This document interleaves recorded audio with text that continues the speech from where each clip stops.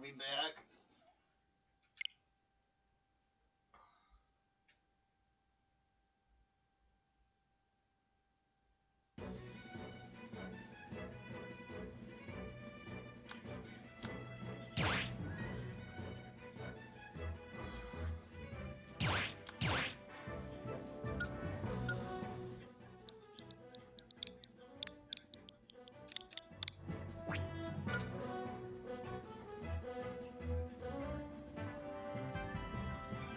Step into the ring.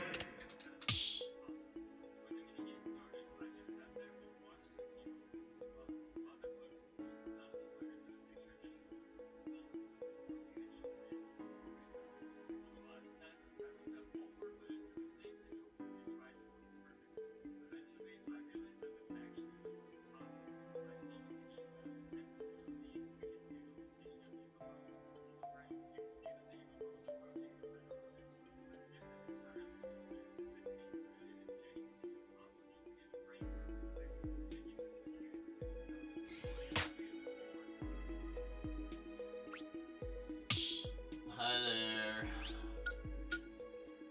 Ready? Point is, I'm just trying to balance.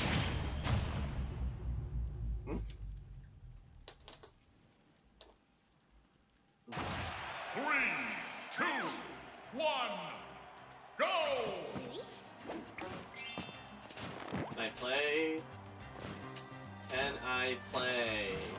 Thank you. No, no thank you. Let me play, please.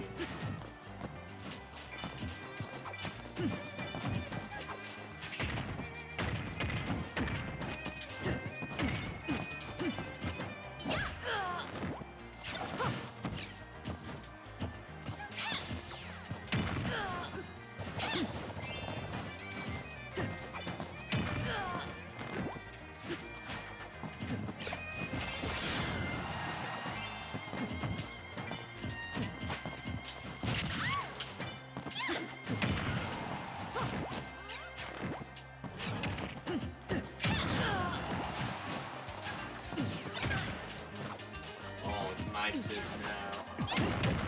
Nobody.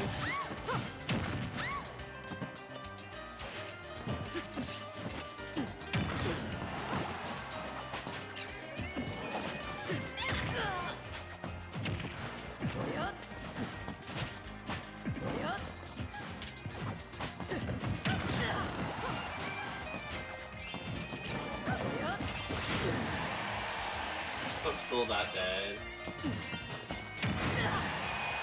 I'm still not dead.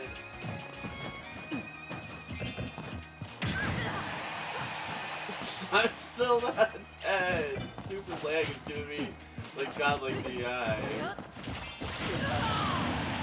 lag is giving me godlike DI, and I just live like everything.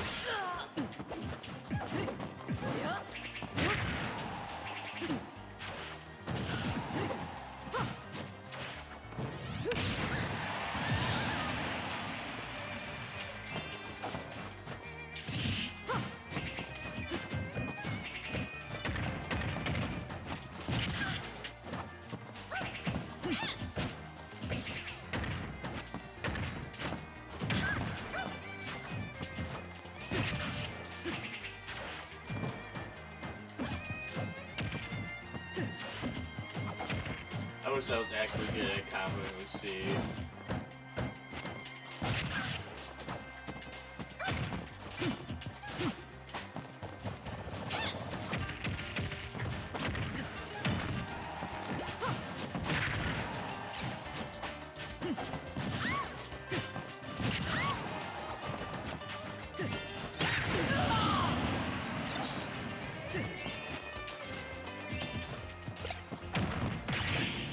No, no!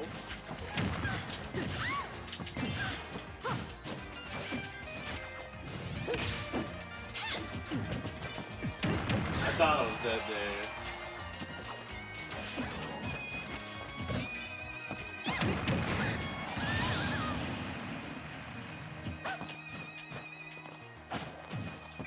Please let me play, please. Boop.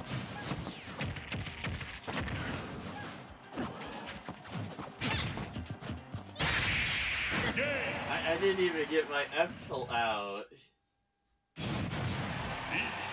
beat them, and F-Toll didn't even come out.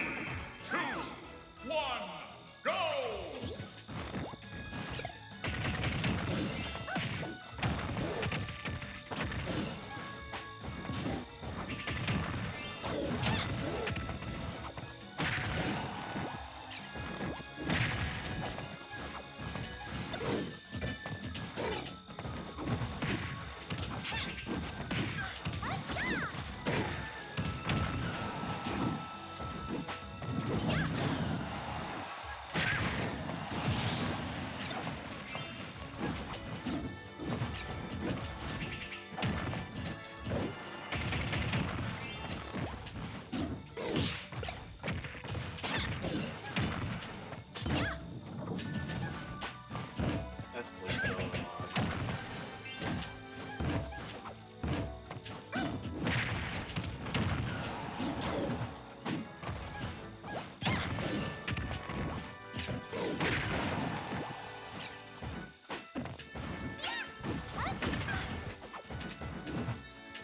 It would be nice if DK actually had a good fair. Am I just dead? Yeah, I'm just dead.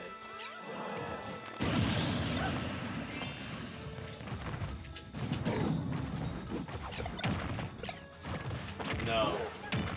No!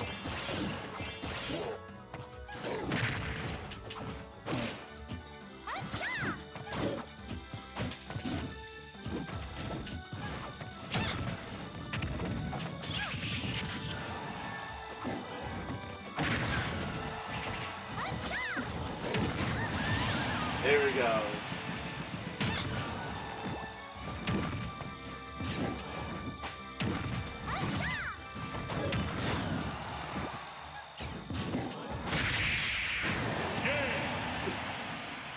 At least I didn't get 0 to death. Wins!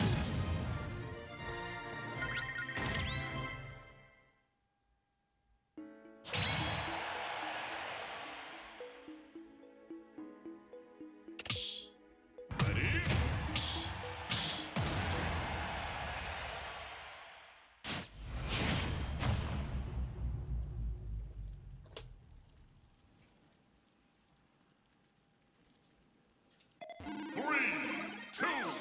We get like the worst chairs and randoms ever.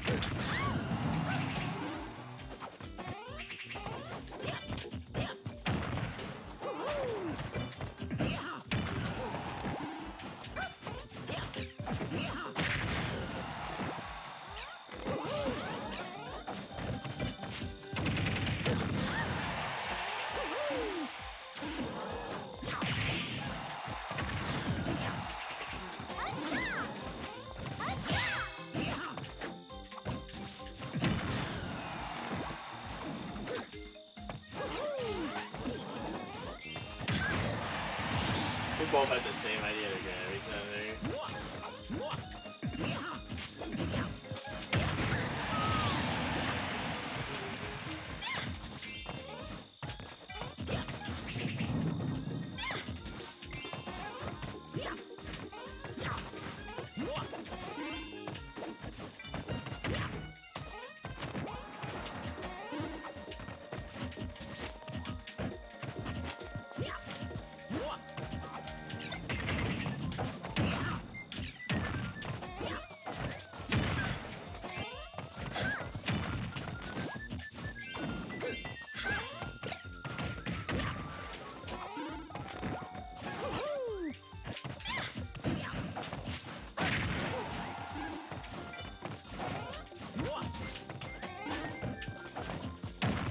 Interactions like that make you wonder, why does Doc Tornado not in my phrase on it, but all the other ones do? Mario's never dies. Did I win? Luigi's Tornado does. Why doesn't Doc have iframes?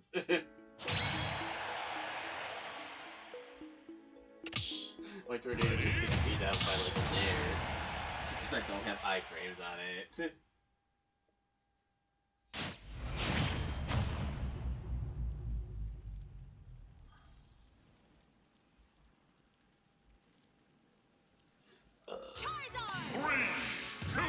Charizard! Go!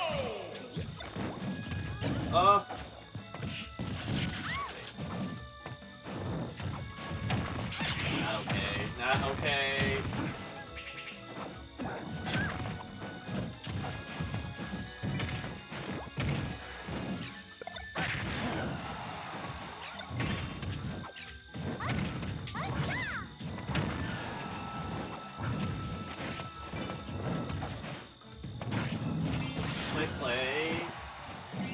Stop with the stutters, please.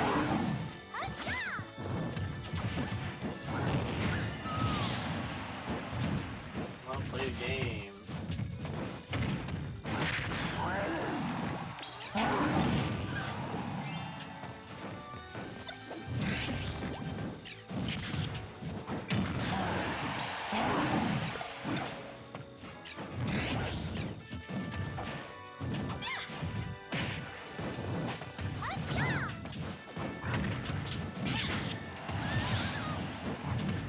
I'll die eventually. I'm at 195.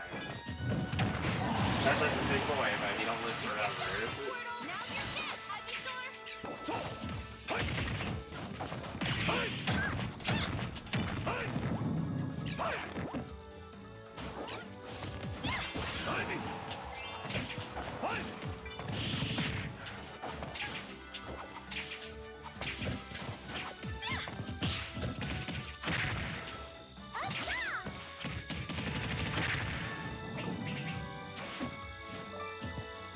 I just don't get to play, do I? I seriously don't get to play.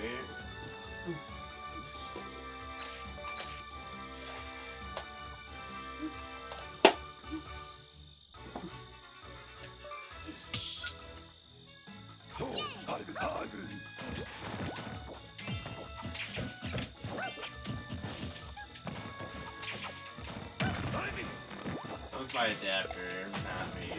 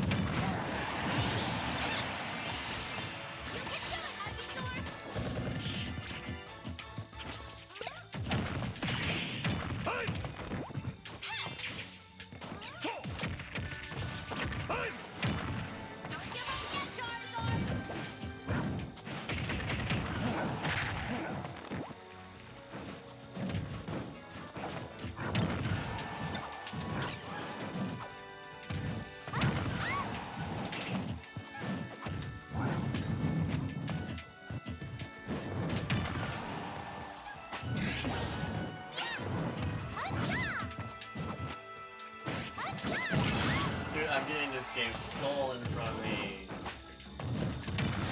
Holy stutter!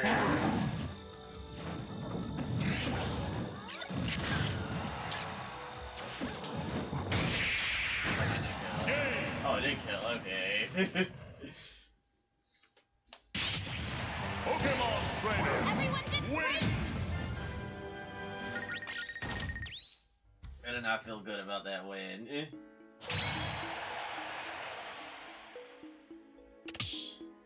I did not feel good about that win at all.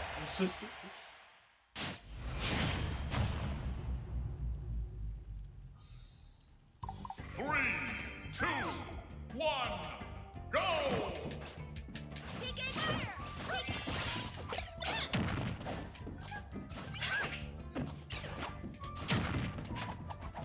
PK fire! PK fire!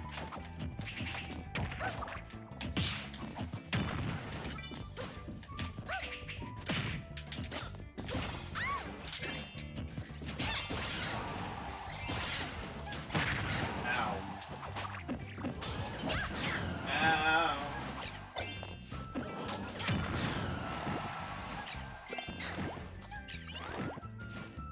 PK thunder!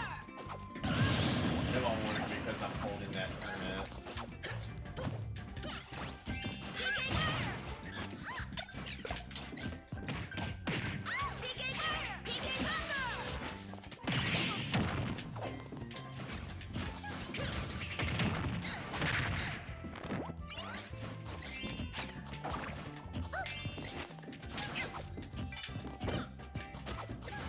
PK fire! PK fire!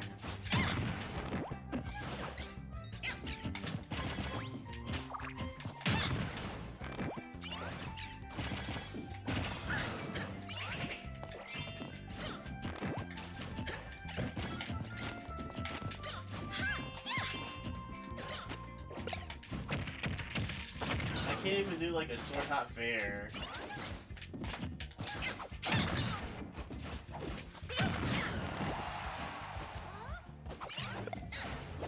PK thunder!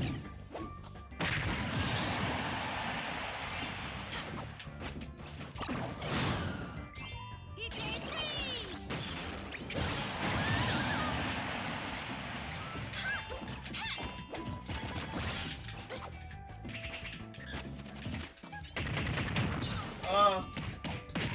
PK fire! PK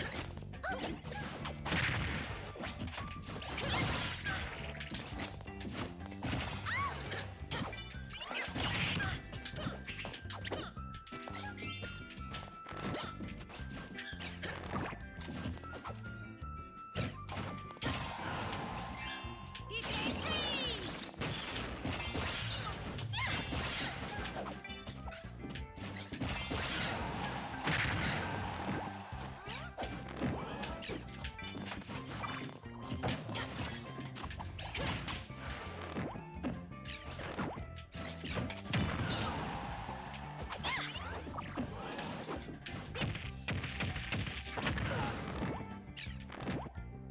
PK thunder! PK thunder! Let's let that match end, please. It's not a good game. That was not a good game.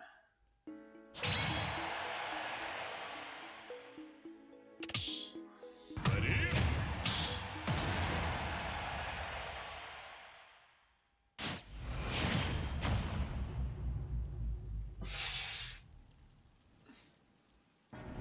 Three, two, one, go!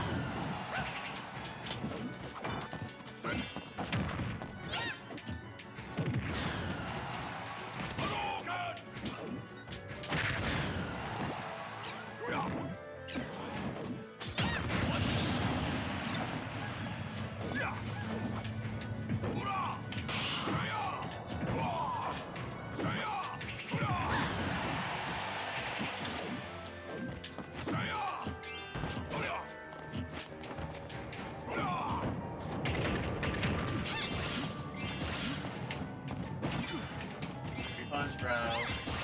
Free punish.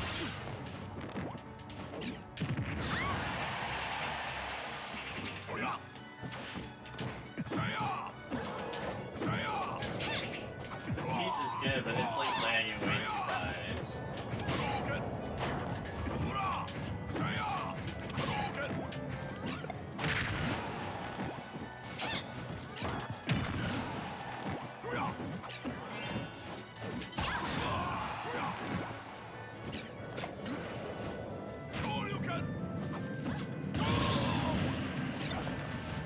This shit just gets pain. Because I'm unsure if it's me or not.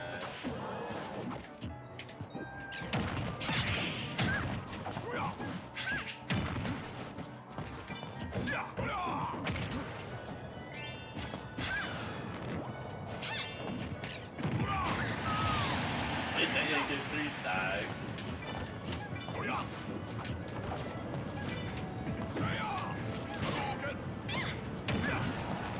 No punish because my dash is going to come out.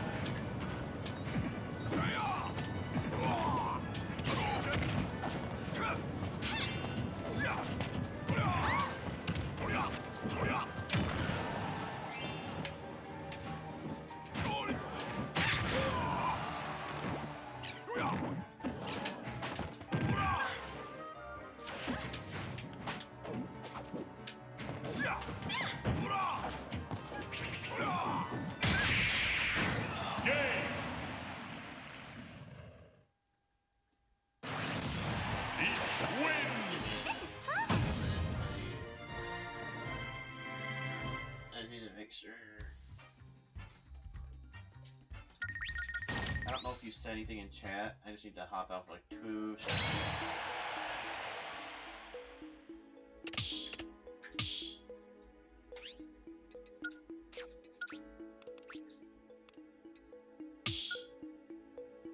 Oh, I guess they're died. It was done anyways.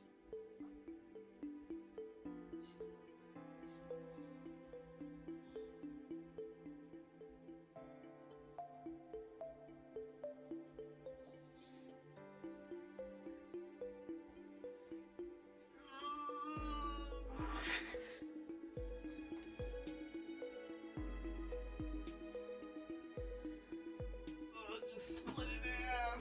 Just split it in half!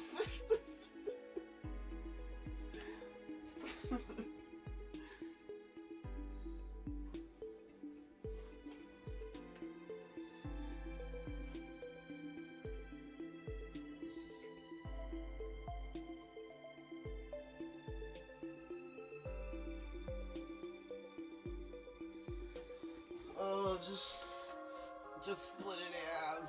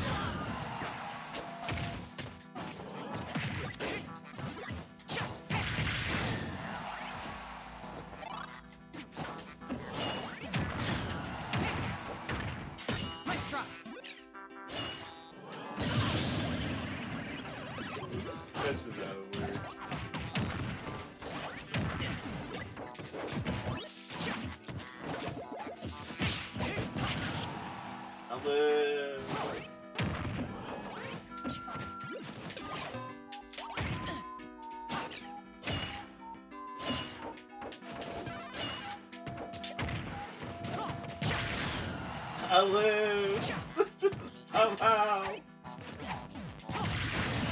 Yeah, man. This is.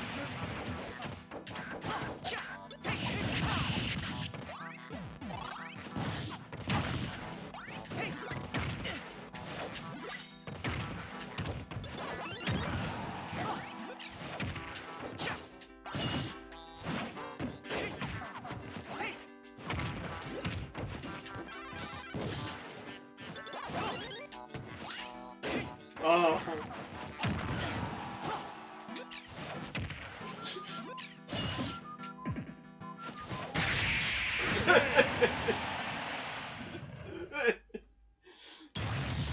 Pac-Man wins.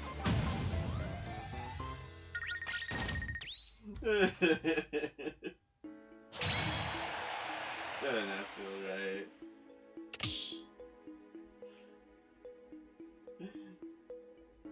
Ready? Oh.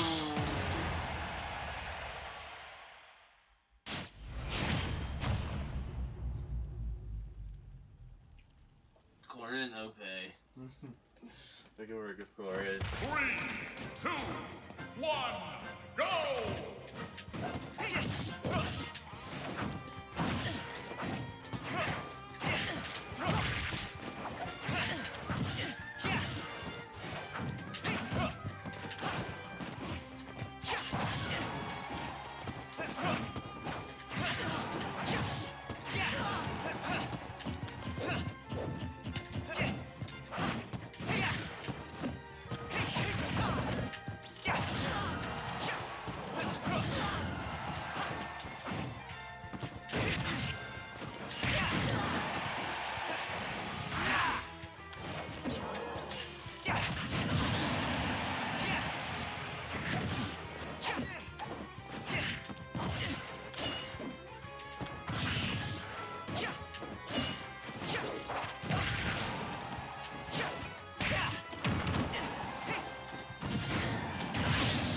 I've made my choice.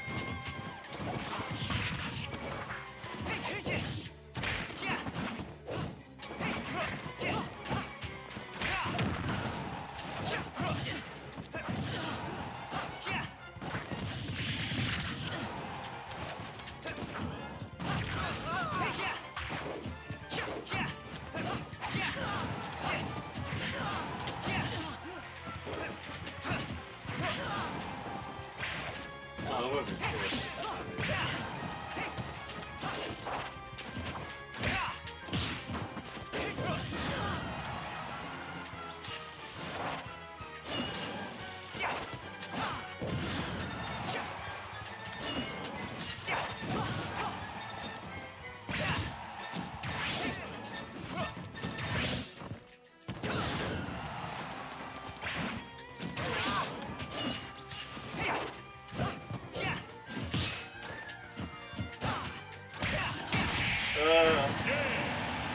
That end game was like kind of sus there. Corin wins. That went well. That end game was very, very sus. Ugh.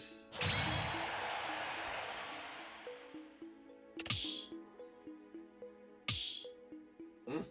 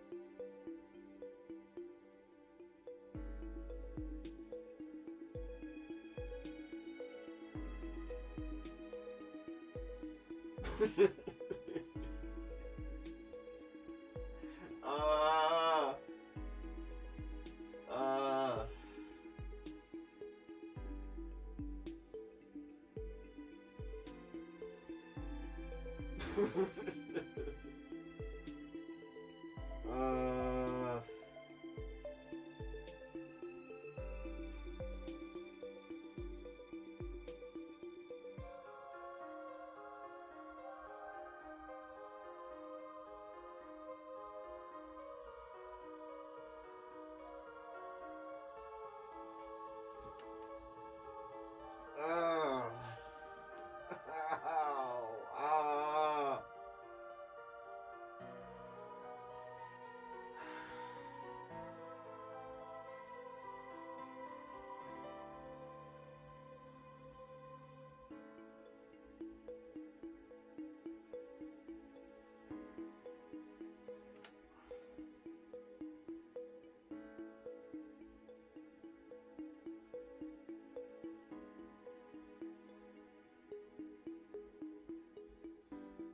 This is gonna be a boring stream.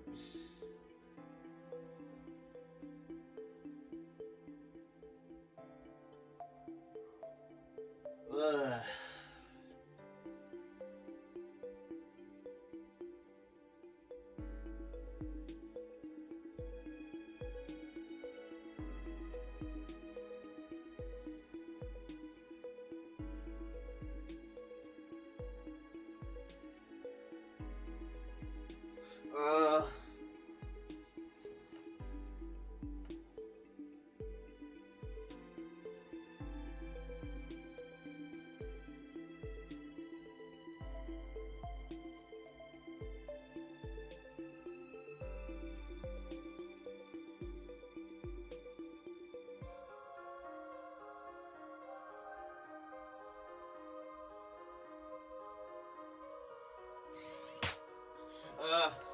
Ready?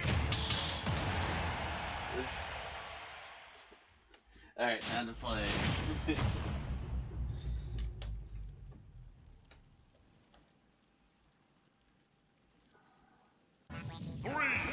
2, 1, go!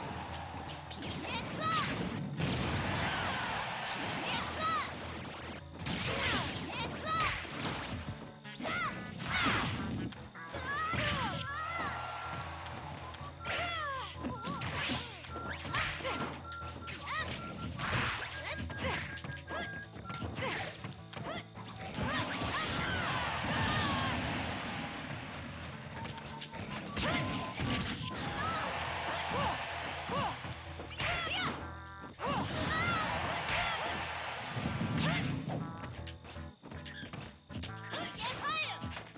Get higher!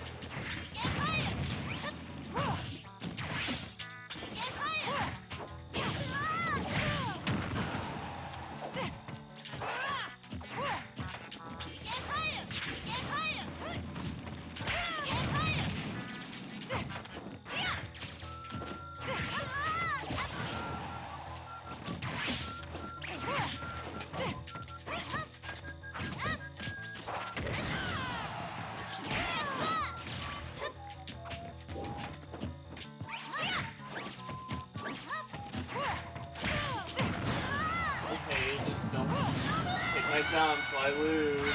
Game. This buffer system sucks, dude. Just don't take my jump out of shield, so I lose.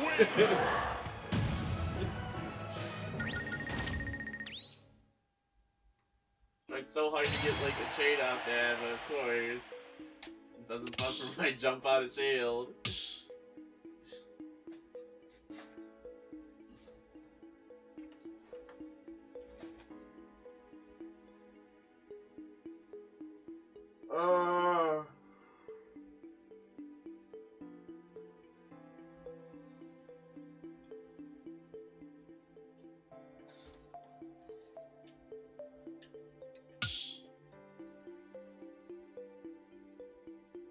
Choose your fighter.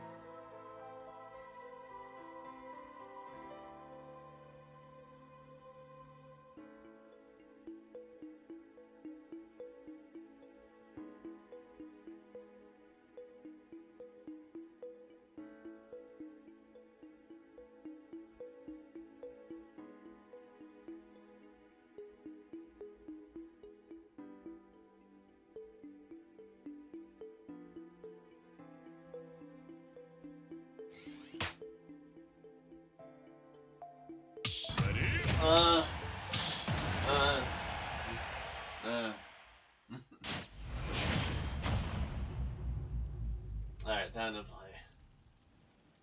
3, 2, 1, go!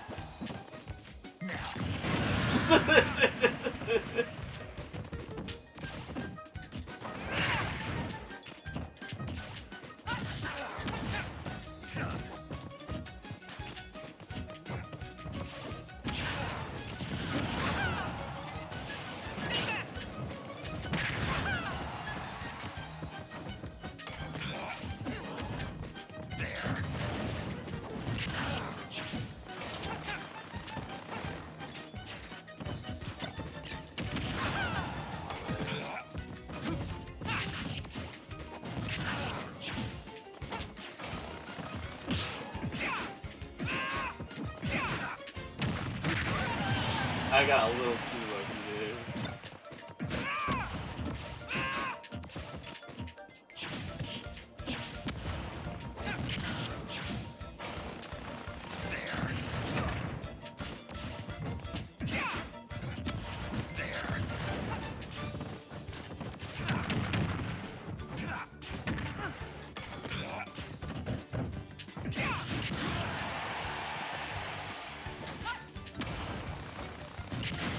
Yes!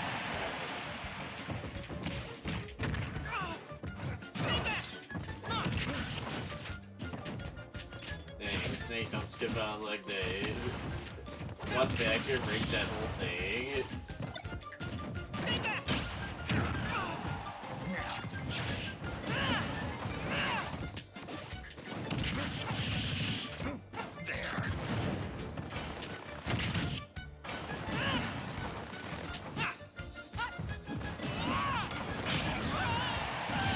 That should not have done that. It should have reflected. That should have reflected twice. Probably had to have had reflected that twice.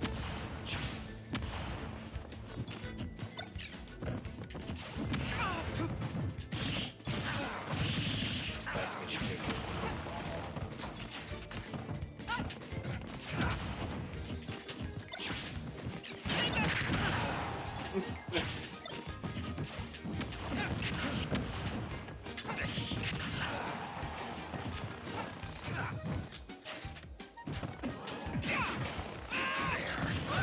I'll live 45%.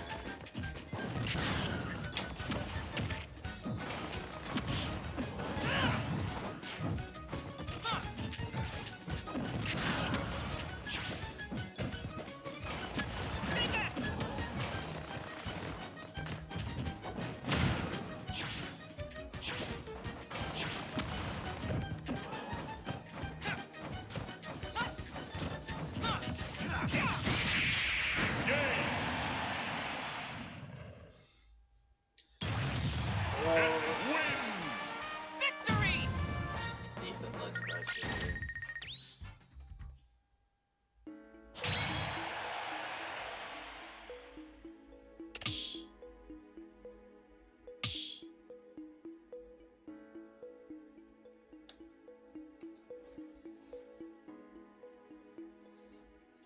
Come on, buddy, let's go. I wanna play. Can't wait all night for you to hit start. 3, 2, 1, go!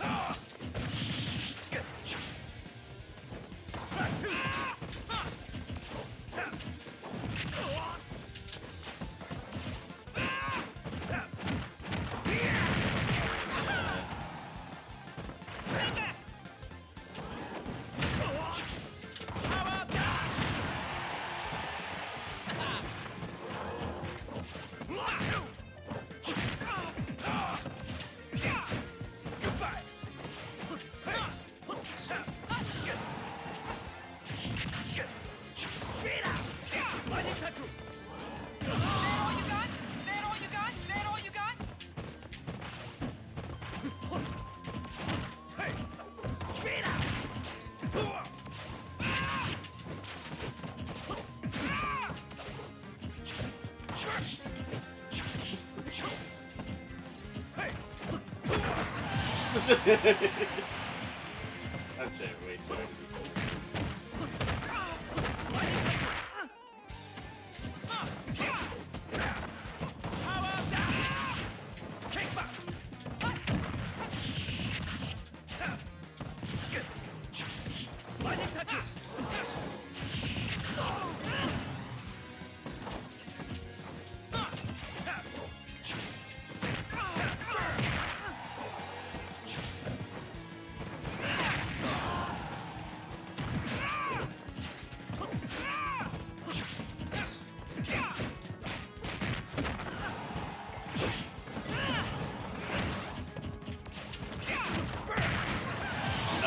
trouble.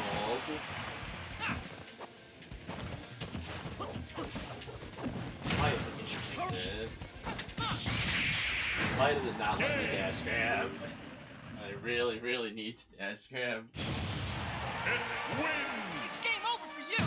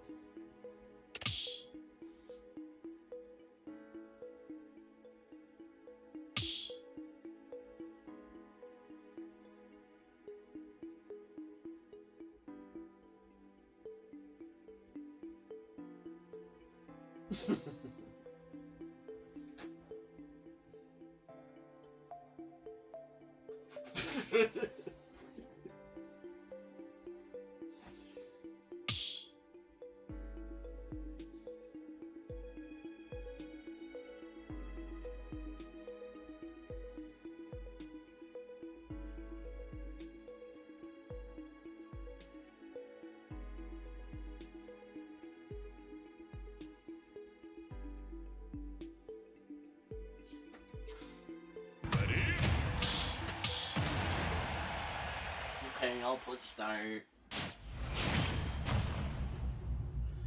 I'll push start. 3, 2, 1, go!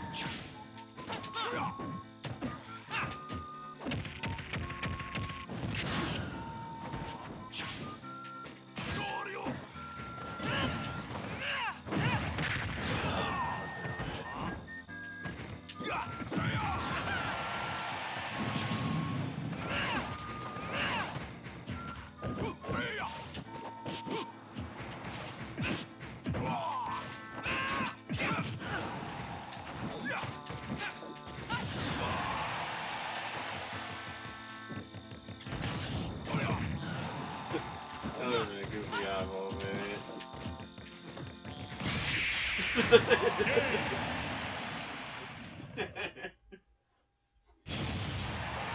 wins! What's up now?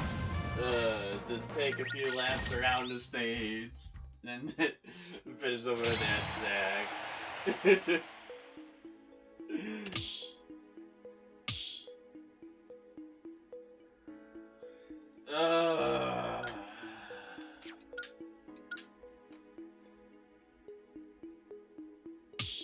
Ready?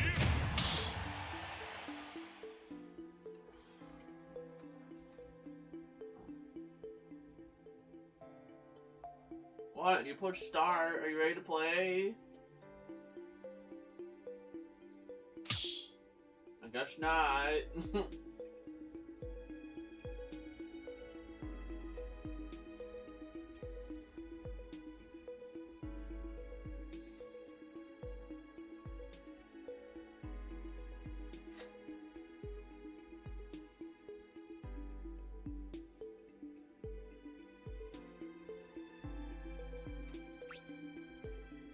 It's just... Ready?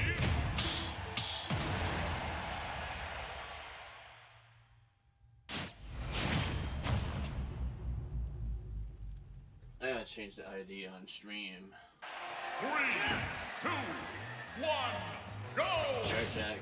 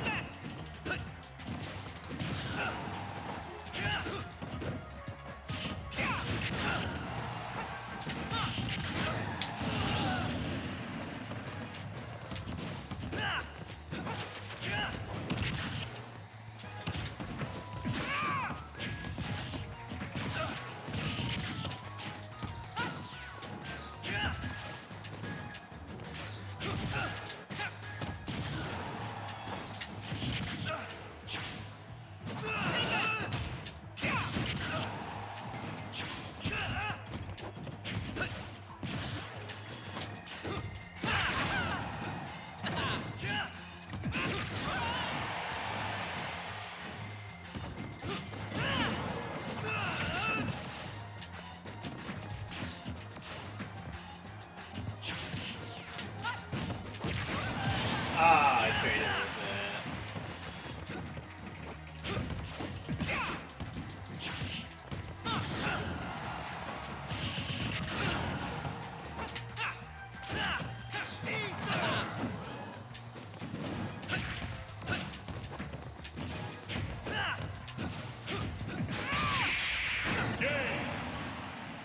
Exactly what I was going for. It wins! Oh, you're net 20 Victory! PSP? Okay.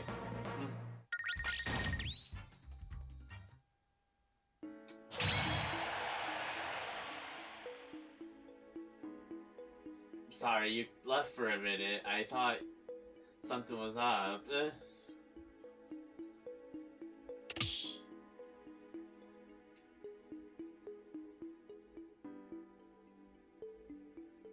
Alright.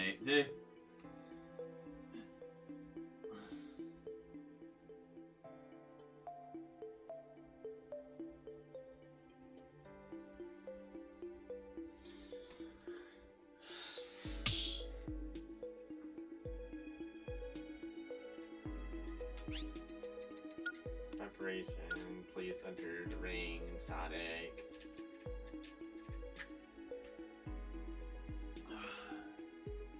If you are just gonna sit idle, then leave.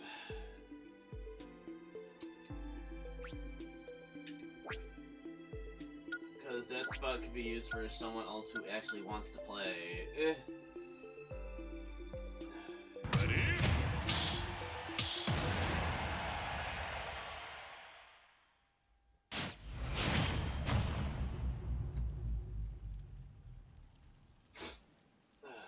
I would rather not have people just sit there in the waiting area and just not even get in there to play. Go! Kick back!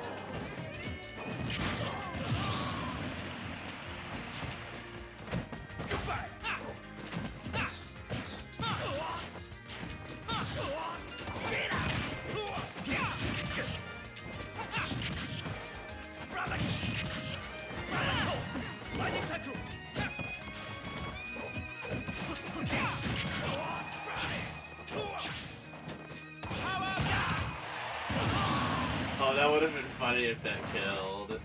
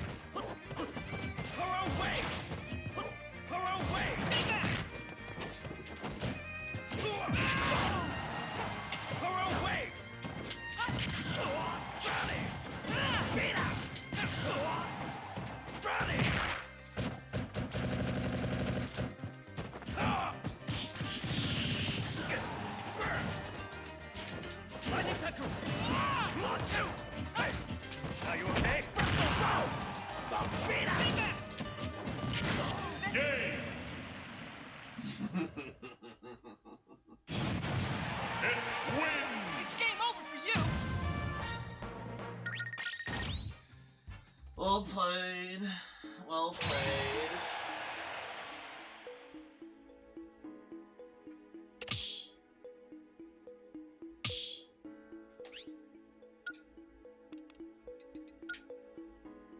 Ready?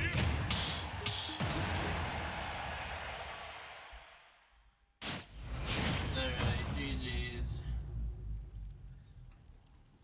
3, 2, 1, go!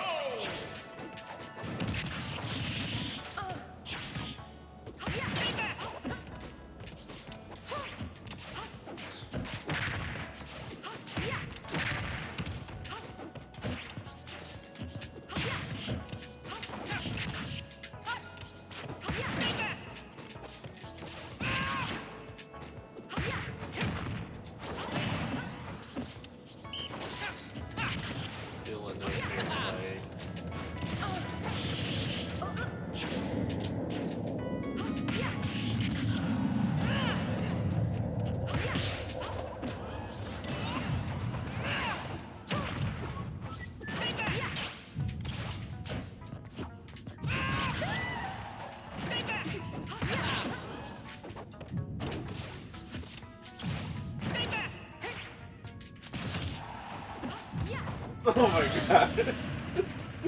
That looks so raw, but I love it. Ah. Stay back! Oh, the header saved them.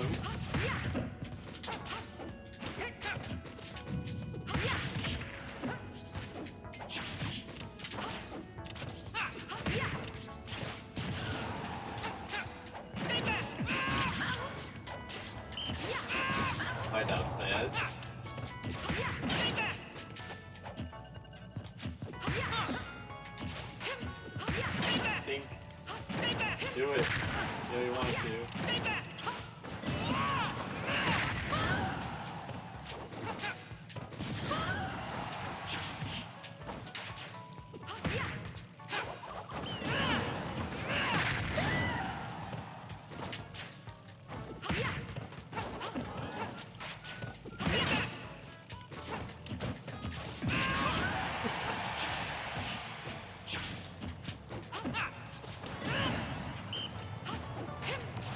Stay back! And the points for Sunrise. Stay back! Stay back!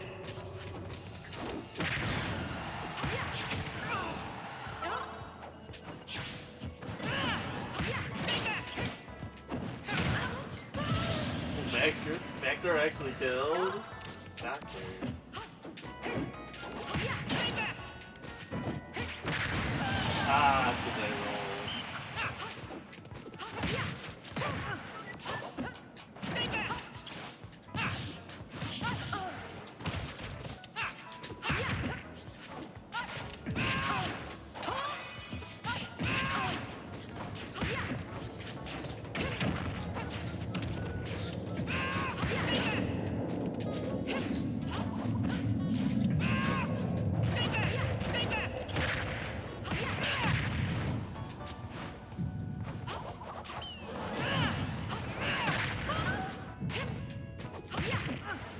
annoying.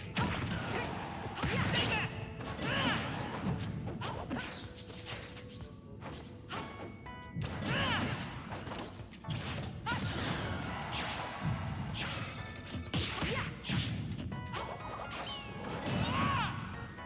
Game. It wins. Victory! Ugh. I feel like your character could like theoretically camp harder than we fit and get rid of their main game plan. They just reflect the headers and the Sun Salios.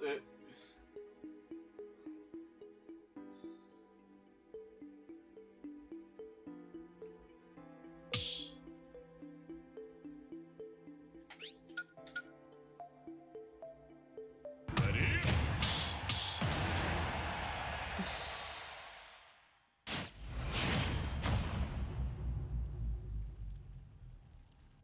3, 2, 1, go!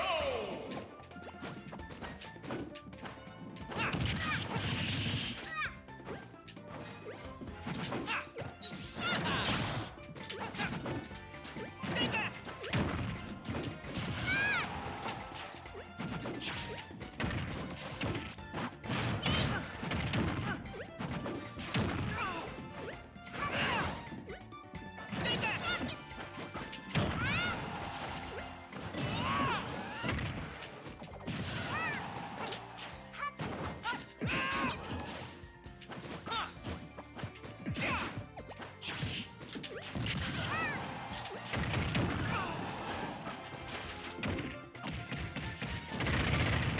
I think I'm not that even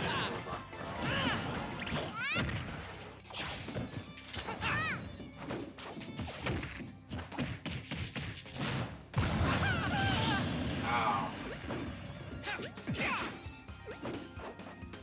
Stay back!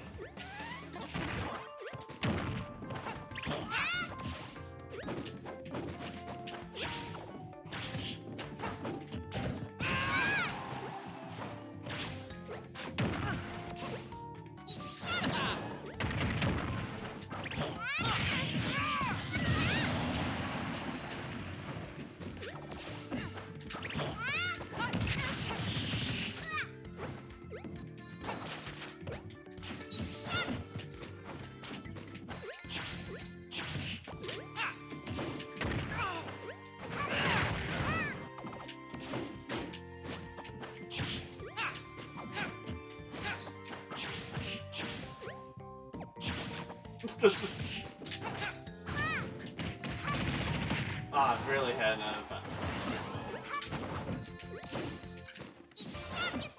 Really had getting a free act out of that.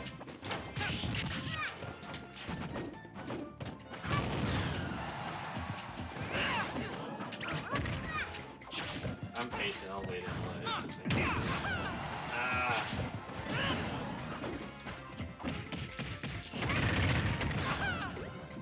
Stay back!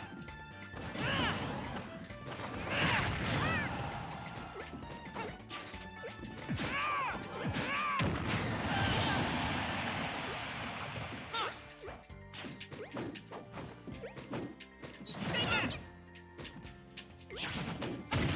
They want me to go in like that.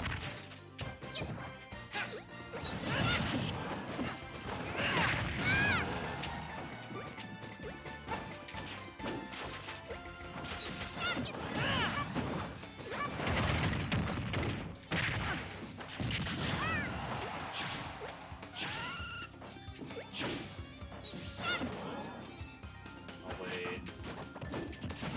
I'm greedy, but I'm not that greedy.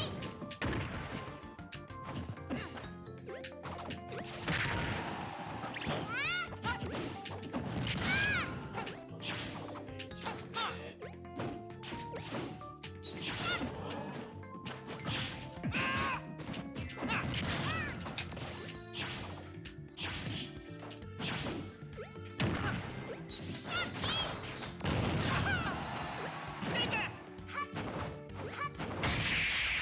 Game. I couldn't tag the wall. I couldn't tag the wall. Kirby wins. Deep for that kill.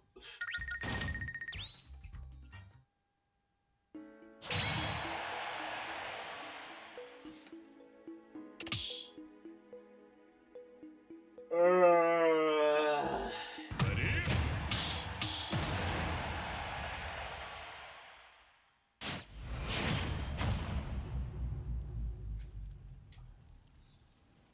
Three, two, one, go!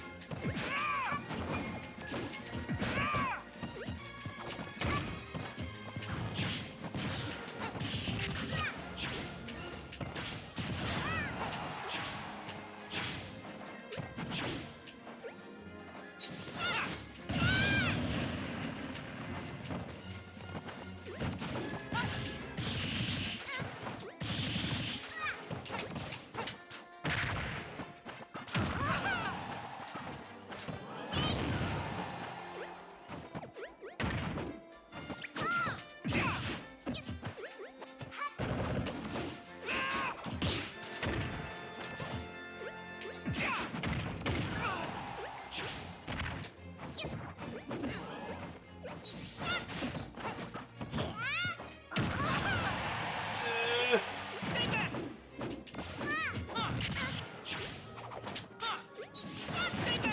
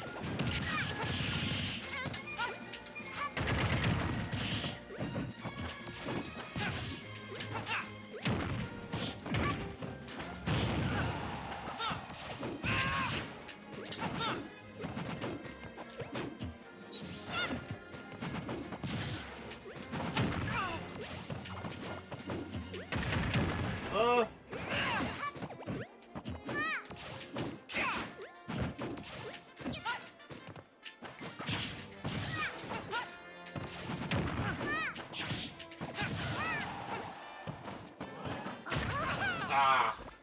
Stay back!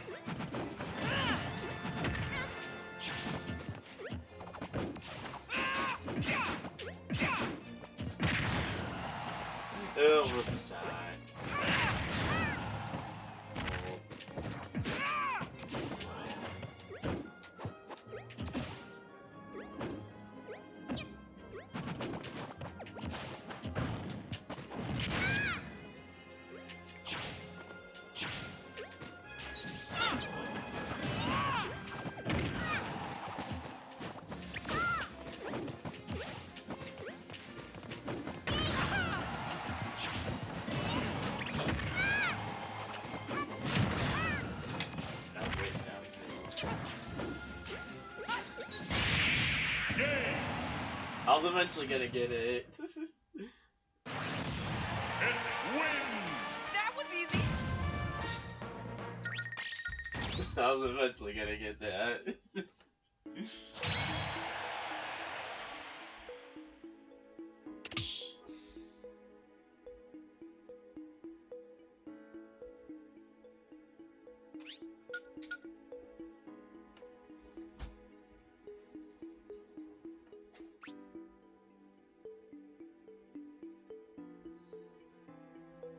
Ready?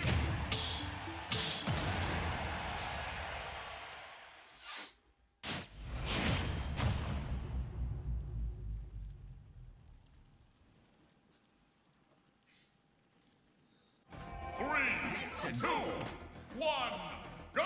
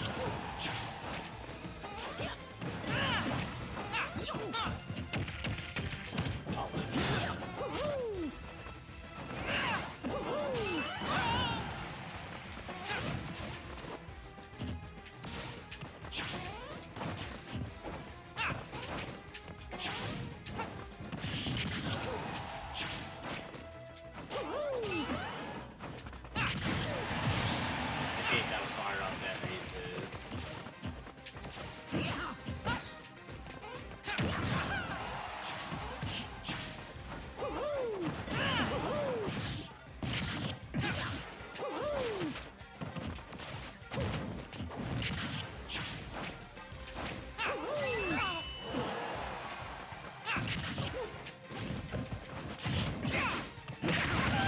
Ah,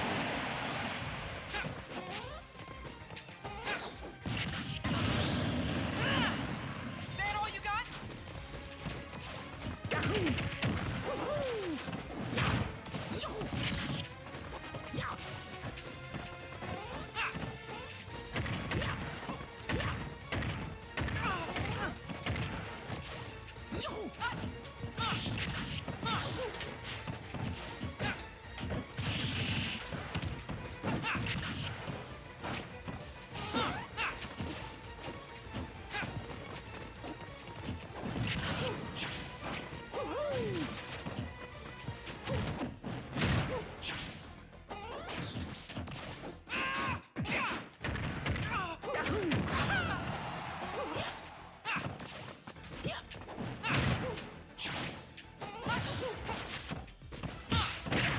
not dead. Stay back.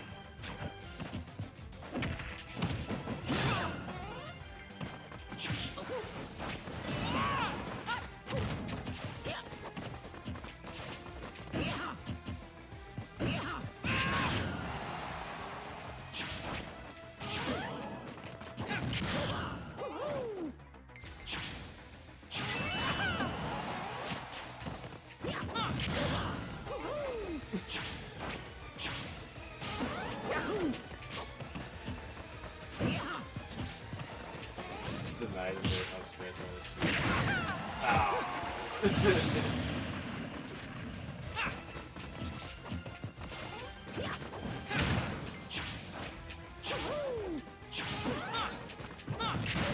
Game.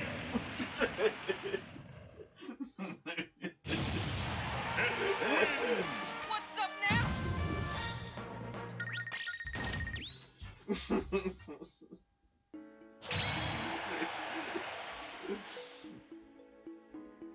I'm so toxic.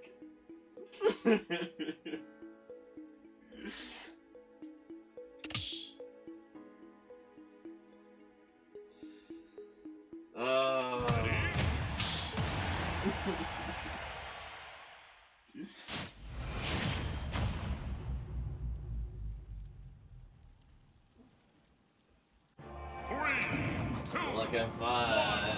Go! Yeah. My down tilt.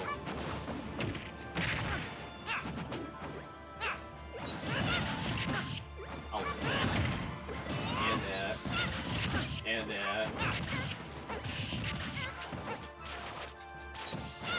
Bro, I have 4 jump. I can tank a lot of things.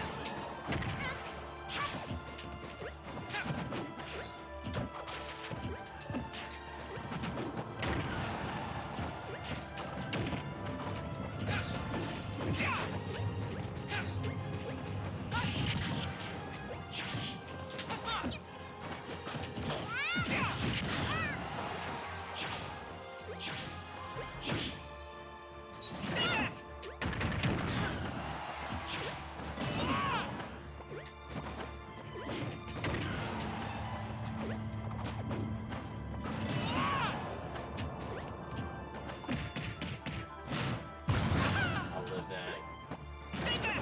Yoshi says almost never gonna kill.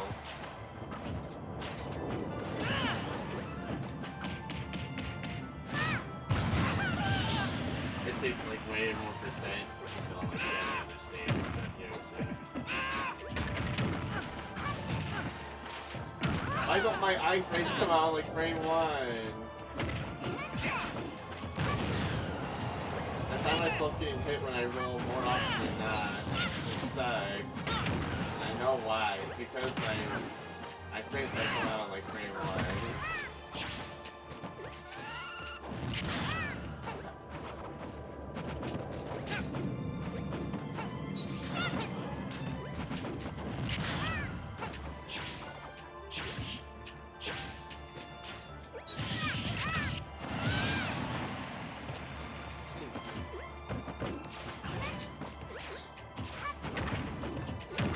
That barely connected.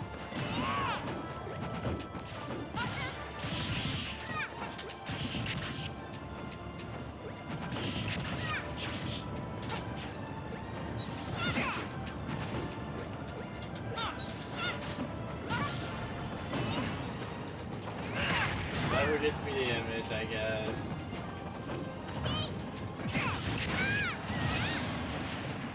Whatever gets me the image.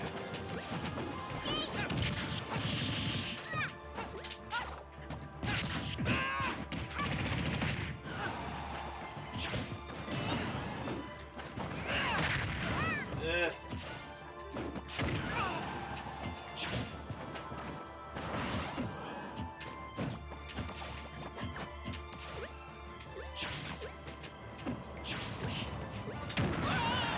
I'm not dead.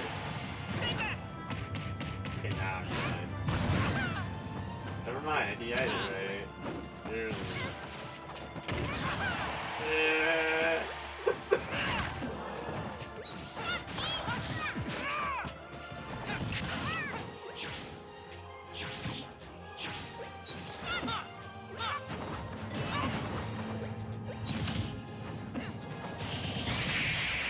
Game! That was a funny comeback. Win! It's game over for you. That was a funny comeback.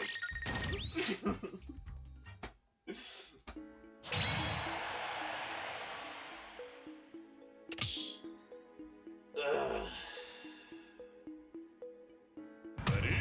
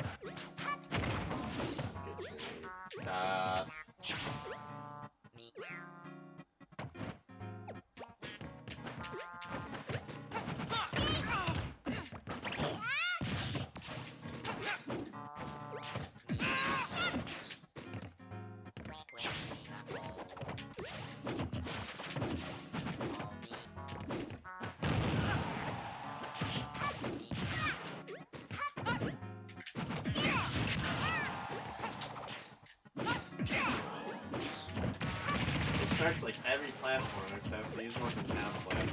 I don't get it.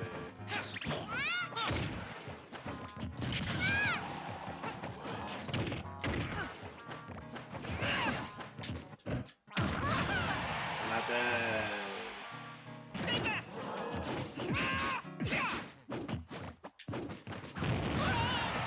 Still not dead, surprisingly.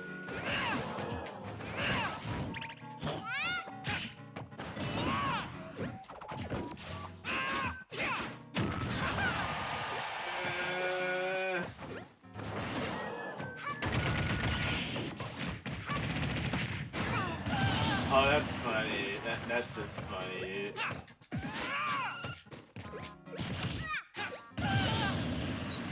Just a... Oh no. Oh no.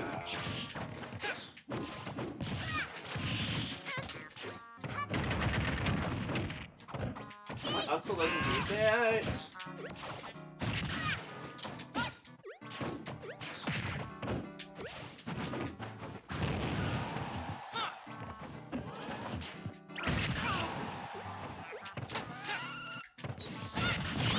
Kirby's just too small. I can't go for like any good setup.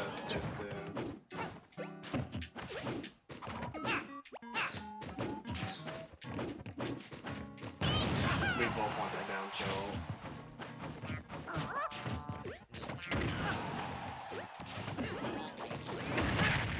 Yeah.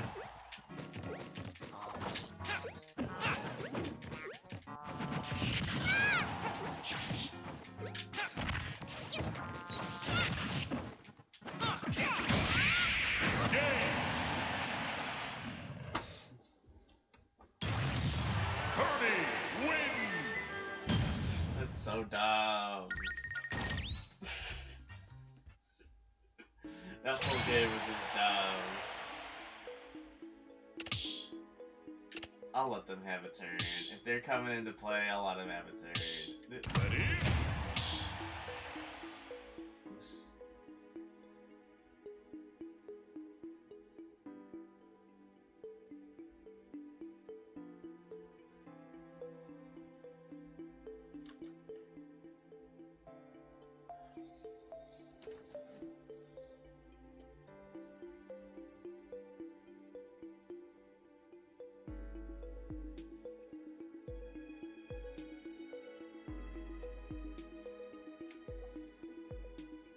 Oh.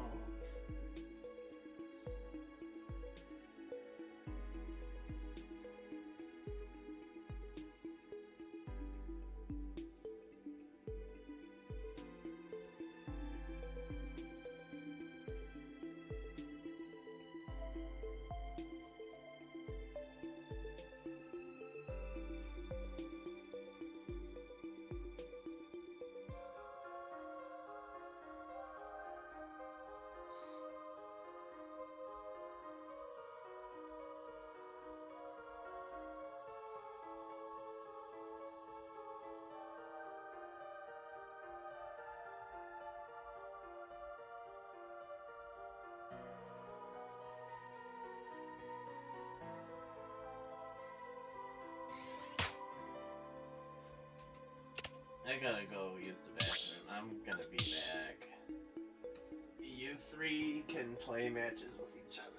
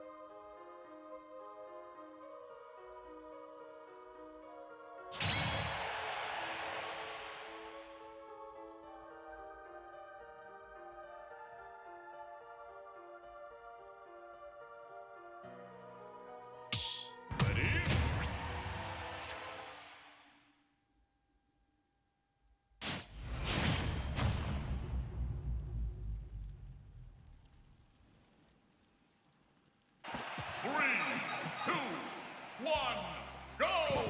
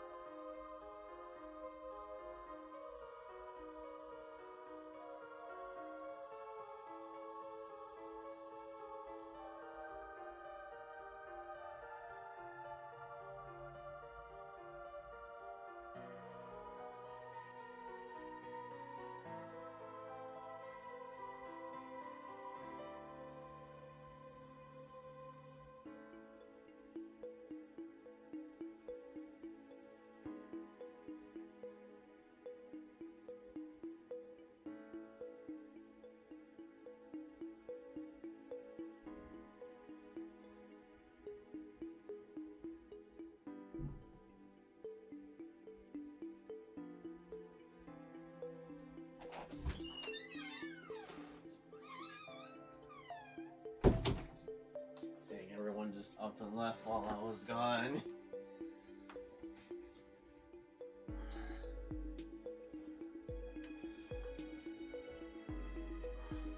I just told him to play. I didn't expect everybody to actually leave.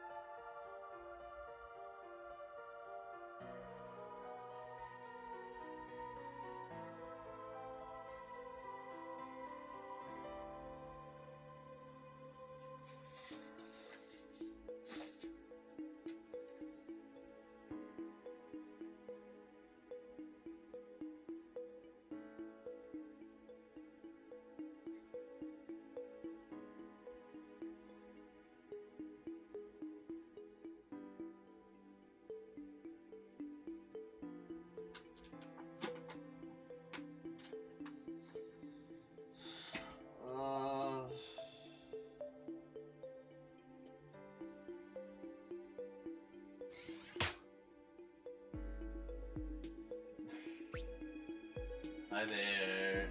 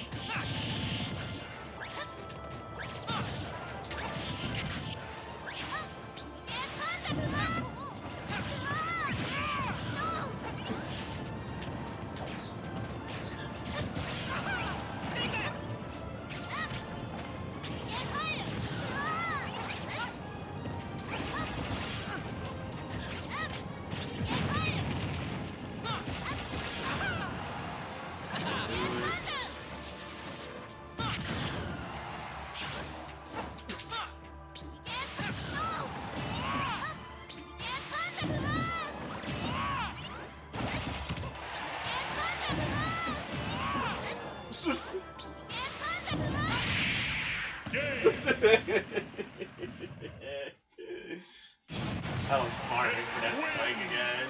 Victory! We're farming for that spike. Farming, I tell you, farming.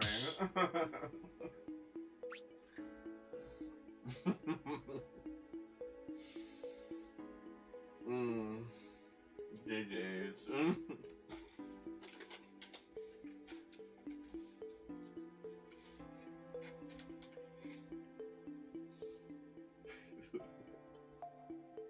Was farming a little too hard for that spike.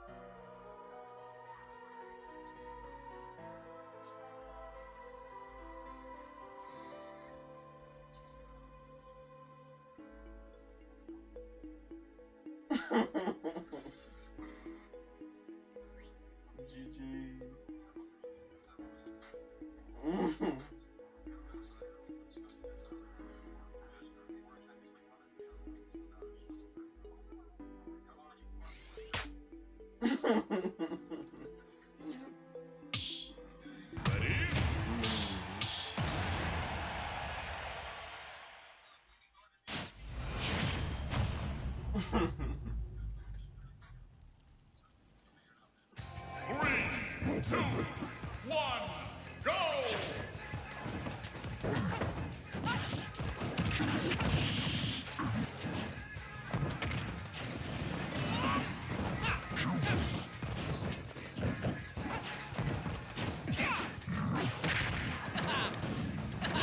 Stay back!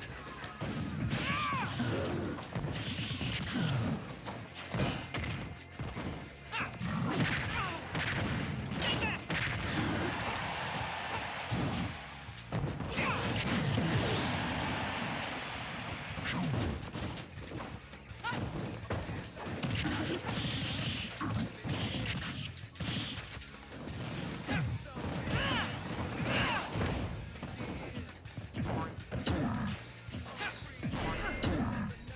I love this game so much, dude.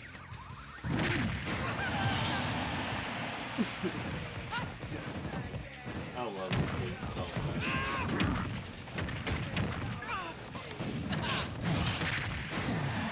That all you got? That all you got? That all you got? That all you got? Stay back!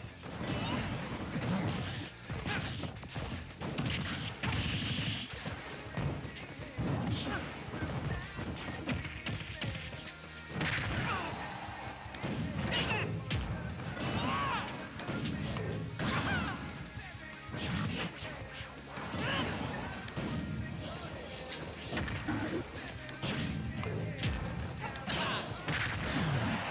That all you got?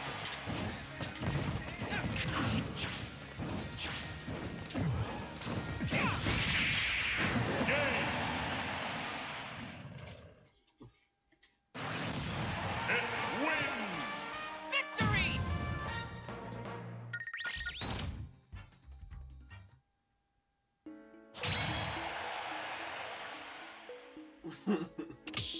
Ready?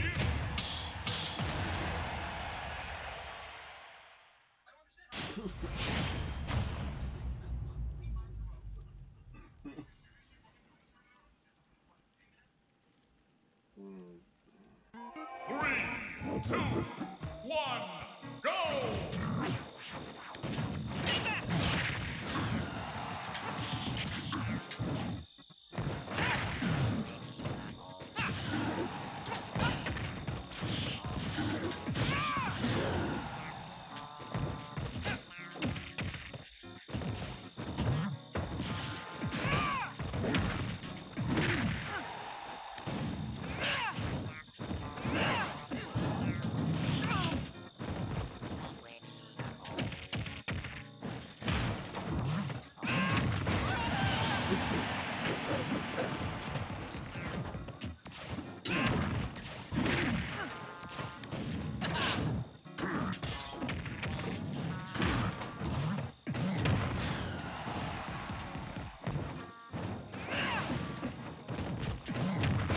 Oh my god, I'm getting chased.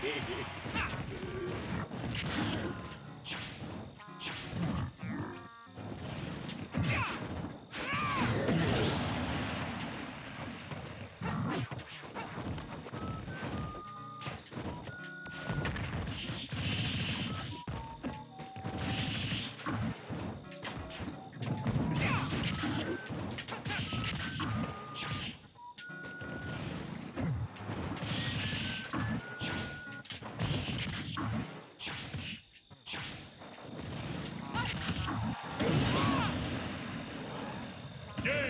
Oh, I'm so bad. It wouldn't let me turn around. Win!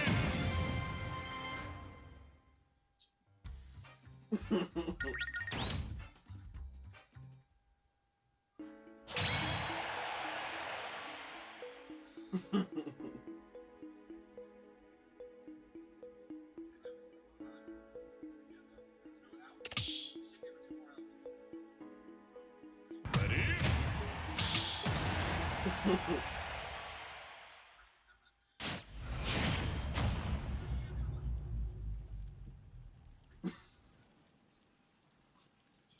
3, 2, 1, go!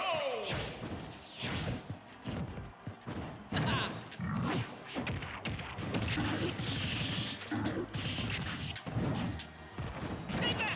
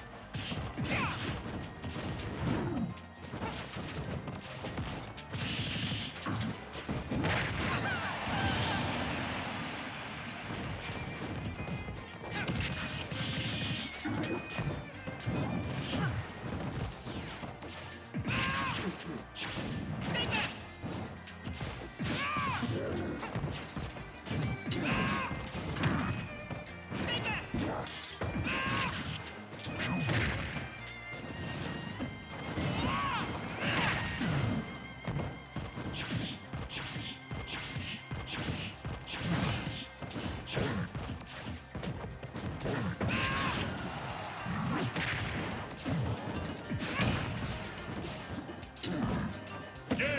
It wins. What's up now? Mm.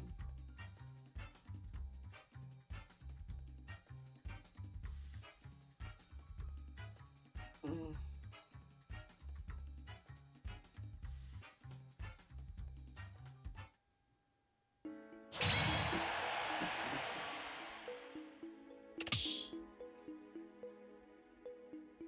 Ready?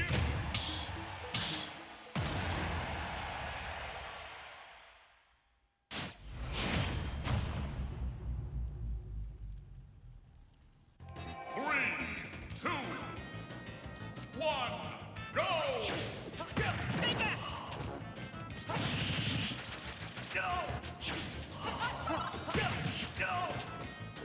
you got?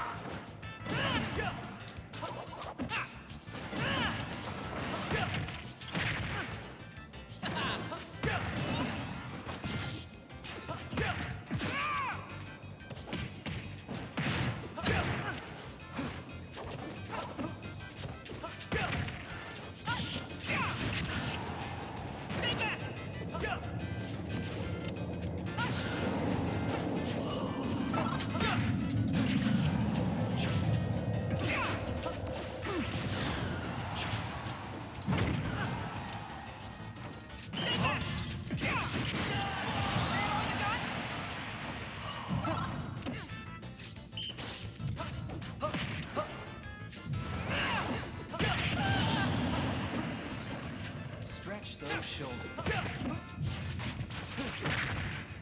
Stay back! Stay back!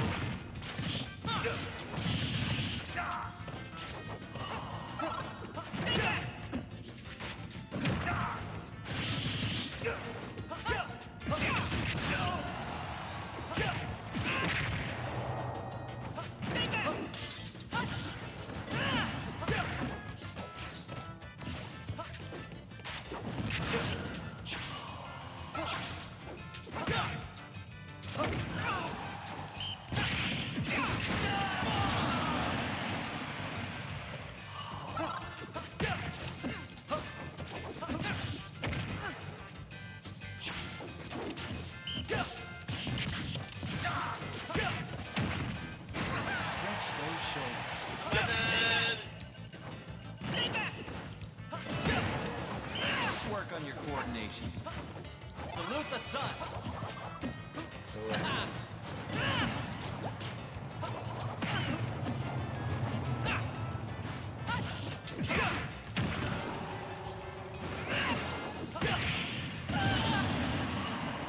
Stretch those shoulders.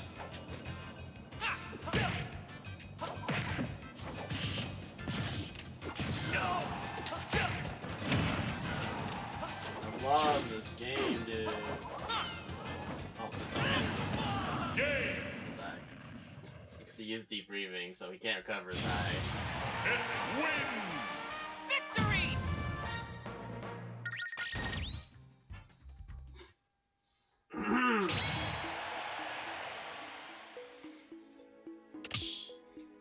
Ready?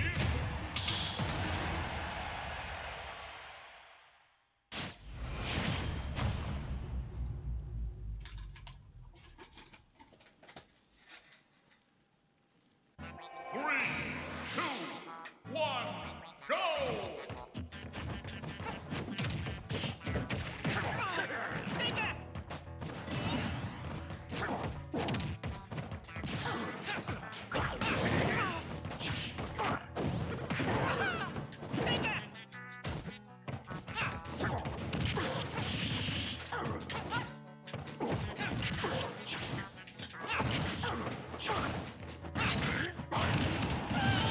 That feels so wrong. That looks so cursed. I hate how cursed that kill was.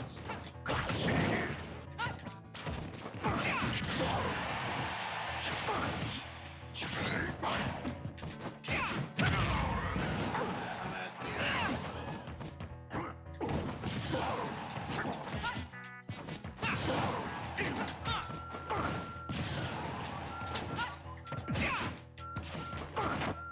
kinda need to spike hip on it.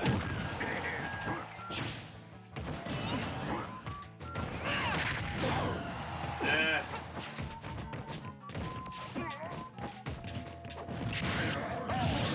Hit him too hard. Just looking for trouble like that.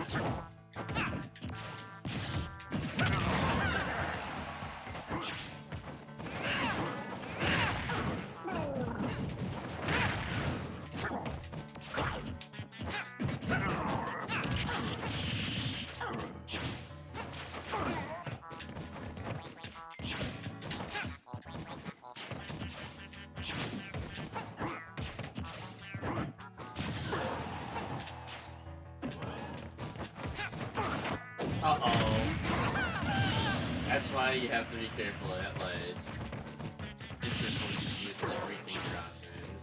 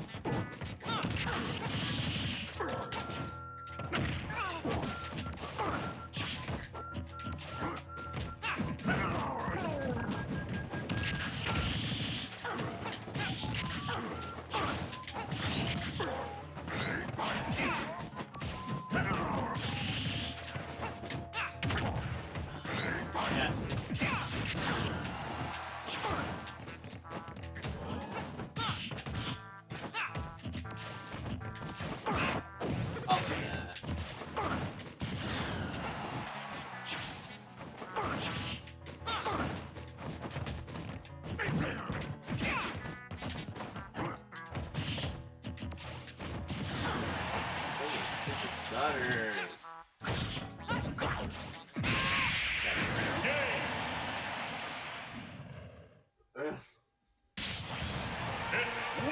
It's game over for you. I have played Instant for like 5 years. I know Instant is too much to work.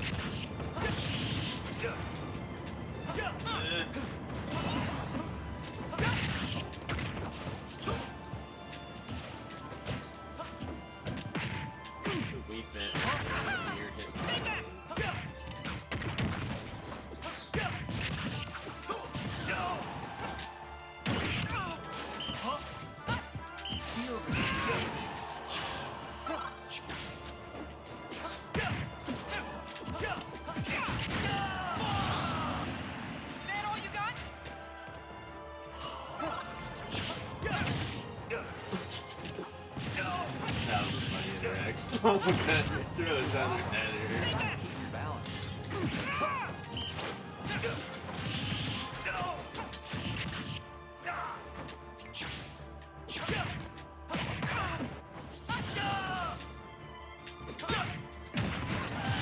That is a Stretch those shoulders.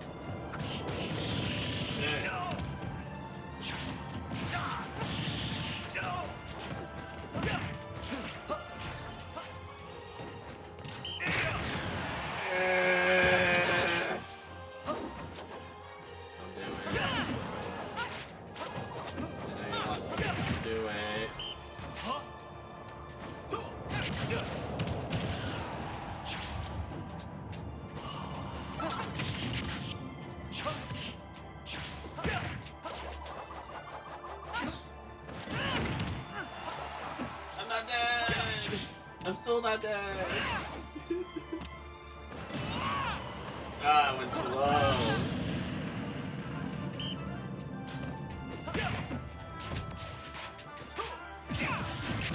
I'm not letting you get me the cheeky leg kill on me.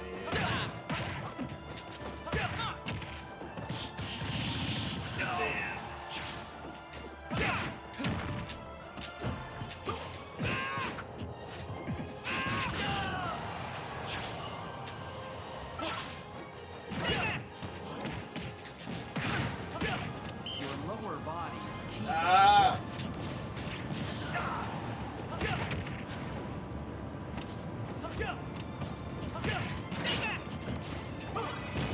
I'll let that keep moving.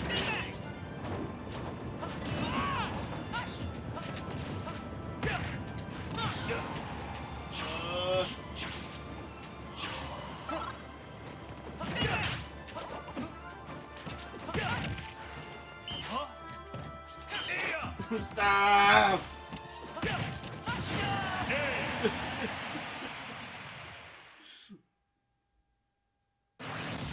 It wins! That was easy. Oh, so much lag.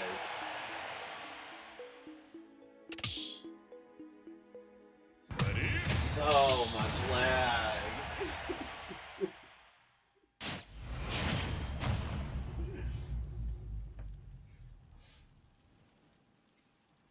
That like had me on my toes in real life. Dude.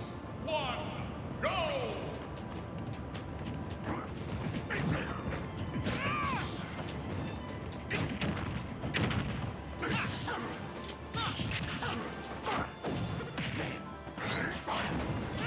I'm at 10%.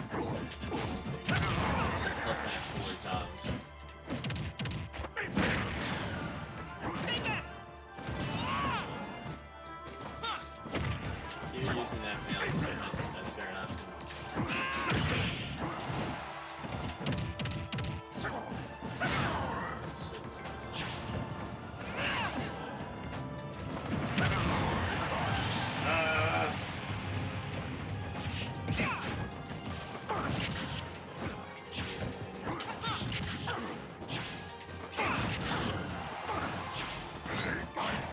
You're just dead.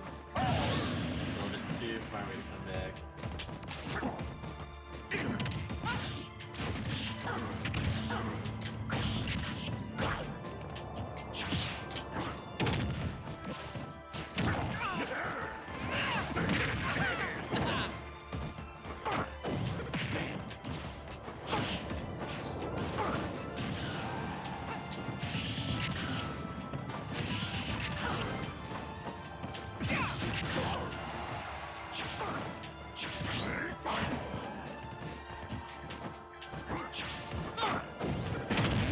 Yes, dude.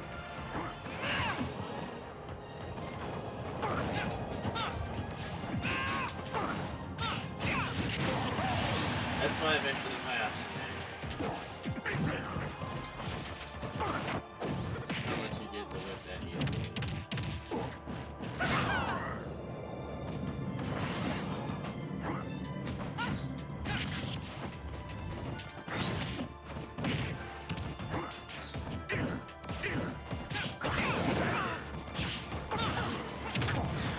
Love that.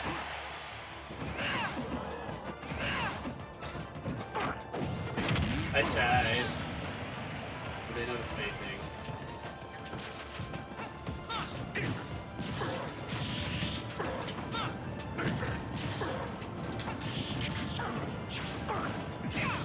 Good job. Dead. It's... It wins! It's game over for you.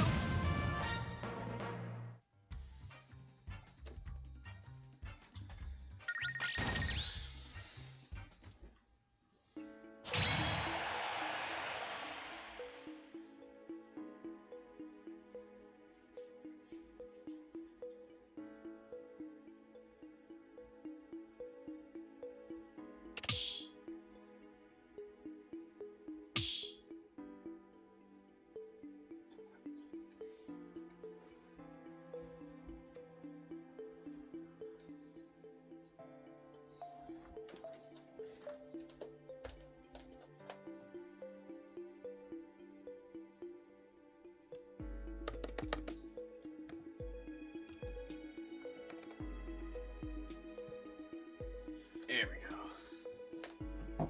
Need to do that for like at least the past few matches.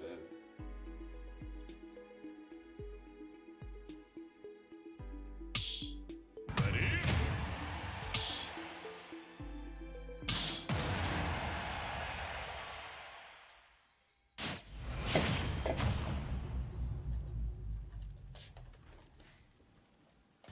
Three, two, one, go! Stay back!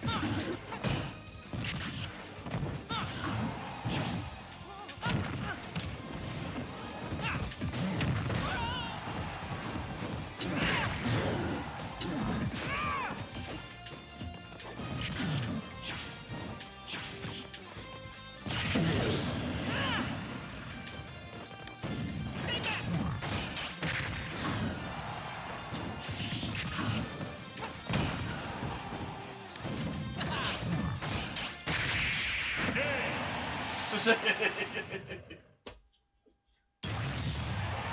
wins! What's up now? Irritating because if you try to gut check it again, it'll just break your belly armor.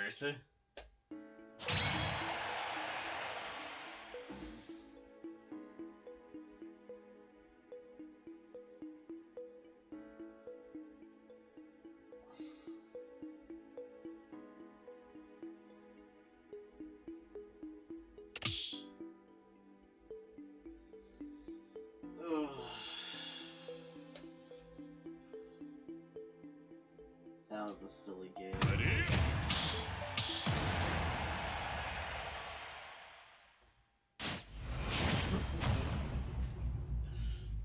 Very, very silly game. 3, 2, 1, go!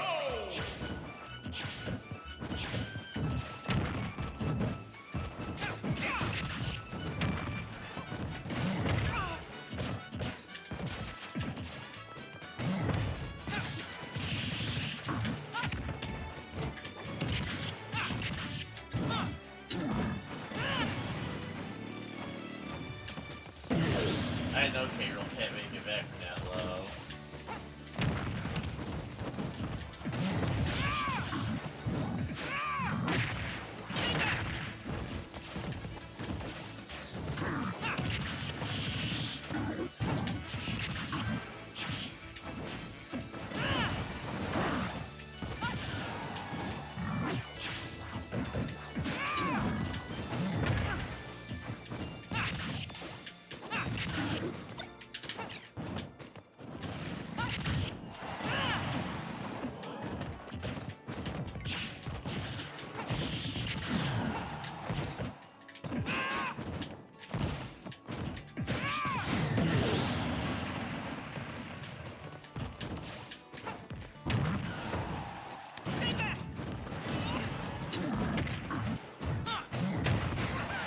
Oh, stupid down smash, I hate it.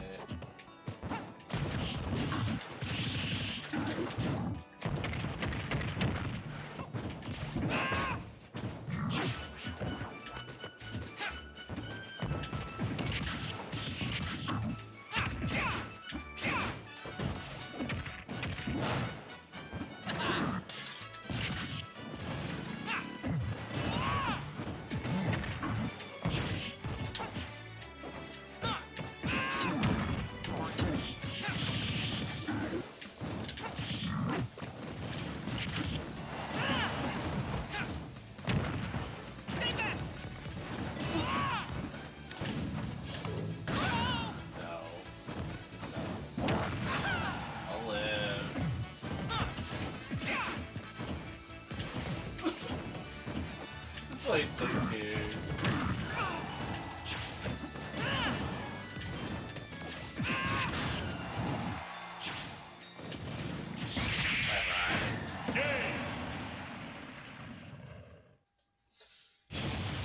wins. What's up now? Double heavy.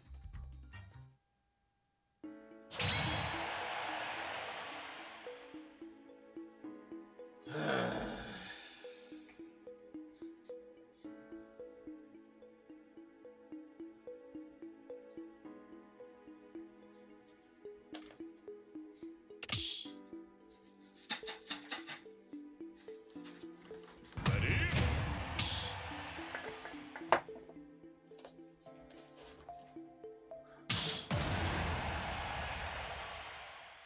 And 20.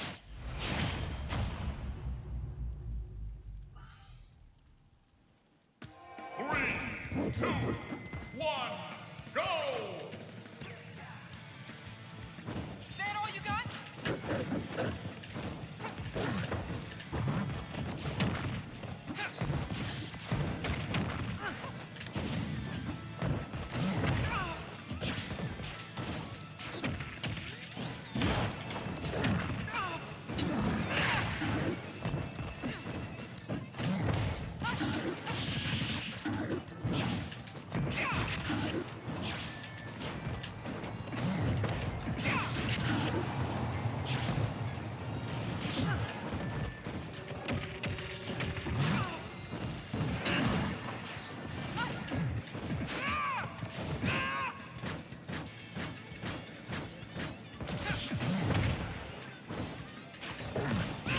Both just seeing a singular brain cell.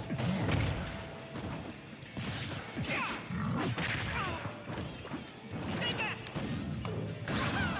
Stay back!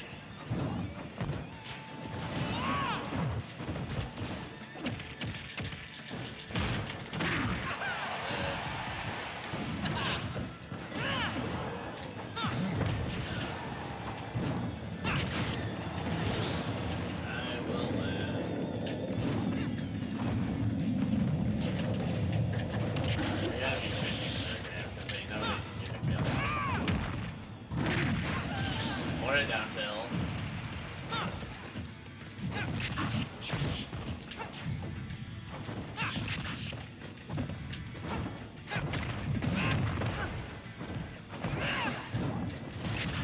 Kills and kills.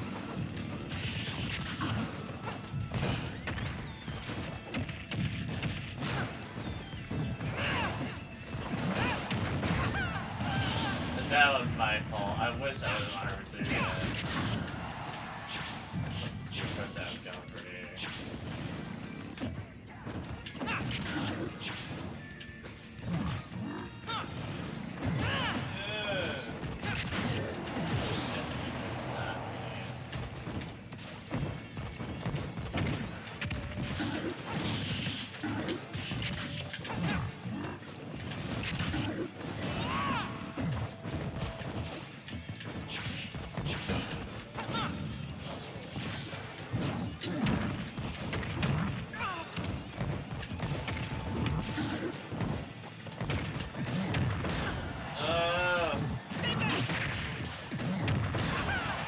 Stop with the down spins, I hate it.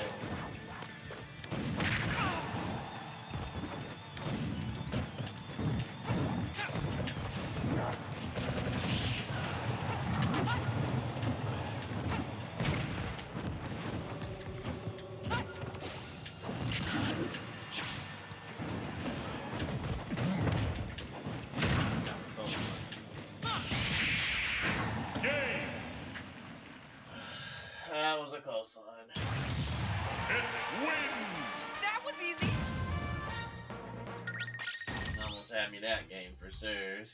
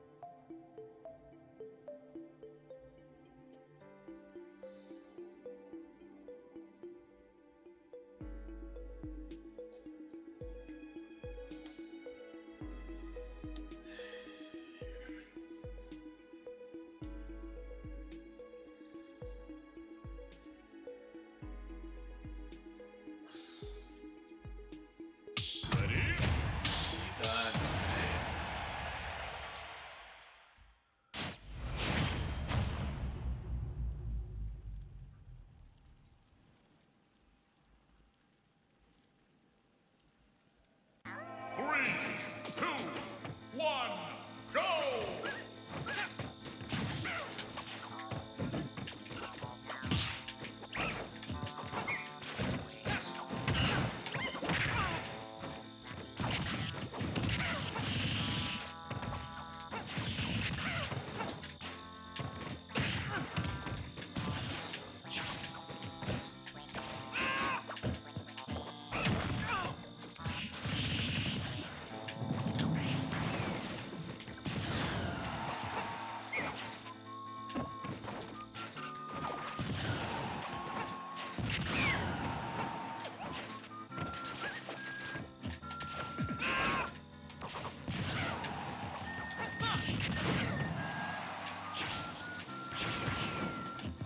That all you got?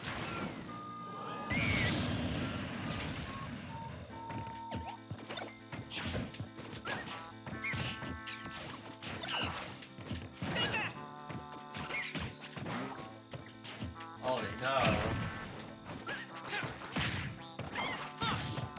Otherwise, I wouldn't have gotten hit by that. Oh! Stay back!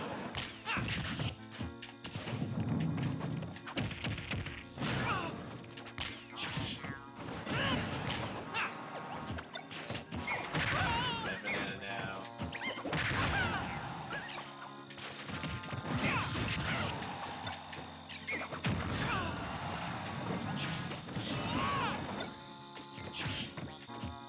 Stay back!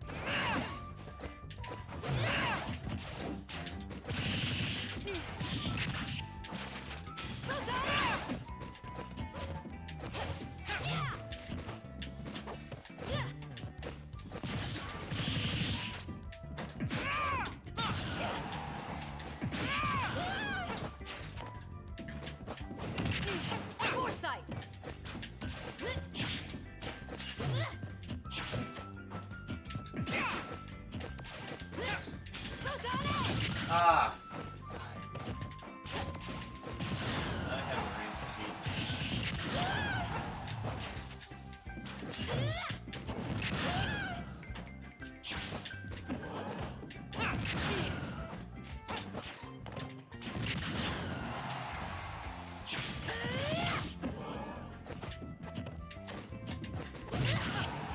Right here.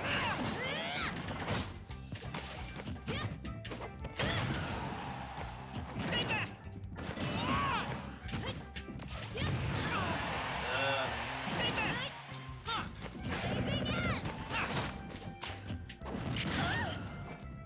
Let me at it. Goes on edge. Can't make it back. Right here. Prominence revolt.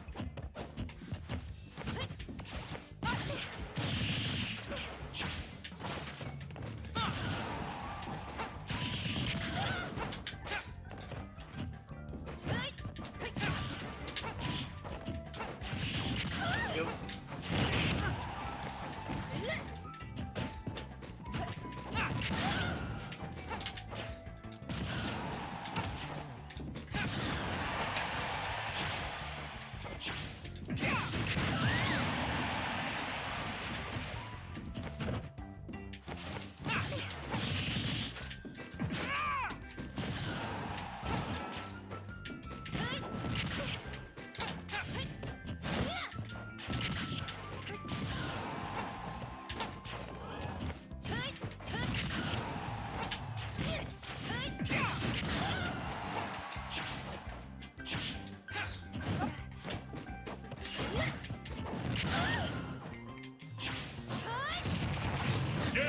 Why would you do that instead of recovering? It wins! Victory! Such a silly mistake. That was such a silly mistake. Alright, I'm done. I have a couple things I gotta do tonight. I'm taking a break.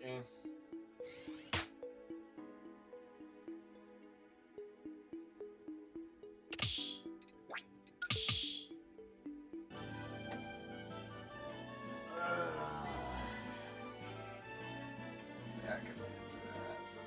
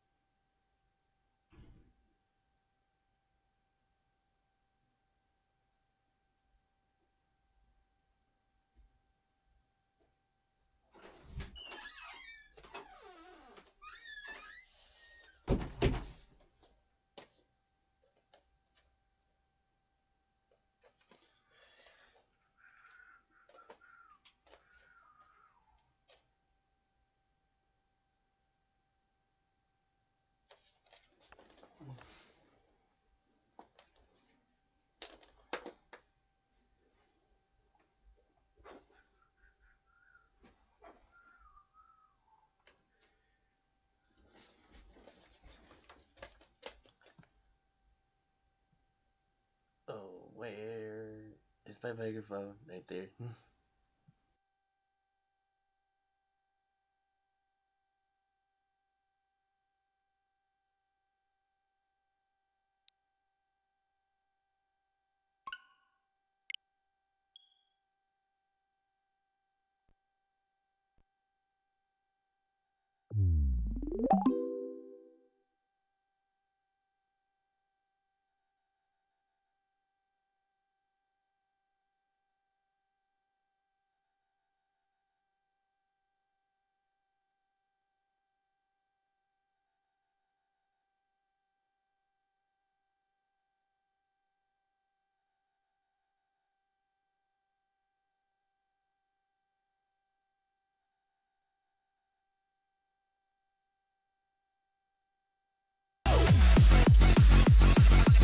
We are getting up and getting down. 100 combo.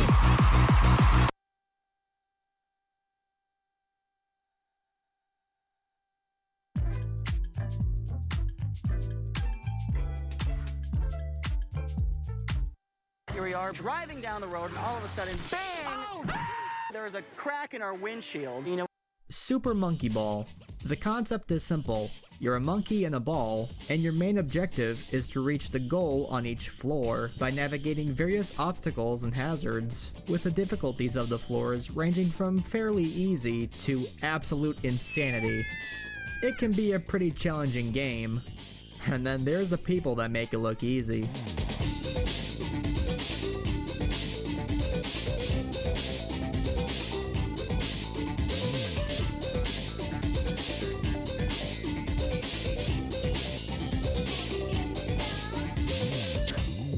At first glance, this seems ridiculous. Like, how is one person meant to keep their balance while going back and forth across absurdly thin wires? This has always been a fascinating topic to me, and I wanted to find out just how they managed to pull it off.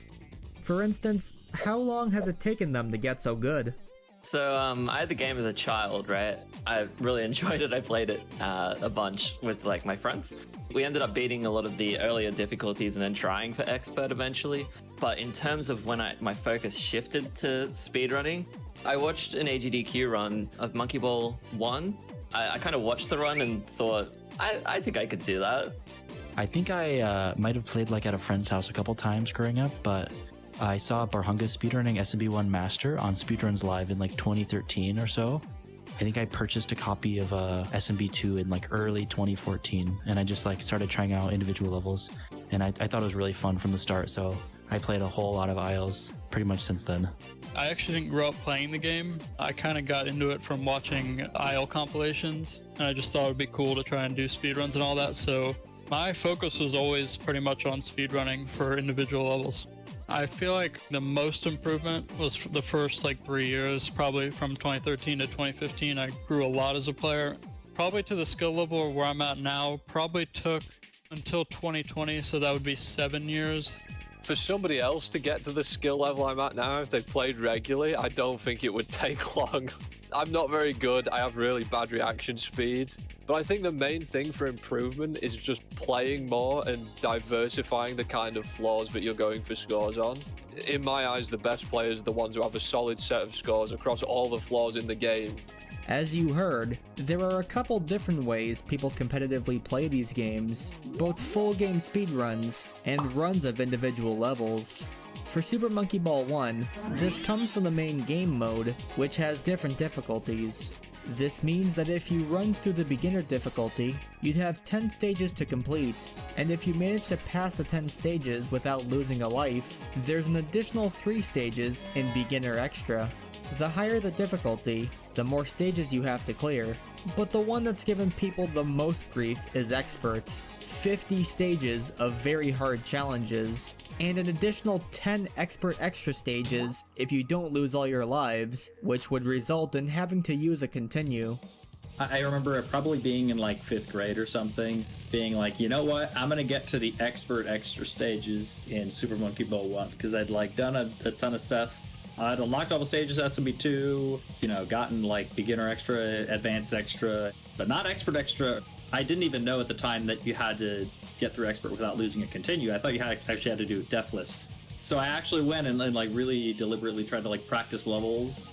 But just naturally, you're gonna get better at the game doing that. While yes, it is difficult to not fall off and die multiple times over the course of an expert to expert extra run, if you can manage to not use a continue at all after beating both expert and expert extra, you're greeted with one more surprise. Welcome to the Master Floors, 10 of the hardest levels that Amusement Vision, the creators of the original Monkey Ball games, could make, ranging from really bizarre timing on moving platforms to an absolute gauntlet of thin wires and other similar bullshit. When watching speedruns of this difficulty, it doesn't seem to faze them that much. Rather, they'll pull off strategies that are even harder than what's required to beat the stage. Now, there's a definite distinction between Super Monkey Ball 1 and its sequel.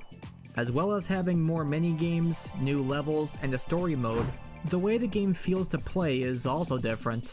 Now, would this be due to a physics change, or something else? So what I really like about the physics in Monkey Ball 1 is it feels like it's a lot quicker in turning. So I feel like, yeah, I have a lot of control in like the micro adjusting for small wires and such, which are, yeah, there's lots of those in that game. But I think also because of the stages in the game, they're a lot smaller and they kind of require a lot more of that balance as opposed to Monkey Ball 2, for example, where it's like big open levels that you run around in a bunch. So the interesting thing about SMB 1 and 2 is that the level design differs so much that it makes it difficult to compare the physics, at least in my opinion. There is Deluxe, which has the levels from both games in the same physics, so you could try to compare them that way, but since Deluxe is on Xbox and PS2, the controls are different, so kind of tough to make a direct comparison. I like Monkey Ball 1, it feels pretty good. I can do ILs in Monkey Ball 1 just fine, but the full game just feels a little weird. It feels weird to do full game runs on that engine. I play all the Monkey Ball 2 ROM hacks as well, you know, Gaiden, Launch, Stardust, etc. Because the engine just feels so perfect. And it spoiled me to the point where, like, when I play new Marble Roller games, you know, like spiritual successors, or even new, like, core Monkey Ball games, it just doesn't do it for me. Well, the physics alone can be pretty janky at times. Getting random speed bumps from nothing, or rolling straight over edges when you obviously should have gotten collision. But even with that, SMB 1 and 2 are without a doubt above any other Marble Roller I've ever played, even after like 20 odd years. Generally, like, in most cases where there's a difference, SMB 2 is better. So, like, for example, in SMB 1, the camera cannot point straight down. So if you're trying to, like, fall onto something, say free fall in the beginning of Expert, if you were playing that with the Super Monkey Ball 1 camera, you would basically have to 100% rely on the minimap to be able to land anywhere remotely. So I like SMB2's camera a lot better for that. It turns slower, which kind of sounds like it would be bad, but I think the way it enables like boosting tech, it's basically just making full use of the fact that you have a square gate for your controller, so if you're holding a diagonal, you're getting like a stronger push that way. But like that's the core issue with Banana Mania, is why it feels so dreadful to play. For absolutely no reason, they switched to using a circular dead zone instead of a square, so diagonal inputs aren't stronger than cardinals. And like that would be fine if they didn't reuse flaws from 20-year-old games that were designed around having stronger diagonal inputs. Like it makes stuff that should be trivial really hard for such a BS reason. I'm a physics major, and this game largely inspired my affinity for physics because there's so much like math and physics just with the mechanics of Monkey Ball, and like you have to apply principles to like get strategies to work out. Even with practicing and figuring out which game you'd prefer, the stuff that competitive players do across both games can look ridiculous, which makes you wonder how long they spend doing certain levels and full game categories over and over. I would say on average, maybe 1.5 to 2 hours. Some of my long grinds, I think they'll go for like 10 to 15 hours before I burn myself out.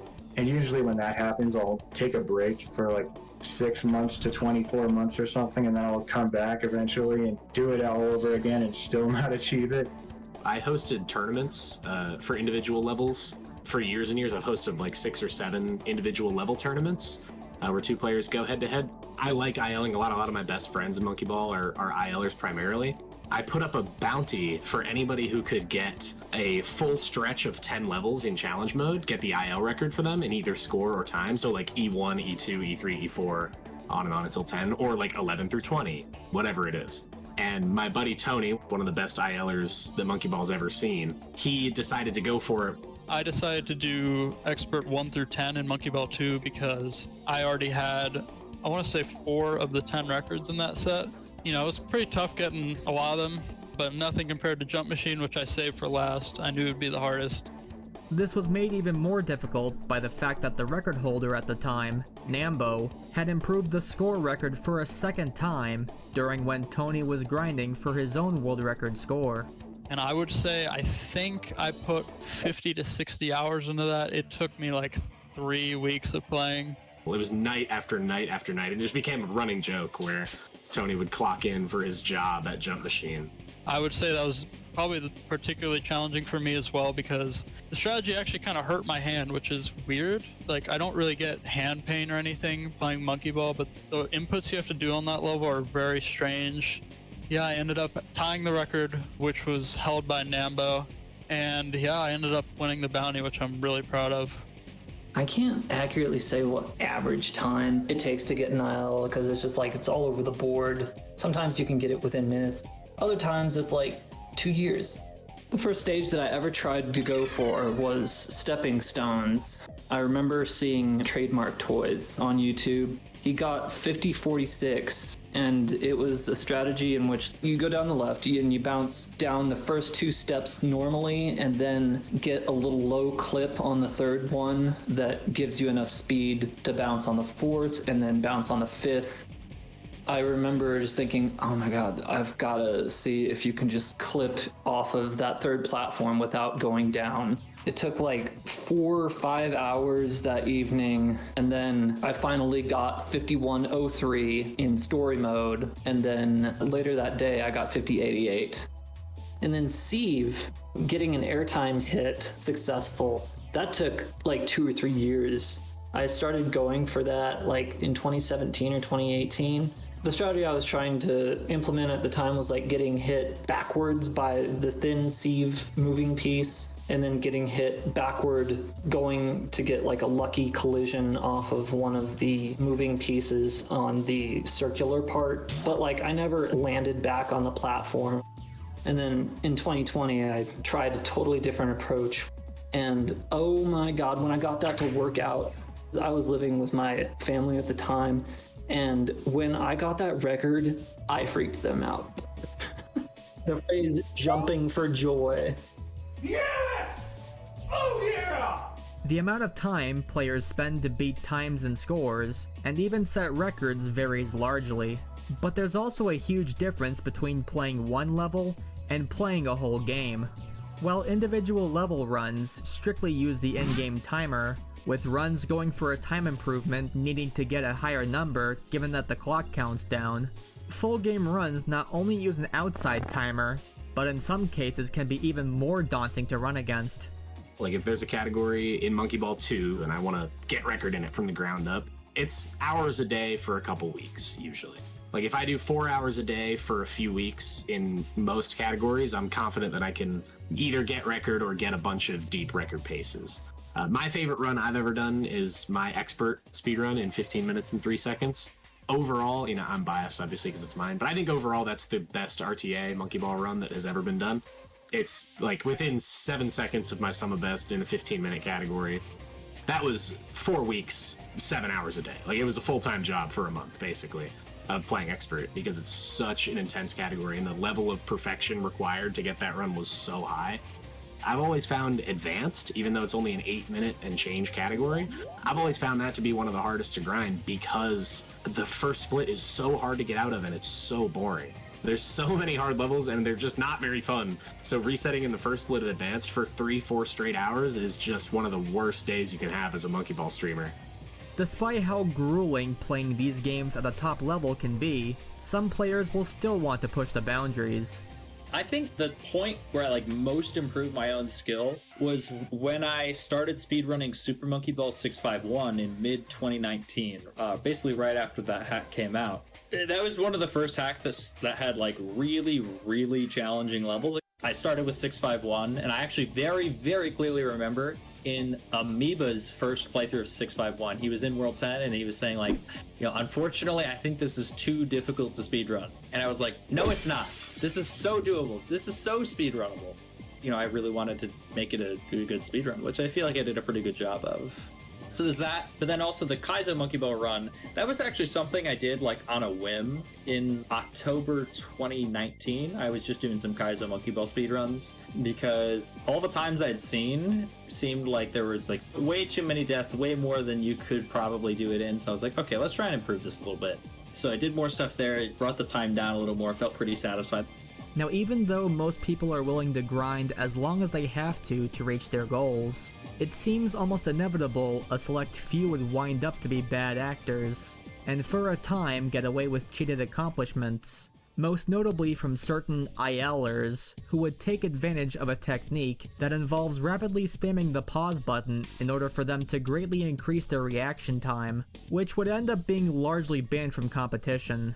In fact, Goober13MD would form an alliance with Ike and another prominent Monkey Ball figure, Silverboxer, setting the record straight in videos posted to YouTube. After these revelations were brought to light, the community would eventually move on from all this. Unsure if there was still lingering suspicion, I asked everyone if they thought there could still be some nefarious activities at play among the communities, though I would end up receiving a mostly resounding no, mainly thanks to the smaller community size of trusted individuals who regularly livestream their attempts. There would also be a feature to help separate the live plays, in which a person will stream or record their attempts while actively attempting the level, from those where the only proof is recording an in-game saved replay, which has potential for many nefarious acts such as pause spamming. This easy live play distinction would show up in the individual level score leaderboards on a website called SMB Elite, developed by Tony SMB. Now, the rapid pausing method would be wholly restricted across all individual level competition, as it was common knowledge that this would be unfair to compete against. If a human player couldn't normally react super fast like this, then what was the point of competition? That's where there's an interesting subcategory of strategy for real-time runs, and it involves pausing, but not just rapidly spamming the menu to react to stuff. No, this would be more methodical, and its roots would even go as far back as a year after the series' console inception. These are the pause frames. You see, instead of just going with the flow and pausing, seeing if you can clear the stage, players would have a known set of precise moments to pause, thanks to the in-game timer, after which you'd hold a direction on the control stick before unpausing, allowing you to move precisely where you want to go at just the right time. This means if you follow everything to a T, you could consistently clear difficult stages, making it much better for the people doing full game speedruns. As I understand, shortly after Monkey Ball 2 was released in 2002, there was a fella called Snapdragon, who I think is one of the founders of the Elite.net, the GoldenEye website, and he started posting to the forums what he called exact timing strats. And you know how in Monkey Ball 2 there's a few flaws where you can reach the goal by just holding up from the start? He basically found that there were a decent number of other flaws where this worked, so long as you waited at the start and paused at a specific time before holding up. In fact, there's still a strategy guide on GameFAQs from 2002 with a list of all the strats on there. Okay, so how are these pause strats allowed for individual level runs on this now inoperative leaderboard website, Elite Scores? I thought it was banned from all IL attempts.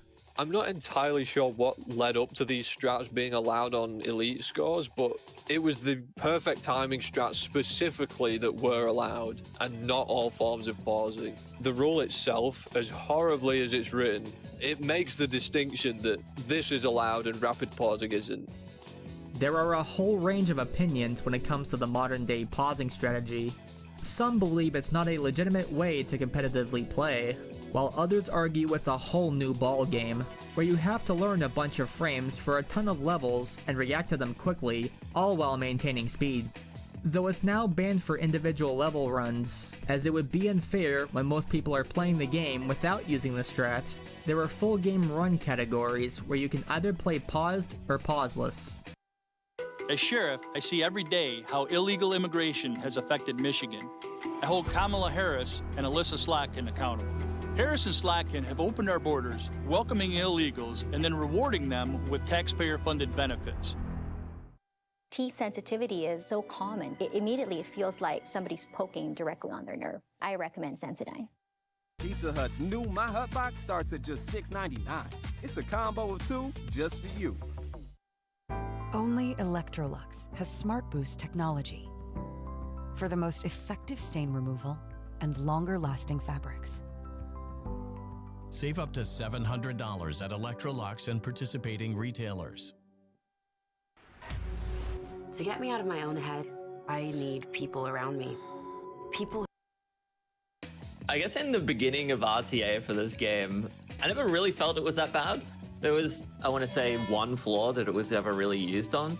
Like in most speedrun games, pause buffering has always been like a valid trade-off. Like when you're using real time, you're using some of that time for consistency in terms of pausing. Pauses themselves are very instant in this game, so they're pretty easy to use. The problem I feel now, though, is that they've kind of gone way too far. There are entire documents and all the pause strats you can learn now, and to be honest, I just don't want to be going through all of that. Particularly if you're going for records, whether RTA or IL, it is cheating because, again, it gives you a clear advantage over those that are playing fluidly because you're able to line up frames perfectly the way you want, or at least with a lot better accuracy. And it changes up the game. But even when you're doing it, not going for records, it can just kind of take the fun and challenge out of gameplay, and it's less satisfying when you get your goal. But I mean, that's up to you. It's a different skill, which is a very, very interesting and in-depth skill that people can develop. It's just not one that I personally am interested in getting better at. Because for the most part, it's like, I do RTAs and ILs and I play the game because I think it's fun and I want to do the parts that I think are the most fun.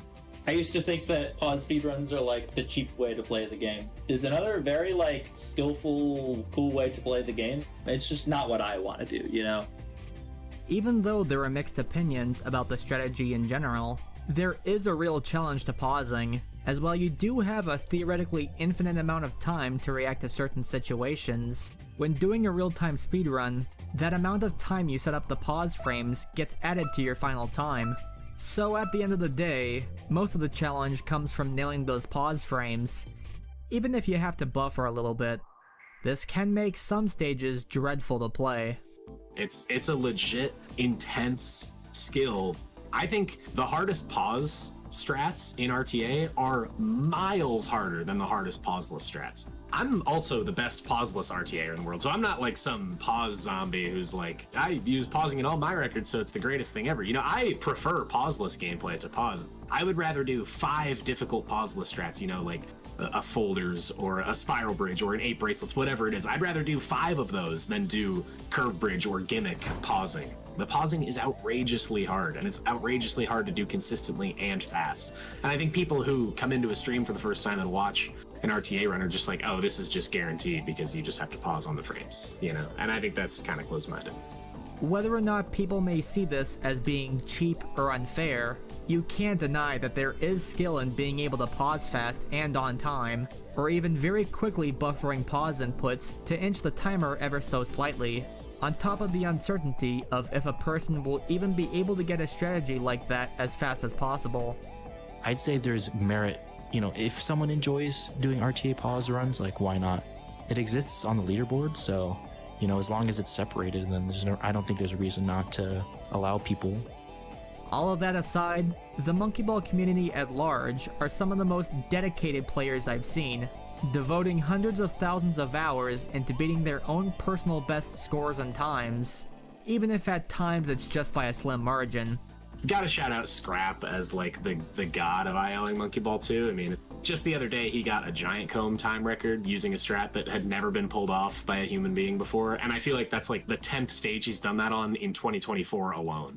The way that works is I have to get hit by the comb on a specific frame, and then the frame after that, the cone hits me into the side of the stage, which pops me up into the air. That one was fun. I laughed that basically that entire method live on stream, so anyone who was there could have seen me figure that out in real time. People have been trying to do that for like 10 years. It's so cool. It finally happened. It's just nobody could find a good way to do it until Scrap, so. I'd say Scrap and Pinto Bean have probably been the biggest influence on new strat development for ILs in recent years, in terms of like the real new things. You know, like EX5. A strat like that, I would have never thought of. Like, I saw that, I was like, oh my god. You know, it's like, Scrap, how do you think of this? Another one that stands out, I got this a while ago and it's no longer a record, but going for pro skaters score strategy, you know, the strategy before was getting hit by the first one, getting sent up to grab the second bunch, and then coming down, grabbing the third bunch, and then going up the half pipe, grabbing the fourth, and then in goal. Out of nowhere was like, okay, I know it's super crazy unlikely, but I'm gonna see if I can try to get a post-goal strategy working. It was less than an hour that I did the same strategy, but instead of going down and grabbing the third banana bunch on the left and then riding up, then fourth banana and then goal, going down into the goal from the top, grabbing the third banana bunch as post goal, and then by sheer luck getting hit at exactly the right angle by the side of the goal to send the ball down the half pipe, and then grabbing the fourth banana as a second post goal bunch. When I got that, I was in shock that it actually worked. Like, there's no way that I could get the angle right, and it sent me like perfectly centered into the banana, and I was like, what? There are so many stories I was told about that it's honestly hard to try to cram into a 20-minute video, but there was one that stuck out to me because it involved a world record improvement that not even the record holder realized he had. So after we cleared the leaderboards of the cheated scores, we were trying to fill in all the blanks of like what legit scores, like to the best of our knowledge, are the actual records on these floors. And on E45, we thought, or at least I thought, SD Kess had the record with 5,860, because in Smiling Jack's high score reel, he had, I can't remember what the score was, but it was worse than SD Kess. I was like, oh, SD Kess has the better score, we'll put that up there. But Scrap told me that Smiling Jack had a better score, and I couldn't find any proof of it. I mean, the only video of his scores were like his high score reels that are still on YouTube. And then a few years after the fact, I actually got in touch with Smiling Jack, and I brought this up to him. I said, Scrap thinks that you have a better score than SD Kess, and Smiling Jack said, no, I don't remember it. And then one day when I was scrubbing through Clo forums, I found Smiling Jack's personal high score thread, and in there he had written a score of 5,882 on E45. I was like, oh, he actually does have a better score than SD Kess. So I sent Smiling Jack the link to the forum archive, and I was like, look, you have a post here, it says you have a better score. And he said, I'll check through my replays, and he actually still had the replay saved. So after like 19 years or something, 18 or 19 years, Smiling Jack was able to provide proof for a record that he didn't even know that he had. These are the stories from the Monkey Ball communities, both old and new, that aren't talked about much. There are more questions and stories from these interviews, so without making this video too long, if you want to hear more from these Super Monkey Ball pros, let me know down in the comments below. Speaking of which, a big thank you to everyone who agreed to the interviews. I hope to do similar videos to this in the future. But with that being said, thank you for watching, and until next time, take care and peace.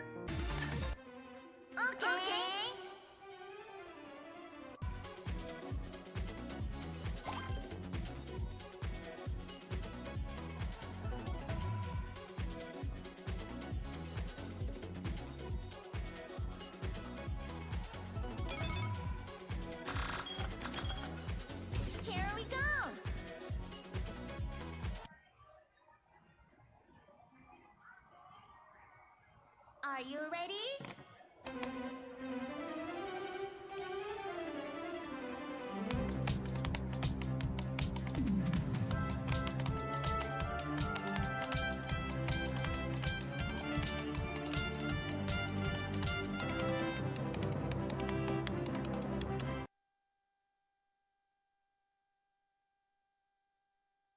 You can do anything you want. You're Joker.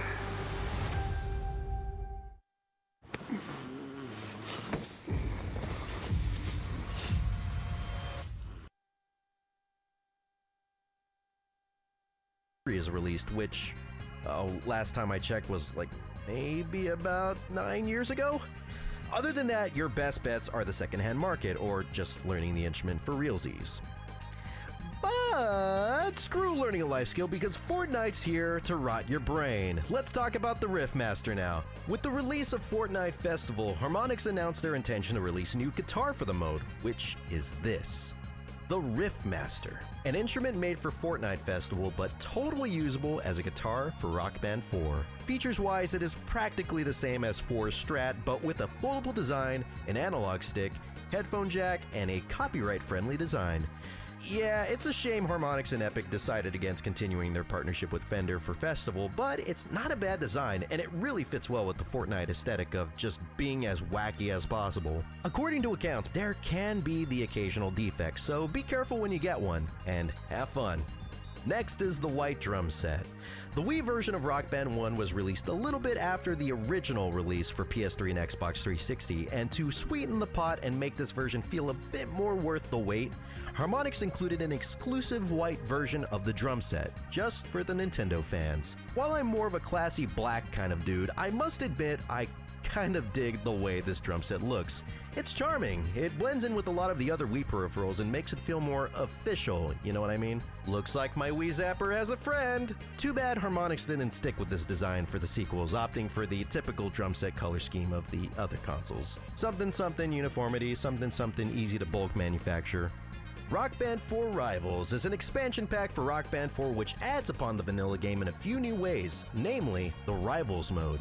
This is a mode where you and your band can compete in various prompts and events set up by Harmonix, fighting for the highest score and stats against the rest of the world. These would come in seasons, much like other live service games, so you'd best get your scores up before the season ends, mister! Along with this mode and a few other things that were added, several dozen songs were added in future updates, if you had this expansion. So Rival practically replaced the original release and is pretty much the new standard for Rock Band 4, so if you don't got it, you're truly missing out. Thankfully, Harmonix will put it on sale quite a bit, so for those who didn't have it, that was an easy way for them to get it, and actually as of this recording, it's free for everybody, and we'll get to that eventually.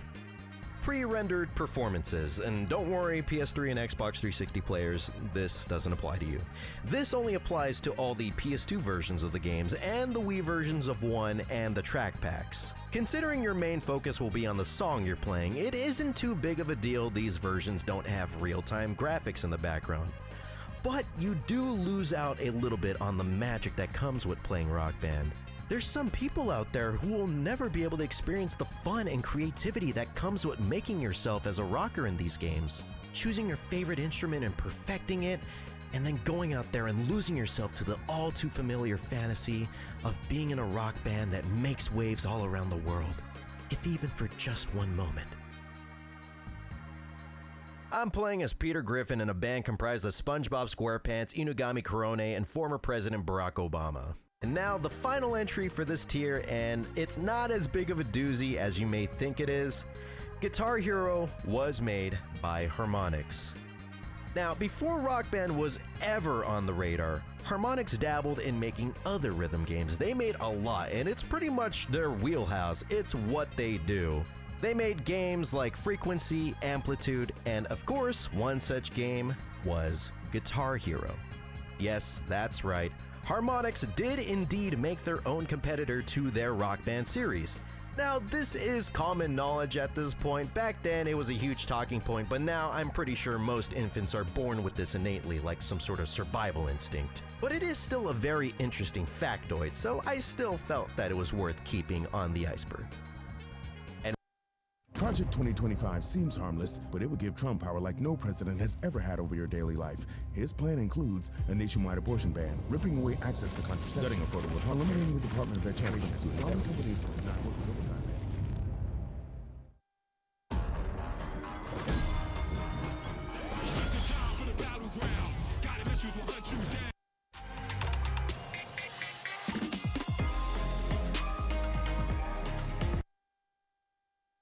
And with that final entry, we are now done with Tier 1. So how about we take a break from flying in the air and let's come back down to Earth and hang out on Tier 2, the surface. Now starting us out with Tier 2 is probably one of my favorite entries in the iceberg.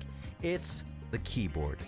Harmonix added a 5th instrument into the series' formula, the keyboard. First teased at the end of Green Day Rock Band's demo.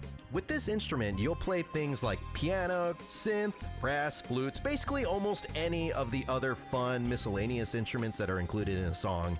And you play them all with a brand new hunk of plastic just waiting to take up space in your room. Check this thing out. This is the official Rock Band keyboard controller, and it looks amazing. It looks great, feels great, tastes a little weird, but I kinda chalk it up to being a decade old. And you'll notice it's not a keyboard. It's more of a keytar sort of shape with an optional strap if standing while playing's your thing. Or a stand could be purchased separately if sitting while playing's your thing. There's 26 keys, ivory and ebony included, making this thing true to life. A touch bar for whamming, and an overdrive button if tilting really isn't your thing. And you play these keys with these 5 ivory keys, similar to guitar and bass. But what about the other 21 keys? That's a mighty waste to add those if they're only being used for looks, right? Well, have I got a doozy for you? You know, I was joking about how learning a life skill is for losers? Well, guess what? You're the loser learning life skills now. Introducing Pro Instruments! What the f***? Rock Band 3 not only expanded its instrument roster, but added on to the already existing ones with a new mode. Pro Mode is Harmonix's effort to blur the lines between real and fake rock and roll. And whoa, come on, stop, man, you're almost, the line is almost gone! And they're blurring it with these new instruments made to handle the task. Guitar, play actual chords and notes on real strings and frets. Keyboard, play actual chords and notes on real keyboard keys. Bass, thank the powers above that your instrument's finally interesting. Drums, which are basically the same but 3 cymbals have been thrown into the charts. On every song dating back to Rock Band 1? What? This is the coolest feature to ever be introduced into Rock Band, and it is an absolute shame it didn't last past Rock Band 3 besides the Pro drums. My assumption is because of how much time and effort it takes to chart Pro keys, guitar, and bass, especially for guitar and bass. Harmonix only gave those Pro charts to 1, maybe even 2 songs tops per weekly DLC. It was that much of a strenuous effort. So it was a necessary sacrifice for Rock Band 4 to be able to come out, at least in a timely manner. It's just a shame we lost an entire instrument and one with big potential. So I spoke about Rock Band 3's Pro modes, but I never really dived into just how complex this mode can get. That's where this entry comes in. Enter the MIDI Pro adapter. This little box right here that you definitely do not want to search up on eBay opens up a whole world of musical possibilities. With this, you can connect MIDI-compatible keyboards and electronic drum kits to use them as a controller for their respective game instruments. The adapter has a controller on it for navigation, a slider for drumhead sensitivity, and a switch to change between keyboard, drums, and of course, guitar. Also, random note, but this thing is covered in like this weird rubber that I believe went off like as the years went by. And now when you touch it, it's got like this weird sticky residue that gets stuck to your fingers, and just all around it's a horrible experience. And I actually had some toilet paper covering this entire controller, so that way whenever I used it I didn't have to deal with this. But since I was recording it, I wanted to be presentable, so I had to take it all off, and now I'm experiencing it all over again, and it's activating some sort of fight or flight in my brain, and I just gotta get rid. I can't handle it anymore. The Squier Pro Guitar. The big daddy of Rock Band's Pro mode, the Squier Pro guitar is the ultimate blurring of the lines between plastic and real playing. A real, honest-to-goodness guitar with strings, frets, wood, and specially created innards to make communicating with the game possible. Finished playing and want to try out what you just learned? Just remove the MIDI cable and plug it into the amp and rock out for realsies. It sounds better in game.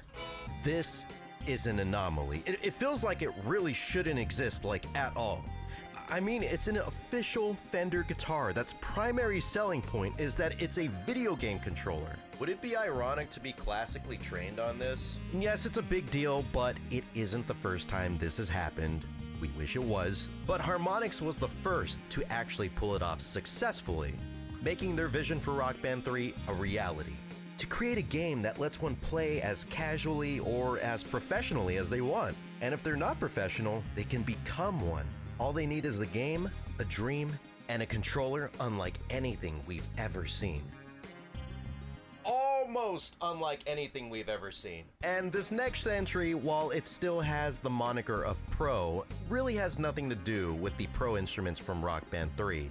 Pro Lead and Pro Bass are the new modes that were introduced to Fortnite Festival alongside the release of the Riffmaster, and all the modes really are just guitar and bass from the Rock Band games. That's it. Because with Fortnite Festival, when you're playing with the controller or keyboard, it's simplified so that way you don't have to worry about things like strumming. But with Pro Lead and Pro Bass, that is just thrown out the window and we are regressed back to just regular Rock Band playing. It's literally the exact same thing. You're not special, Fortnite. I see you using the word pro. That word ain't for you. Freestyle guitar solos. Introduced in Rock Band 4, freestyle guitar solos is a mode that changes the solos of some songs to be an empty canvas for the player to shred to their heart's desires. Play what you want, and the radder it is, the more points you get and the better it sounds.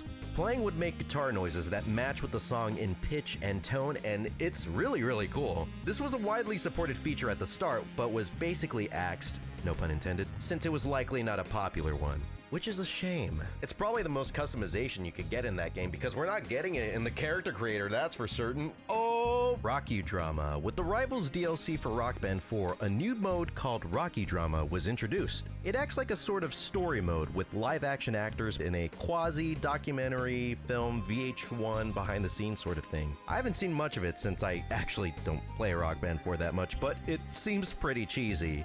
Which is okay. I like cheese. And I like Rock Band, so putting the two together seems like a great idea. Rock Band Blitz, a standalone title made by Harmonix, harkening back to their earlier Frequency days by being a simpler rhythm game using only a controller. All DLC up to Rock Band 3 is compatible and even had its own set list with some actually really, really good songs. Like, way too good. Why was this a spin-off? This is the Lego Rock Band situation all over again. It's not the same Rock Band experience, but it's truly a solid game. It's perfect if you don't want to take out the instruments. That's what I used it for mainly. Next, we have Rock Band Rewinds. As time goes on and the exports for certain games expire, newer players or players just late to exporting would likely yearn to be able to play specific songs featured in older games. This would not go unnoticed by Harmonix. During the Rock Band 4 era, they remedied this with the introduction of Rock Band Rewinds. Rock Band Rewinds are songs handpicked from past games to be relicensed and released onto the music store for everyone to download. Sure, it isn't the perfect solution for this situation as it's only certain songs and not the entire track list being relicensed, but I guess it's better than nothing. I mean, hey, I get the chance to download f***ing Chop Suey. I am not complaining anytime soon. Lego Rock Band Restrictions. Since Lego Rock Band is an E10 rated baby game made for tiny little stinky babies, some restrictions had to be placed upon the music store so no kids can download frickin' Slayer and rock out with their block out. So to protect the children and their virgin ears, you can only download songs from the music store that have been rated as family friendly. Common sense, but man, that's a lot of songs that are being excluded from use in the game. And what? For what reason? Just because there's two references to hard or how you can Sir Psycho Snoop Dogg? It's not that bad. Children hear way worse on the internet. Brutal Mode. In a Rock Band 4 update, a new feature was added to the game called Brutal Mode. This edition really lives up to its name in that not only is it a mode, it's also brutal as all hell. Brutal mode basically turns Rock Band into the Dark Souls of plastic instrument rhythm games. The notes on the highway disappear the closer they get to where you're supposed to hit them. The better you do in the song, the earlier the notes disappear. And when you gold star a song in this mode, you get the coveted Crimson Stars, Rock Band's equivalent to the Purple Heart. Brutal mode, with its punishing gameplay, adds a heap of seasoning to the meat of Rock Band's gameplay that a lot of hardcore fans were probably looking for. I tried this mode only once, and I gotta say, it truly lives up to the name Brutal. I played it on one of the easiest songs I could think of, Clocks by Coldplay, and it was made a million times more difficult by that mode. I was looking at the clock the entire time, just waiting for the song to end. And when it did, I didn't feel any satisfaction afterwards. I was just glad I survived. Big rock endings and songs without big rock endings. While playing certain songs, you may notice they end very differently compared to their original album or single releases. Not like a typical edited ending to avoid the songs fading out. I mean how some songs end with a big rock ending, despite not having such an ending in their original versions. This was common during the Rock Band 1 era, with a lot of on-disc songs having newly recorded finales to showcase the big rock ending feature. Sometimes it would fit really well, like with Foreplay Long Time and Black Hole Sun, and other times it wouldn't, like with Paranoid, where you could feel the awkwardness of how forced the ending was. And that one was a cover, so they literally had no excuse for it to sound that bad. It's not a creative decision I dislike. In fact, I find it quite novel, and I appreciate how much Harmonix tries to make it sound like the original song, ending like that. But I could see it probably taking a few people out of the moment when it happens, because they're like, that's not my song, I don't remember it ending like that at all. Why did I turn into an announcer from the 40s?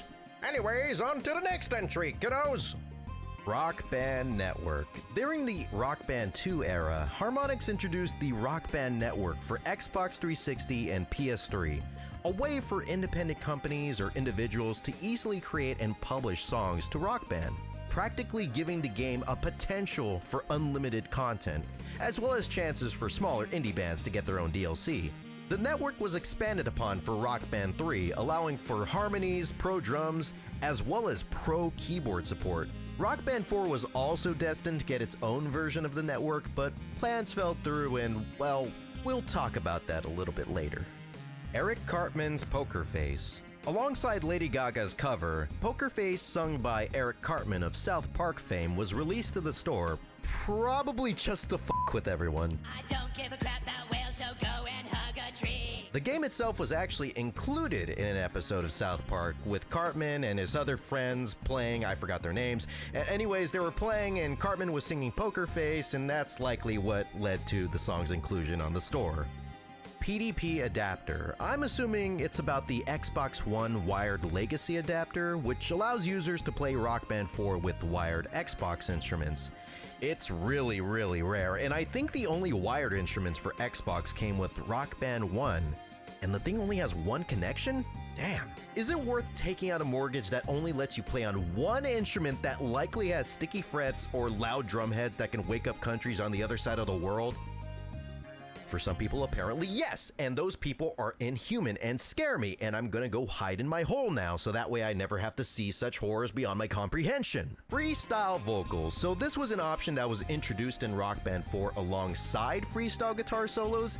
It's just a bit more obscure, so that's why I put it a little lower on the iceberg. Basically, freestyle vocals allow you as a solo vocalist to sing on pitches that are not the exact pitch of the singer of the song, but fit with the key of that song in that exact moment. And just like freestyle guitar solos, it's only available on songs that have guitar solos. I know, it sounds totally crazy and makes no sense whatsoever that two instruments that have nothing to do with each other would correlate in such a way, but I'm assuming it uses data from the guitar solos that allow you to like play on pitch with the song, and uses it instead as a baseline for what keys you could sing during a song. It's a really fun toggle to flip on, and allows you to put a lot of your personality into a song while you're singing, which playing on regular vocals will never allow you to do. And for those chasing high scores, doing freestyle vocals actually nets you more points. I'm assuming because it's a bit more difficult to just wing it and sing on a random pitch that has nothing to do with the main vocals of the song. Whatever the case, it's a really fun mode, and the footage you see here is one of the only few times I've ever actually tried it. So after doing so, I think I might actually go back and try doing freestyle vocals some more instead of singing on harmonies. Charlene. Charlene, I'm Right Behind You was a song by the band Stephen and the Colberts, which, if you couldn't tell, was fronted by Stephen Colbert. While the date the song dropped was admittedly entertaining to see, the price certainly isn't anything to laugh at. Free! Toss this one in the pile of songs you know even your third cousin living on a farm in Iowa will have. God damn, and god damn can Harmonix be a bit inconsistent for what they censor in rock band songs. One such inconsistency is God damn. For some songs it may be cut, but for others it might still be there. It could be for context, could be the way it's said, no one really knows. But one thing's for certain, Harmonix really doesn't know how they should feel about taking the Lord's name in vain. Maybe they're agnostic? Archer collab. Okay, for some reason in Rock Band 4, Harmonix and the animated TV show Archer joined forces, culminating in the titular character appearing in the game as a playable band member. I've never really seen the show, but I will say I do like how Archer looks in-game. The cel-shadedness is very charming and close to how he actually appears in the show. Someone should make him play Danger Zone. The Ion Drum Rocker. In the Rock Band 2 era, alongside the usual drum set Harmonix released, another more robust drum set was dropped. The Alesis? This drum set was released, and it is the dictionary definition of excess. Featuring a wacky electronic drum frame, 3 cymbals, which weren't even fully supported at the time, and a whole-ass drum brain. While totally unnecessary, it was truly the holy grail of rock band accessories at the time. I thought it was cool. Of course, if I had one, I never would have intended to use this thing to its fullest extent, no siree, but I would have loved this. Not my mom's wallet, though. Rock Band Unplugged. The first ever portable version of Rock Band Unplugged was released for the PlayStation Portable, developed by Backbone and Harmonix. It was made in a similar vein as Harmonix's previous games, Amplitude and Frequency, where the player uses the PSP's buttons instead to perform. Ain't no guitar shredding happening in my backseat! Despite being, as to be expected, scaled back for the portable market, the one thing that wasn't scaled back was its content. Since the PSP had online connectivity, this gave the game the opportunity to have its own music store, where players could buy more songs to add onto the game's 41-track set list. Not much DLC was made, but really you're mostly going to be playing this when you're stuck at the DMV. Leave the 1,000 tracks at home, dude. So before we get to the next entry, I ask that we please avert the eyes and ears of our fellow bassists, because this one's gonna hurt. There was no bass on solo tour mode. In Rock Band 1, there was a career mode called Tour Mode. If you wanted to play alone, you were only allowed to use 3 instruments, either guitar, vocals, or drums. Yeah, for some reason, Harmonix decided that bass was not worth making a career mode for, and they eventually ended up remedying that with Rock Band 2, but I have no idea what they were thinking, because it would have added like way more replay value, as if we needed more replay value with a game like Rock Band. But yeah, riots happened, mobs stormed the offices of Harmonix, and they eventually learned their lesson and will never mess with us bassists ever again. Metallica. Your dad's favorite classic rock band has quite the history with the game series, and it's one that has very little to do with Rock Band. The band had songs on Rock Band 1 and 2, Enter Sandman and Battery respectively. Then they had a 3-pack DLC released the same day as Rock Band 1, which included Ride the Lightning and Justice for All and Blackened. Then after that, nothing. The DLC pack was taken down 6 years after being added. 1 and 2's Metallica songs were never made available for export to future games. So what's up with the elusiveness? Well, the reason for that is 3 little words. Guitar Hero Metallica. Oh, and also licensing. While I'm not gonna go on a witch hunt and blame everything on Activision, even though there's many things I'd like to blame on them, my carpal tunnel being one, the existence of Guitar Hero Metallica probably didn't make things easier for Harmonix alongside the band's licensing costs. There might be a contract there forbidding Metallica from getting in bed with other developers because, come on, 16 years? You're telling me Rock Band couldn't get anything in those 16 years? Rock Band 4 I may understand. They were struggling. We all were. But things get a little curious when all it takes is over 1 decade before Metallica gets back on board with Rock Band. Maybe a contract needed to expire. Or maybe you just needed Fortnite money. Yes, they're back in Fortnite and with a whole ass battle pass dedicated to them. It took an entire TikTok user's life, but we finally did it, fellas. The boys are back. And goddamn my hands. Adjust glasses.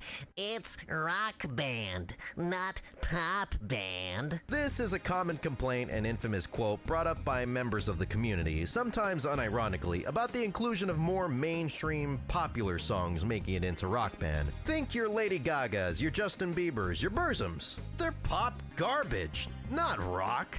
Bands like that don't have a place in Rock Band, right? Where's all the 70s and 80s rock songs that filled the top 100 charts at the time? The songs that I know. You can't appeal to a wider demographic because I'm supposed to be your demographic. You have to appeal to me. Why are you taking a gun out of your pocket? And finally, we end this tier with the ultimate entry on this iceberg. Awesomeness detection. Do you think you're rad? Think you're cool? Think you're awesome at Rock Band? Well, there's a way to detect if you're right. Just flick on awesomeness detection in the settings and prove you got what it takes to hang with the big boys. What does it do, you're wondering? If you really were awesome, why do you need me to tell you? Unless you really weren't as awesome as you were saying. I knew it. Well, as an awesome person myself, I guess I can let you in on what awesomeness detection does, and it does nothing. Yeah, literally nothing. It's just the setting put into the games by Harmonix to mess around with people. The only thing it changes is whether the switch is on or off in the settings. There's theories as to what it could do, such as decrease hit times for notes or enable debug settings or unlock a crazy mode that you can only enter with a button combination, but it's been confirmed many times by employees that nothing happens. Anything you might feel when you switch it on or off is just a placebo effect. Fucking around with your game community. Now that's awesome. You're really making all of this by hand. Oh yeah. The avocados are hand mashed, the chips are hand tossed, and everything is made fresh. You make it fresh every day. Yes, every day. The Chipotle way is we make it fresh every day. Sounds delicious.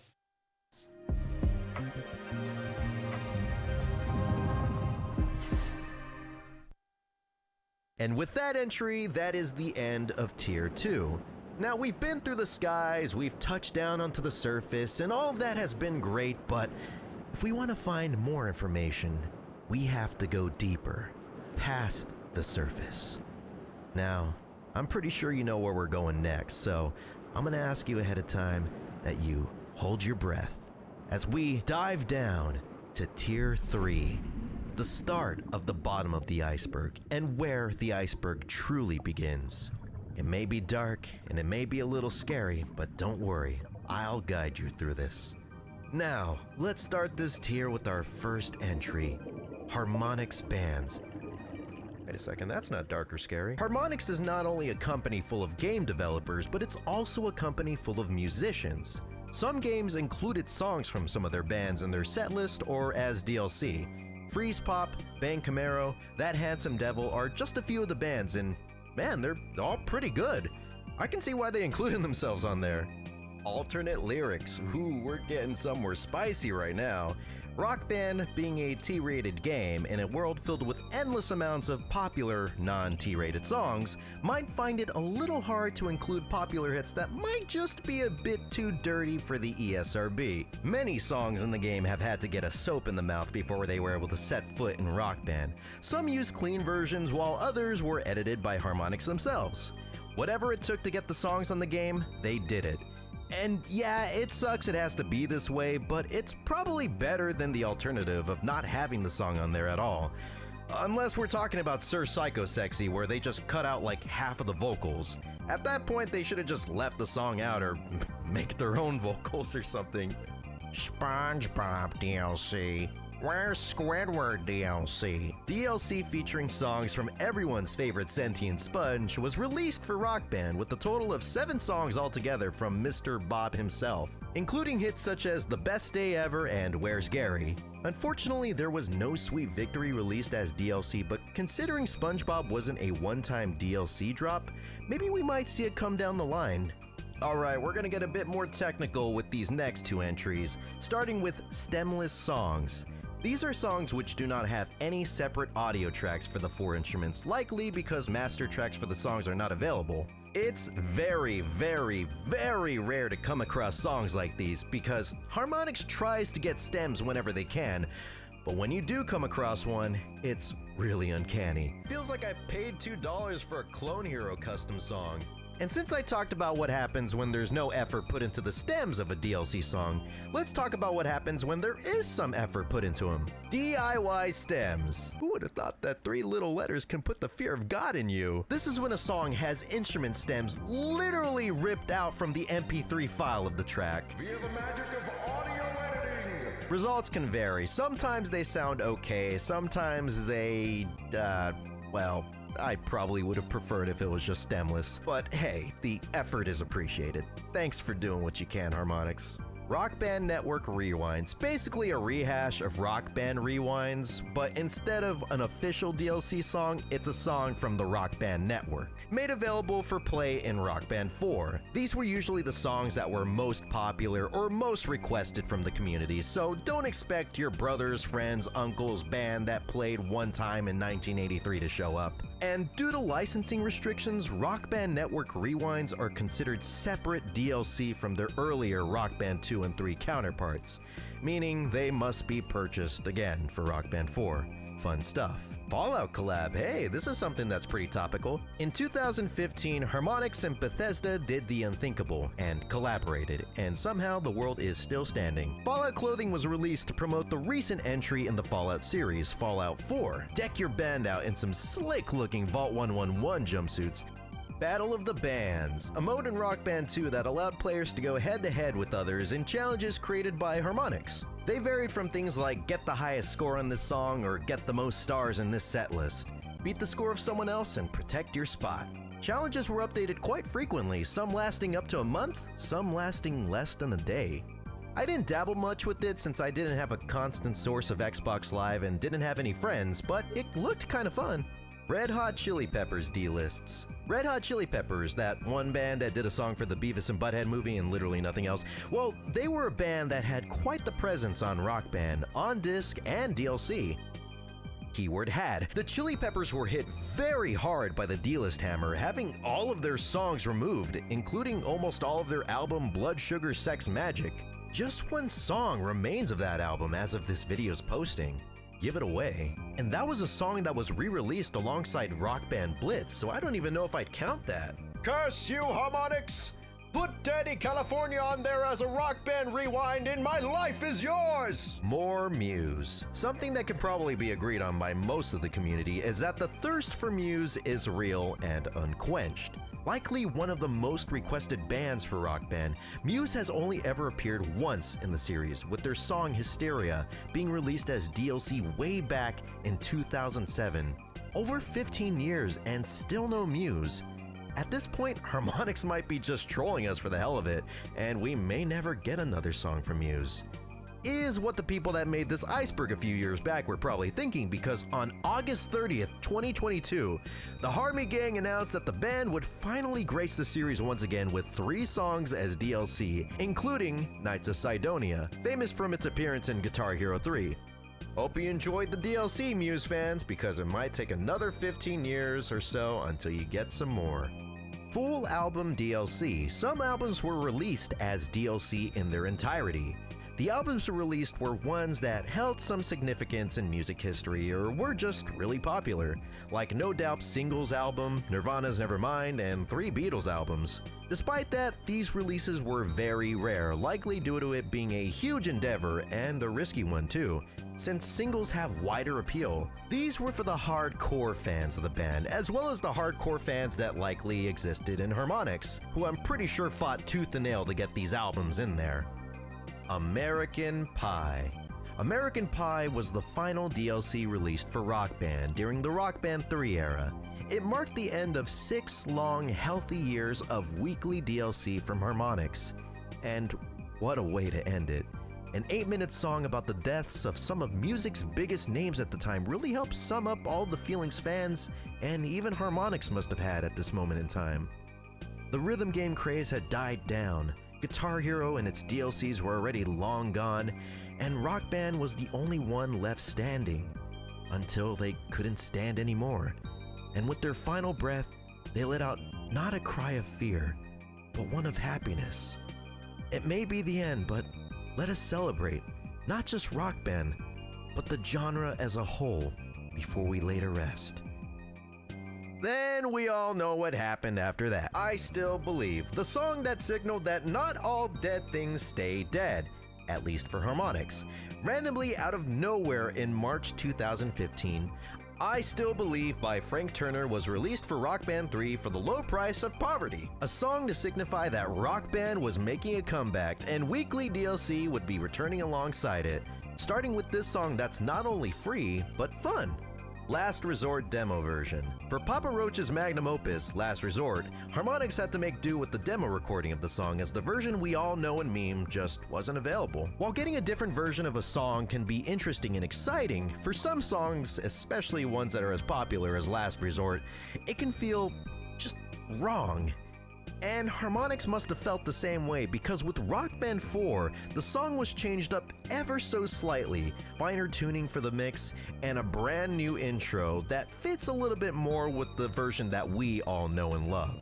While it still isn't the studio version, it's a much welcome improvement for the song. It certainly doesn't make me want to cut my life into pieces now. Wave Group is a group of waves.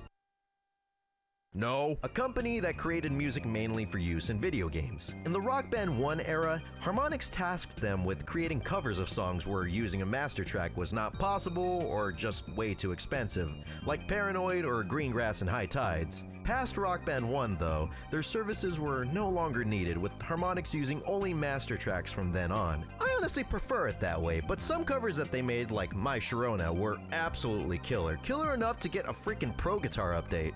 Alright, anyways, wave bye to the group now, everyone. Say bye, bye! Fleetwood Mac D-lists. Much in the same manner as the Chili Peppers, Fleetwood Mac and Stevie Nicks' solo songs were also victim to the dreaded D-list plague, being wiped off the face of storefronts, never to be experienced again. You could say that, this ain't a dream, this is a nightmare. Endless Set List, the optional grand finale of nearly every Rock Band game. Play every song in the game in one long set list. Now, it doesn't sound like much at first, but when you stop to think about it, these game soundtracks can start in the 50-song range and only go up from there, meaning this endeavor can last from 6 to up to 8 hours. And it may not sound like it's worth it, but when you defeat the endless set list, you can sometimes get something cool out of it, like an achievement or a funny little icon for your instrument you use during the set list.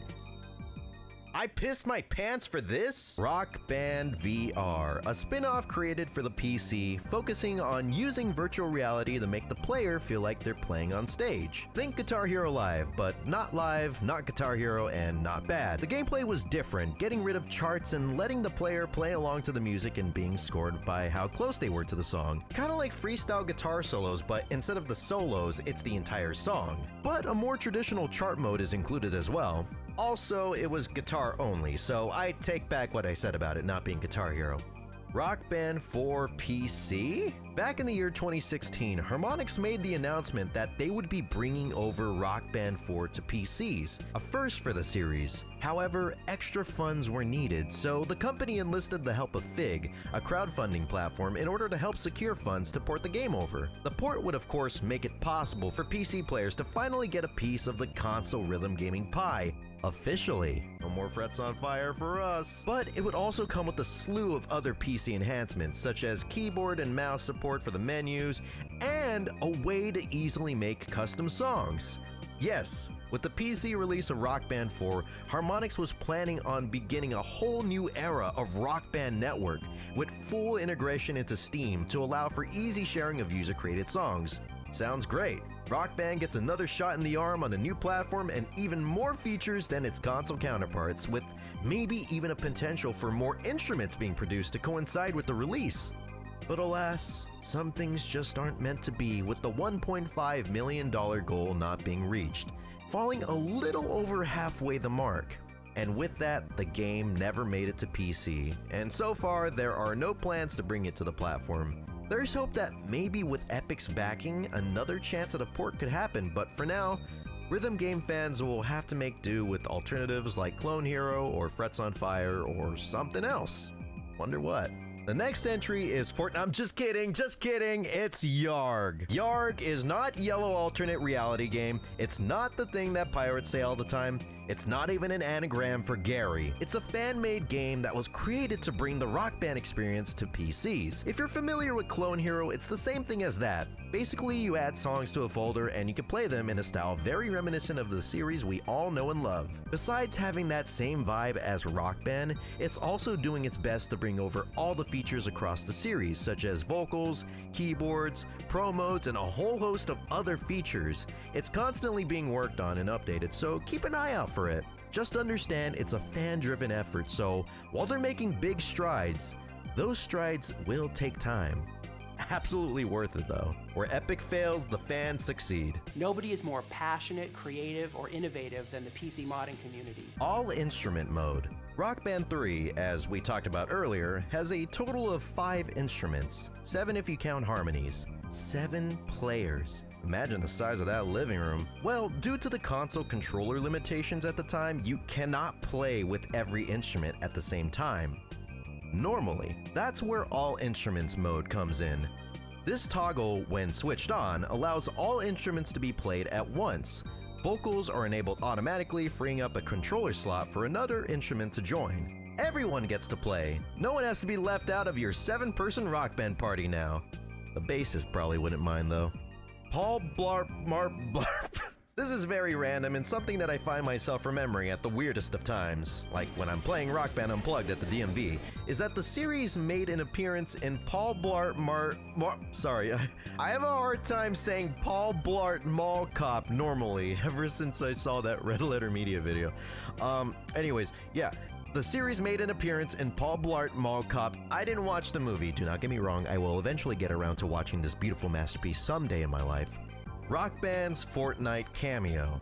While Fortnite Festival is largely separate from the Rock Band franchise, there are still small traces of the series inside of the new mode. Things like the overdrive mechanic and the general design of the lane highway are all carried over from the games, but there's one big piece of Rock Band DNA that was included, likely by accident.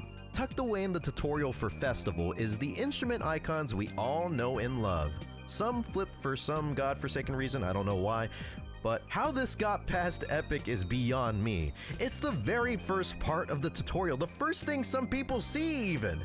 Though I am sorry to tell you that as of the Metallica update, this little Easter egg was removed, likely due to the fact that the icons contain unlicensed use of Fender's guitar headstocks. And that's a big no-no in the legal world. Realistic mode. The Beatles were a pretty big band. No joke, just a statement. And their concerts were the epitome of such popularity. Venues packed to the brim with audience numbers that dwarfed the populations of small cities. These audiences were loud. So loud, in fact, that members of the Beatles were quoted as saying they couldn't even hear themselves playing over the shrieks of the damned. Here are the Beatles! In the Beatles Rock Band, the audience is louder than the other games to represent that little factoid. But did you know that you can make them louder? By switching on the hilariously named realistic mode in the options, you too can experience how the Fab Four lost their hearing. The game even warns you about how it drowns out the music. And it's Fab! Whip It Kung Fu Fighting album arts. The songs Whip It by Devo and Kung Fu Fighting by Carl Douglas are notable for having in-game album artwork that does not correlate with their out-game album artwork. In the case of Whip It, it's just a picture of the band. In Kung Fu Fighting's case, nothing. The reason why these songs don't have the correct album art is strange, considering the originals for both aren't even vulgar or lewd or anything. Do you see any lewdness? Do you see a Hosho Marine on here? I don't. It's a mystery. One that Harmonix needs to shed some light on because, dear lord, I cannot stop thinking about them along with Paul Blart. Now, speaking of album art changes, let's move on to our next entry in the tier. For certain album covers, Harmonix chose to change them, usually due to things like either vulgarity, violence, or usually nudity. Take for example Moontan by Golden Earring. It's honestly not that bad, but the guys at the ESRB melt at the sight of a tit, so Harmonix just axed the album cover altogether in favor of nothing, yet again. Ghostbusters also had no album until Rock Band 4 when it actually got its album art added back in. How much does that ghost cost? I ain't afraid of no ghost, but I'm certainly afraid of Atomic Bohemian Like You. These two were Rock Band Network songs. Not much I could discern from this entry other than the fact that the two were pretty popular songs from big bands, and considering Rock Band Network was more for smaller bands, seemed somewhat out of place. Something notable, however, is that Atomic was priced at $3, making it even more expensive than officially released DLC. That is insane! And yet they're all, help small businesses, blah blah blah, I'm the Beatles. Maybe it's safe to assume Bohemian Like You was priced similarly? I'm not sure. Okay, so I did like a 3-second Google search and apparently, yes, it did cost $3 as well. Come on, man, it's insane, that price. I say that even though Fortnite Festival is selling songs for $5 a pop, but back then, come on. Neil Cicierega, known more commonly on late internet as Lemon Demon, is a musician and content creator who was incredibly popular in the early YouTube and Newgrounds days for things like Ultimate Showdown, which, by the way, I'm pretty sure there's a lot of younger people watching this that didn't grow up during that period, but for y'all, pause the video, search up Ultimate Showdown on YouTube, and prepare for the time of your life. At risk of sounding like an old person, I just have to say it, that was peak internet. What's more peak internet is the Ultimate Orgy. Anyway, sorry. Lemon Demon and his songs make appearances on the Rock Band Network, where you can download a re-record of the Ultimate Showdown, as well as his other big hit, Brody Quest. Ho Hey! In 2019, Harmonix released a Rivals Spotlight preview pic containing a song that was not confirmed to be DLC at that point. The song in question being Ho Hey by the Lumineers. Of course, considering the only song we had by the band at the time was Gloria, everyone was confused. Riots occurred, conspiracies were fueled, and I'm pretty sure someone at Harmonix was fired. But really, it was just a mistake someone made while creating the announcement. But imagine though? Checking set list. Once again, this is another entry that I'm not too sure about, and I'm sorry, I'm gonna try and make sure that there's not that many of these entries that I'm not, well informed about. But anyways, I'm gonna assume that this one's talking about the troubles that come with an ever-growing DLC library. The larger your DLC library gets, the longer it takes for the game to load up your library, leading to what I can only assume is this two-worded phrase you'd likely see. Supposedly, it might be a thing of the past with the next-gen systems and their fast M2 SSDs, which speed up setlist loading tremendously. That is mostly wrong, meat sack. What checking setlist actually is a bug in Rock Band 4 that can occur during online quick play. There's not much info on the internet besides people complaining about it, but to sum it up, it makes creating a setlist take forever. There can be many reasons that it may occur, but luckily, it looks like the bug has been fixed. I'm sorry about the Microsoft Sam voice. I was too lazy to bring out my microphone to record this, and I'll take any excuse to not have to hear my voice while editing. Anyways, let me make it up to you with some cool helicopter noises. Through the Fire and Flames and Operation Ground and Pound recharts. For the Rock Band 4 versions of Through the Fire and Flames and Operation Ground and Pound, Harmonix decided to make a few adjustments to the charts in order to refine them, make them better, so to speak. They're mostly small, minute changes, blink and you'll miss them kind of stuff, like changing one part near the end of Through the Fire and Flames. Regardless, the changes they made ended up making the songs harder. Harmonix, please, we love you. Please, we love our fingers. Have mercy. I have early onset arthritis because of these songs in Guitar Hero. Now our final entry for Tier 3, and it's a pretty big one because this is a game.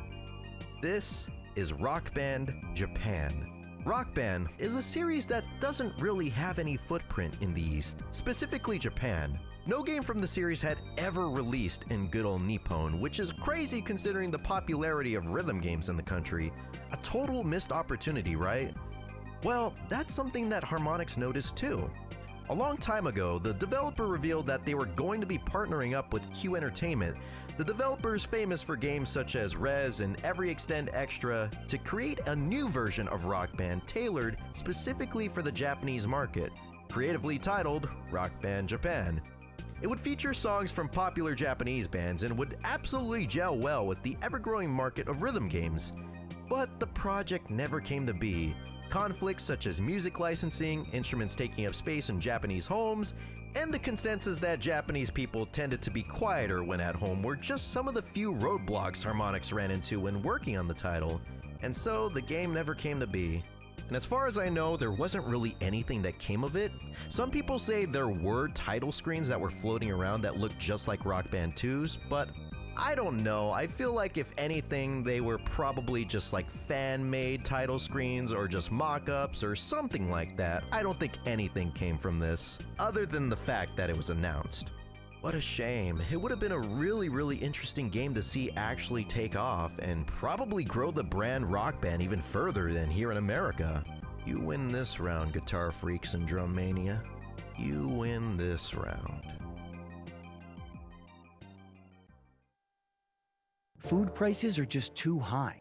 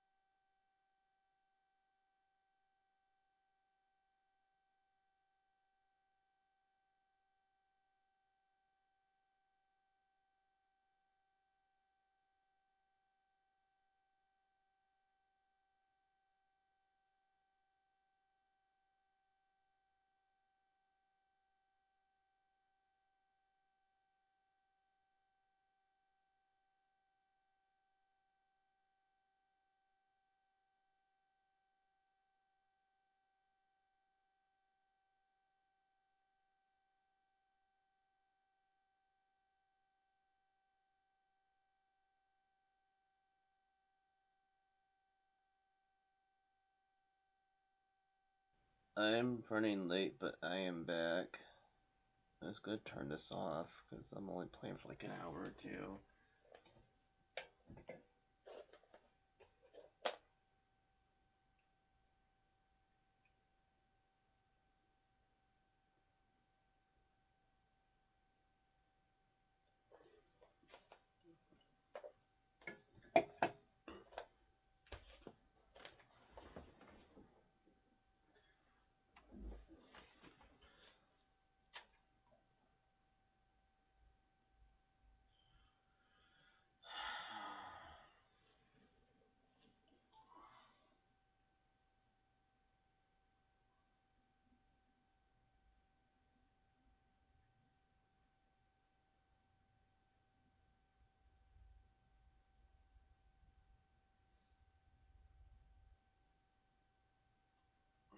Yes, Pokemon Violet.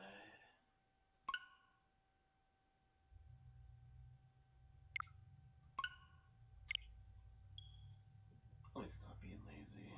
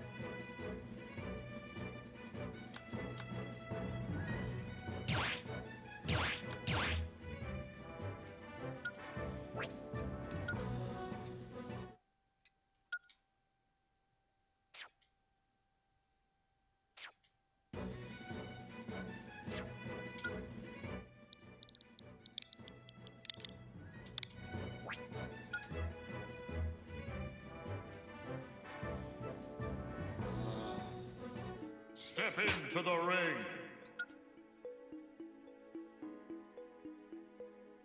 Choose your fighter. There's two ways to disconnect the controller. Which I'm very happy.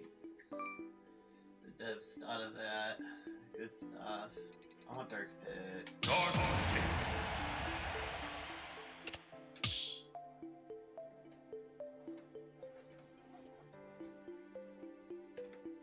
I was meaning to play Dark Pit like hours ago, but people had me fixated on regular Pit.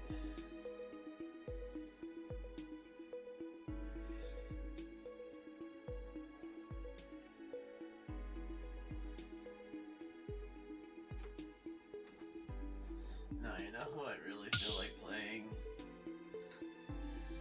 Velmots. Choose your fighter. Velmots. Richter. I feel like I have not played Velmots in ages.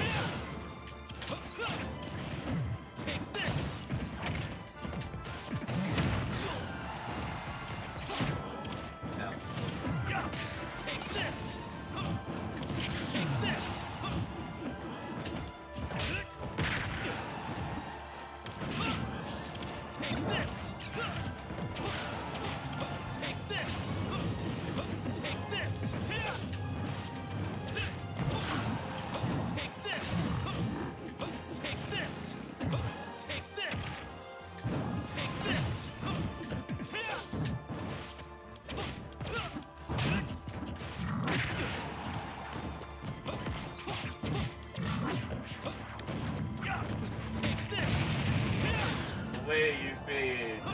Away! Away, you feed! Away!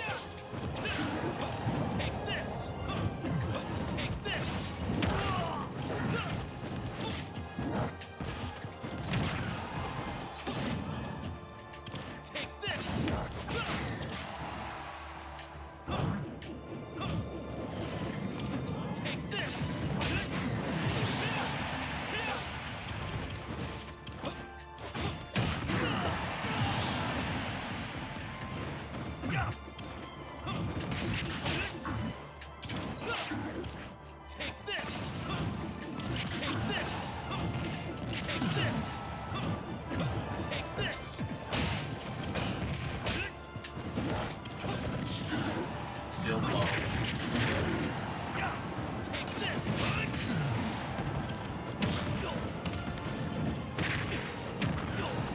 Good job. Yeah, good job.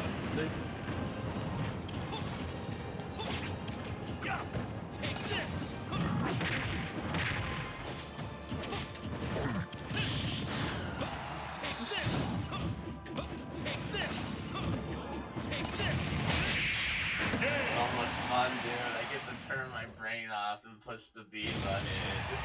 Give up the longest one. So much fun. I just get to turn off my brain and push the B button. Ready?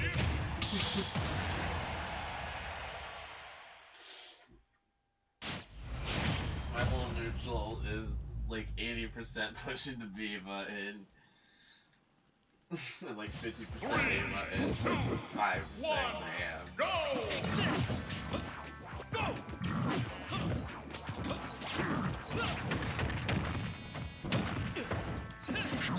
Take this! Go! Take this! Take this!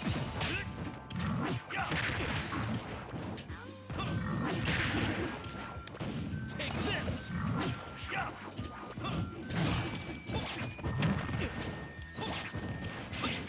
Take this!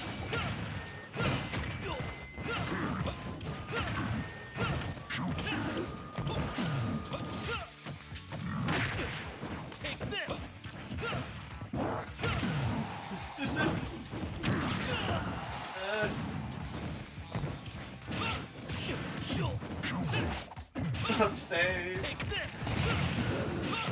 I won't work because the EI did it. Take this! Take this!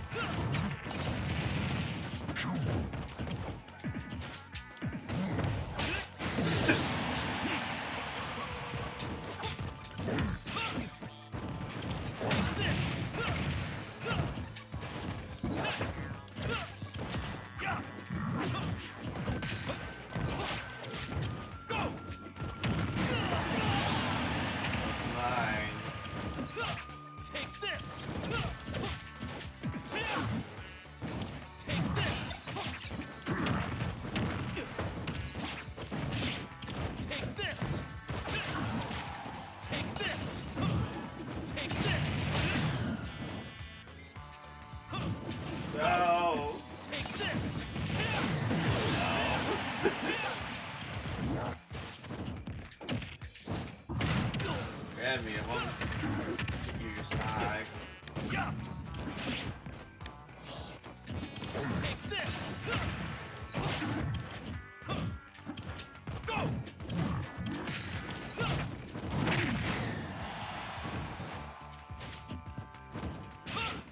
Why did I do that?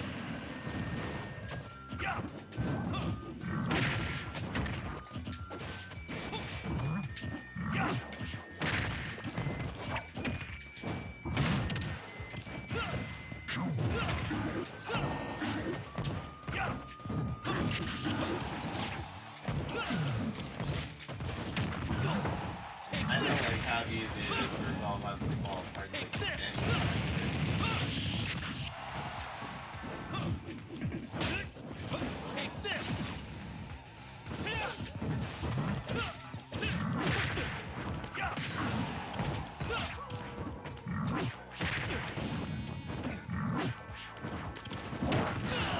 Oh, I know I was gonna go for it.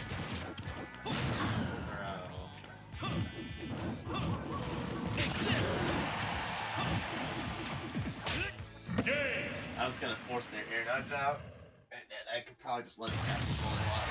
You don't belong in this world. Really tight spot right there, but I guess they didn't up B again, so I got no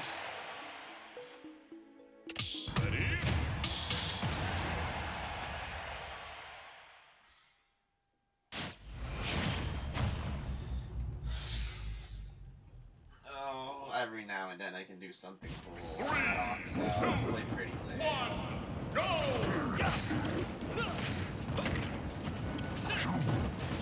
Take this! Go! Take this! Go!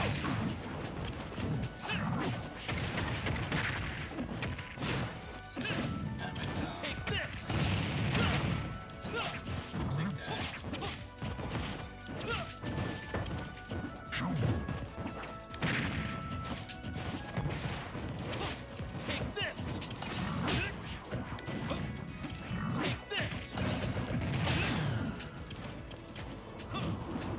this! Go! Take this! Yeah! Take this! Yeah! Take this! Here!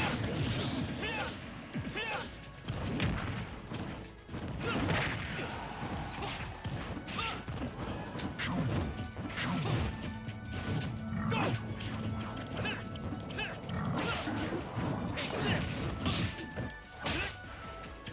Take this! Yeah! Take this!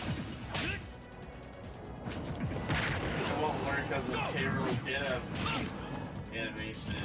Take this! That's what I meant to say. Sledgehang. Take this! Won't work because of sledgehang. Take this! Take this!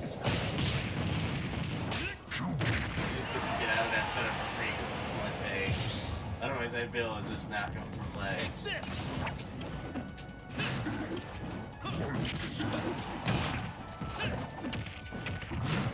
Have a jump.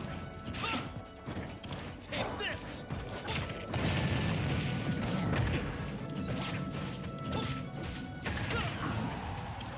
Yeah! Take this! Go! My only one reliable thing I have to kill him with is hands.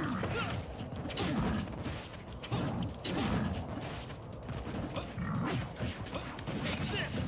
Go!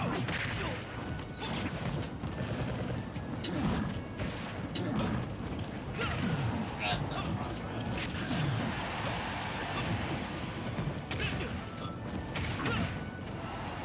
Take this!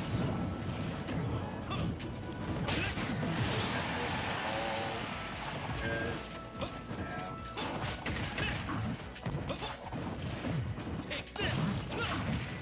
Take this! Oh, that would have been so cool if I didn't get that.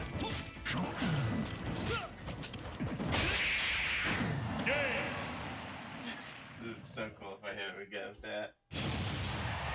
You don't belong in this world!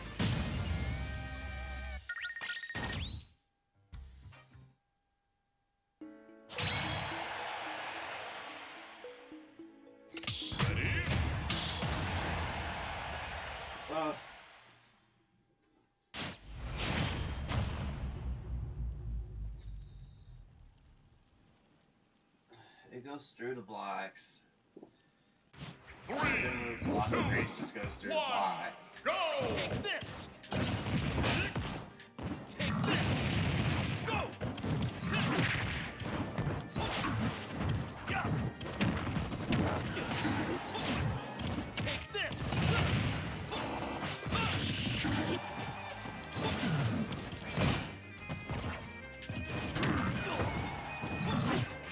Take this!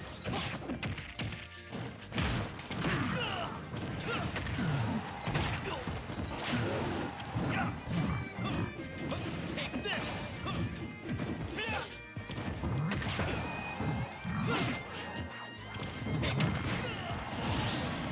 Alright, have to mix up. Go!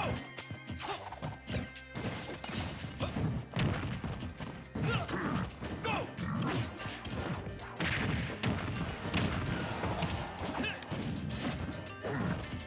Take this! Go! We're catching on to my game plan. Take this! Take this!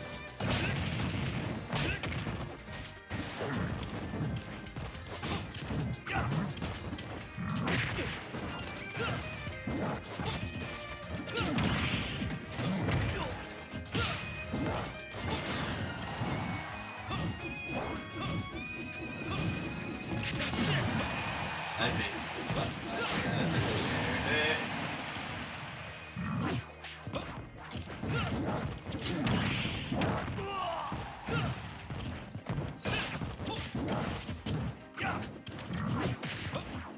Take this! Ciao. Yep. Take this! I get punished. Take this! Take this! Take this! Take this! That's powder killed. Take this!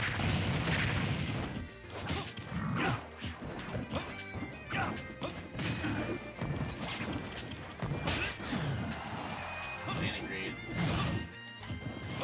Take this!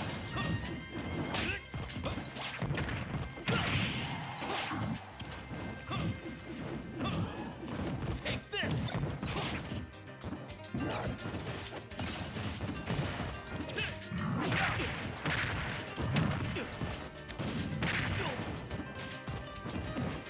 Take this! I'm just dead, dude.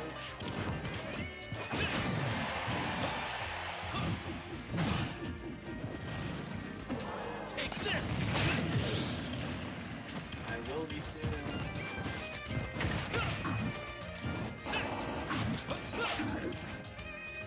Go! Take this! Go! Take this! Take this! Take this!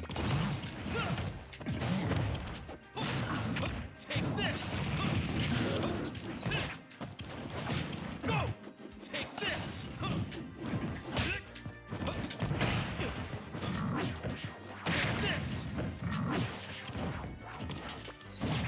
Go! Go! Take this!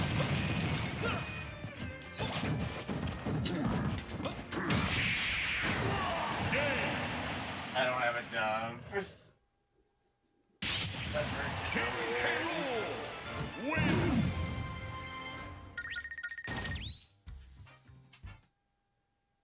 I don't want to do that. Ready?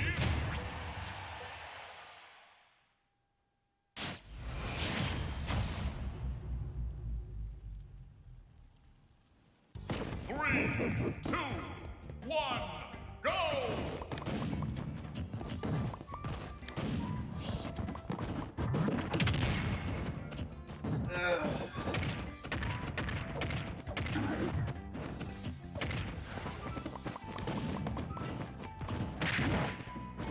Only have like a few minutes. Everything out of this. Not a lot.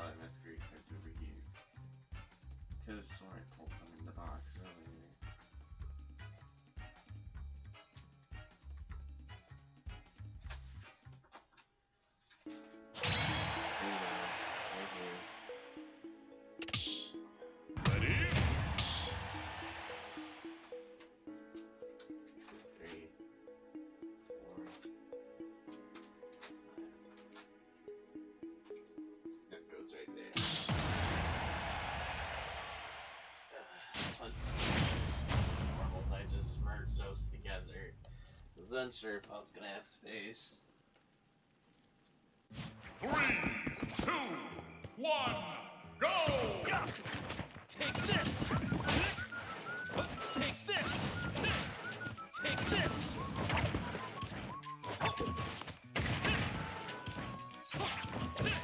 Take this! Take this!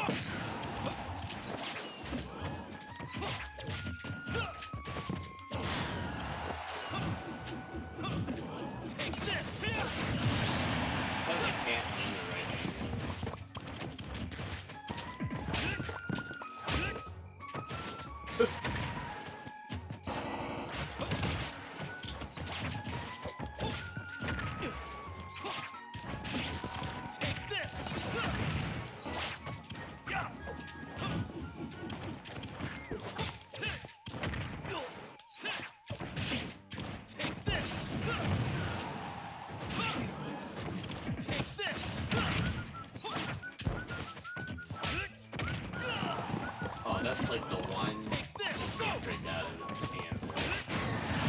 That's like so heavily because they put a lot of clicks, man.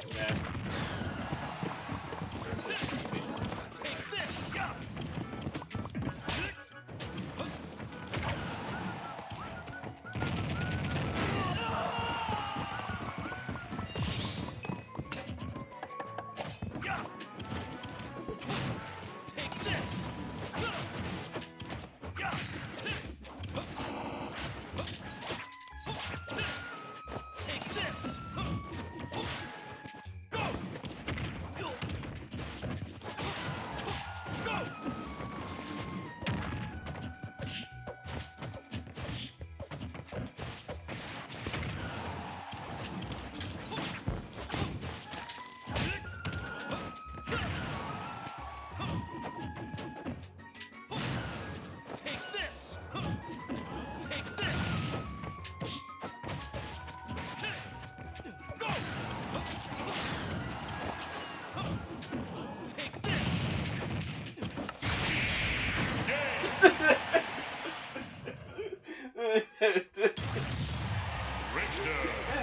Farewell.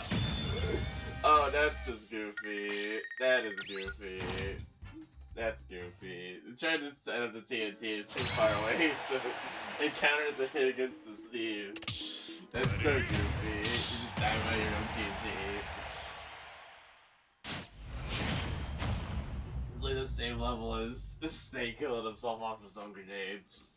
It's so funny. 3, 2, 1, go! Yeah. Go! I have range. Yeah.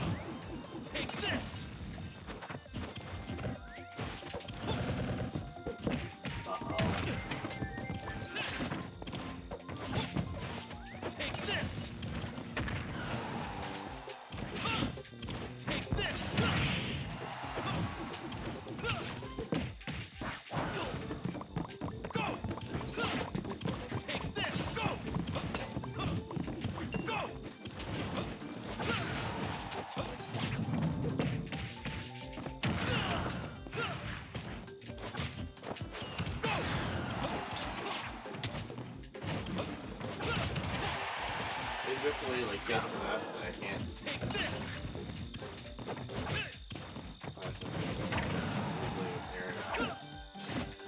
Take this.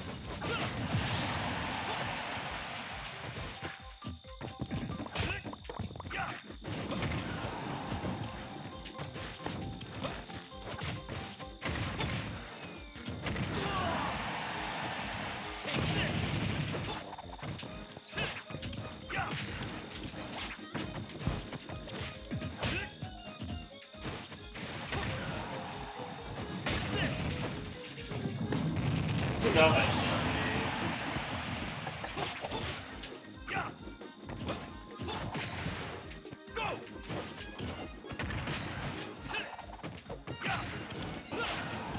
Take this. Go.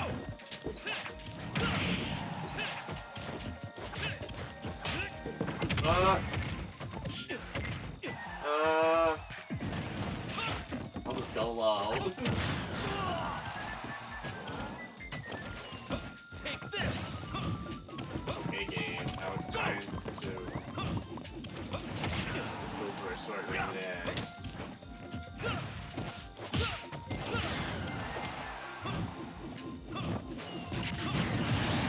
This guy. This guy.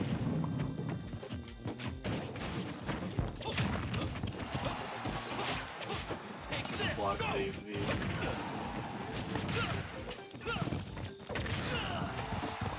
I'm not down yet. Okay, I'm down.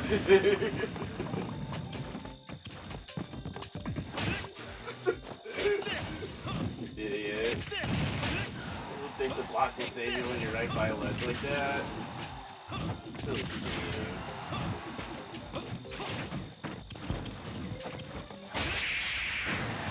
Silly ski player is so silly.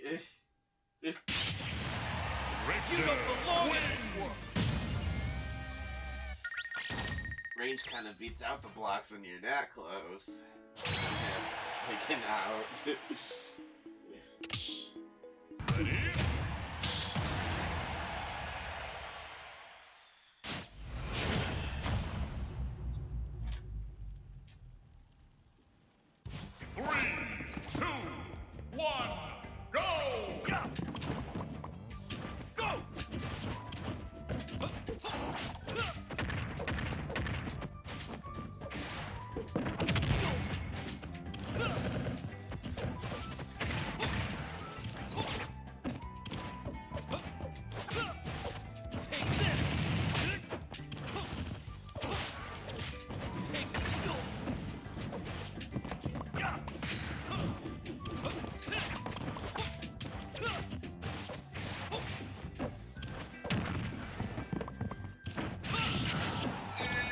Take this!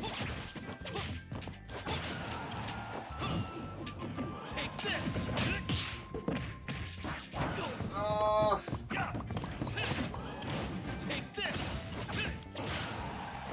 Take this! I'm not dead. Yeah. I'm still not dead because I'm still not dead because I saved my jump. Take this! Okay. Take this! Take this!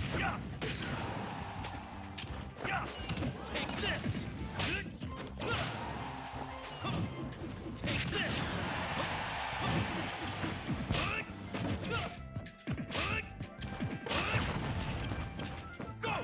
Yeah, I can hit it all the way from up there or down there. You're not safe just because you're standing on that ledge. Almost that range. Take this! Go! Take this!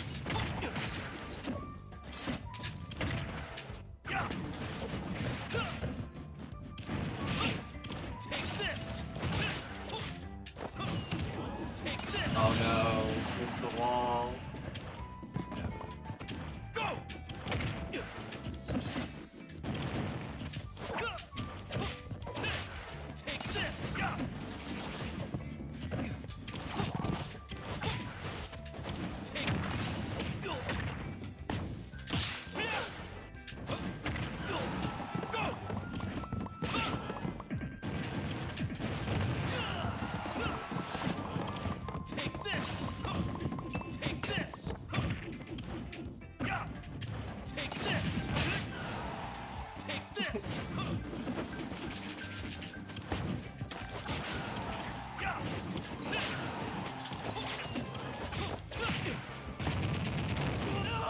Ah, you got it, buddy. Good job.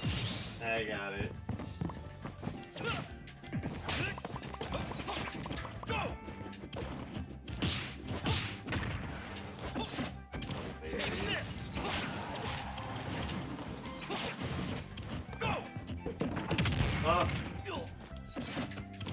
this. Take this. Dude, that's like the second silly kill I got. The holy water clanks off the minecart. Then F smash hit legs and hit C right after. It's so stupid. It's so silly. Love to see it. These are almost all normal pokes. 3, 2, 1, go! Take this! Take this! Yeah! Yeah! Go! Yeah! Take this! Take this!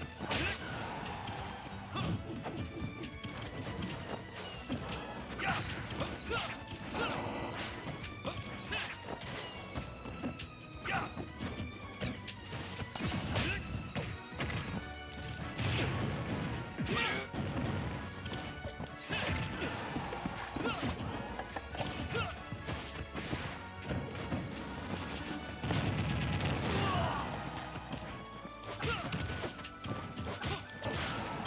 Take this!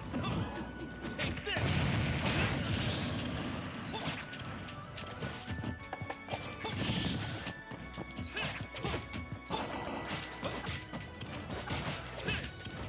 this!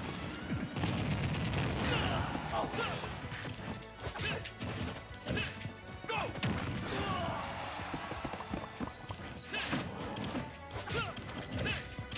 Yeah! Take this!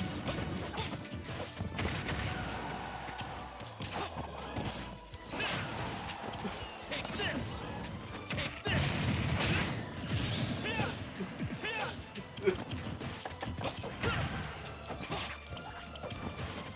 Yeah! Take this!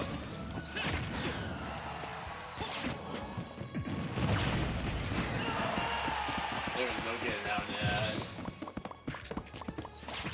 Steve probably knows. Take this! Yeah. Take this! How did you know that didn't work last time? Take this! Take this!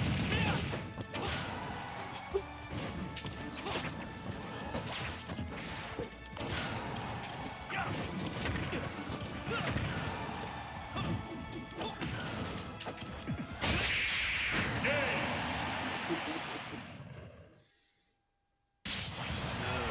You don't belong in this world! You almost have it.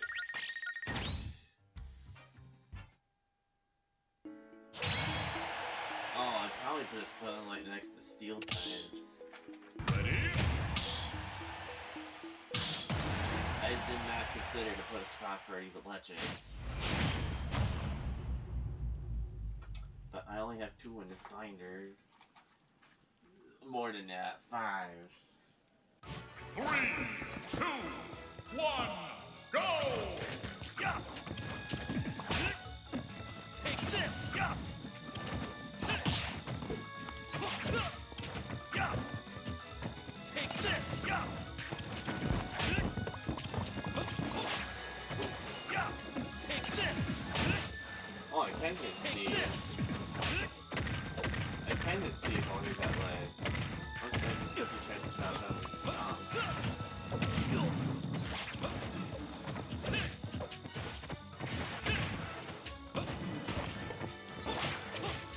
Take this!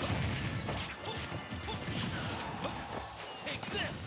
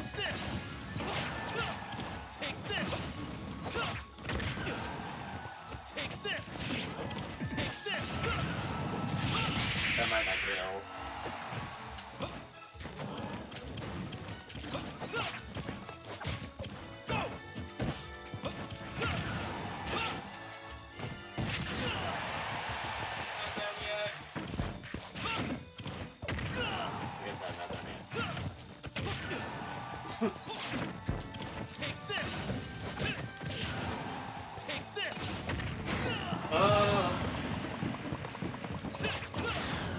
Take this. Yes. Take this. Oh no! They messed with the recovery. Richter wins. I only have like 2 fire types in this whole binder. Let me find my spot for fire types. I think it's right after grass.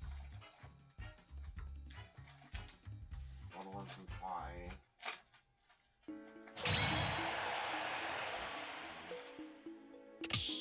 Ready?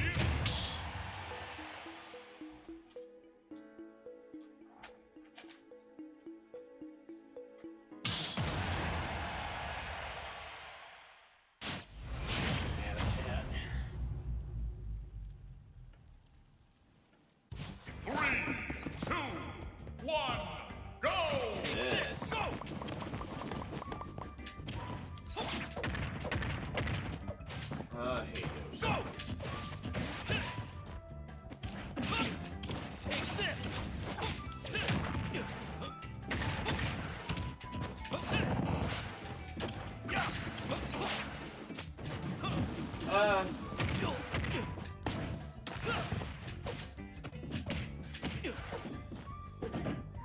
Take this. Take this.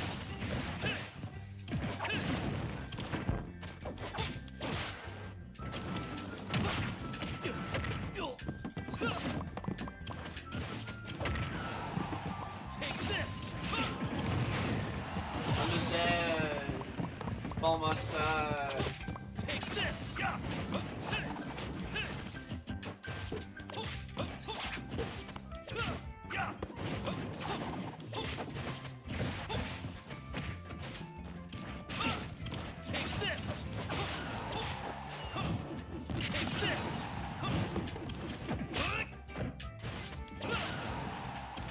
Take this. Take this. Take this.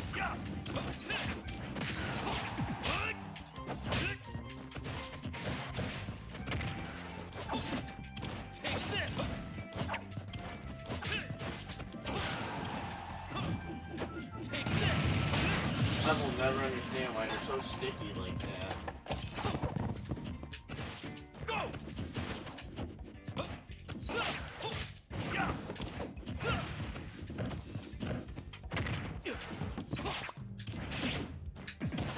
Take this.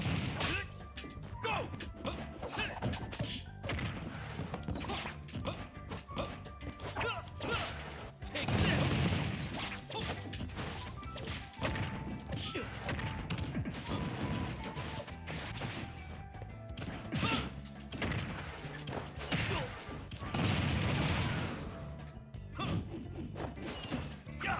Take this.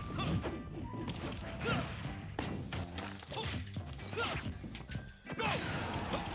If he had just dropped under there, I would have been fine. Ow. I don't have my jump. Where did I lose my jump pad? Did I just snap touch that platform? Take this. Go.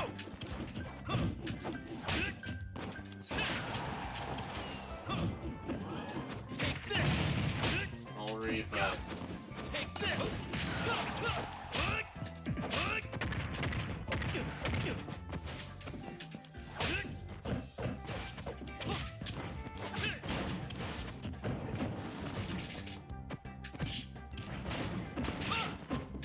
Take this.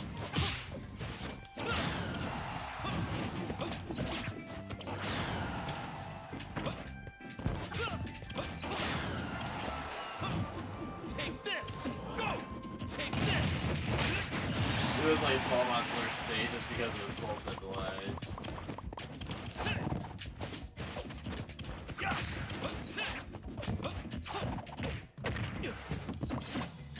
Take this.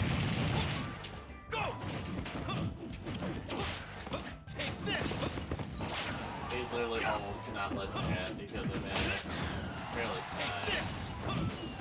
Take this. Take this. Dude, you fell for that like 4 times. I know it's like a high...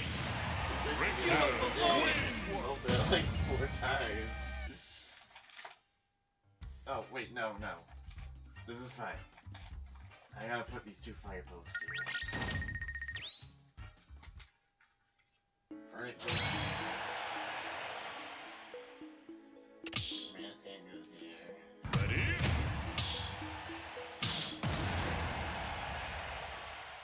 I'm just trying to put... I don't actually have space.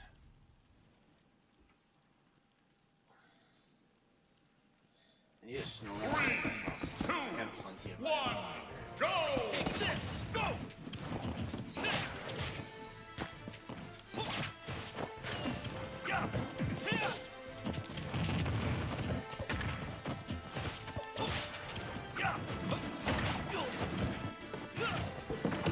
Oh.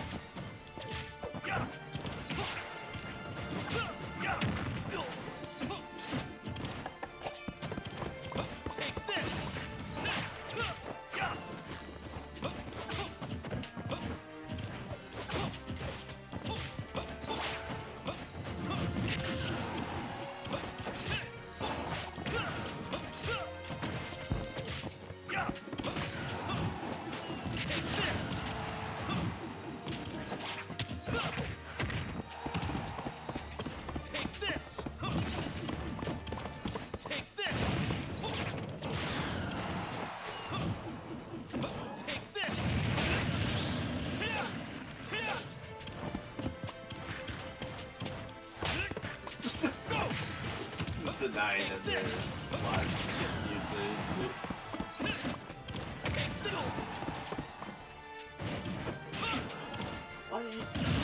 Uh-oh, that sucks for them.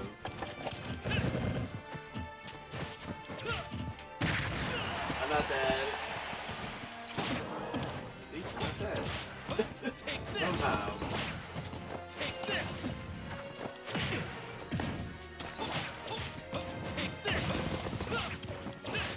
So high they can't even look at their setup.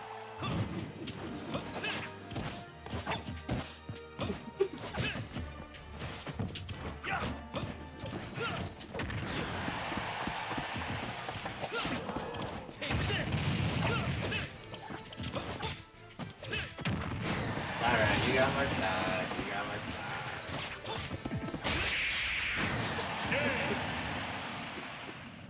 You got my stack. You don't belong in this world!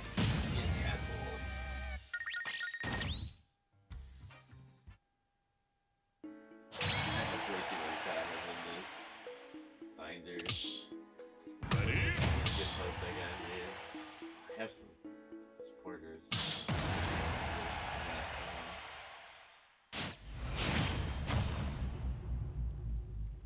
I think those are the only supporters I got.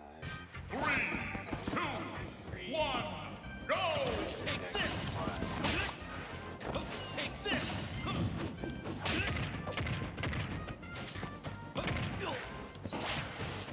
Go!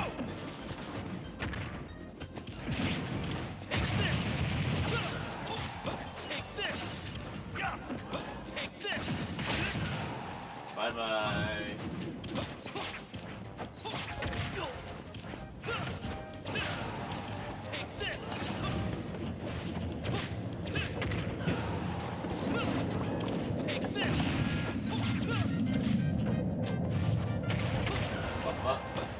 Take this! Take this!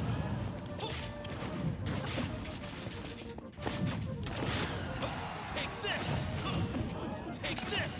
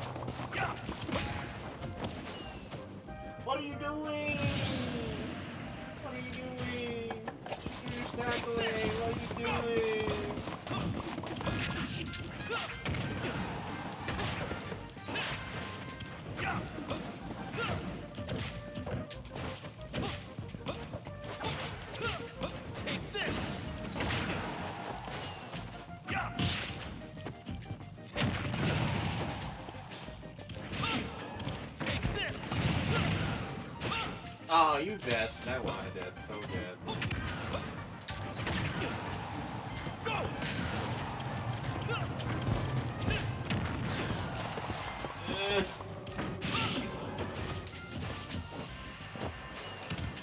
Take this. What is Steve doing? I do not understand what this team is trying to do. Oh, they want to keep trying to set up for us, man. Don't go for it. Take this.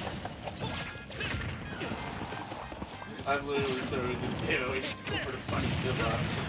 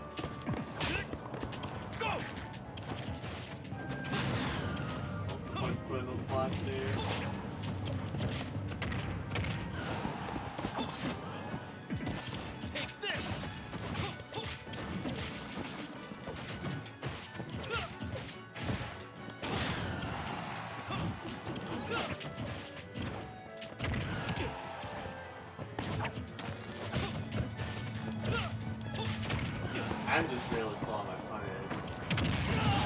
Ah, yeah. Take this. Go.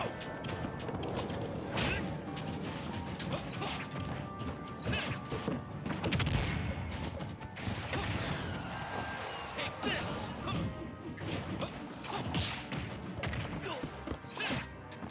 Take this. They're denying me this try.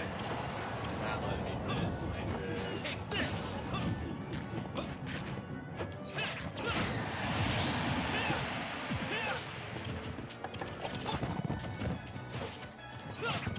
Go.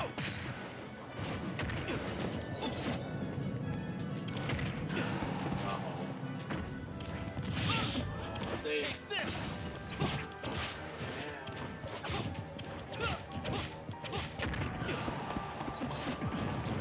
Take this.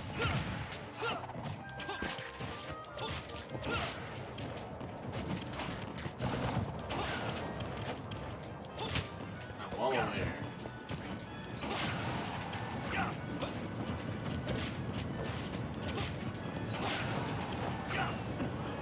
Take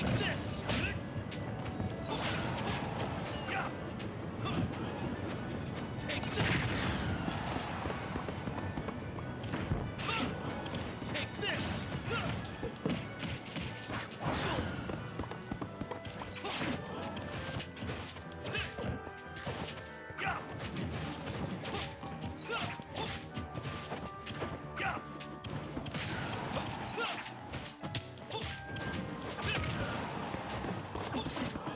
Take this. Go.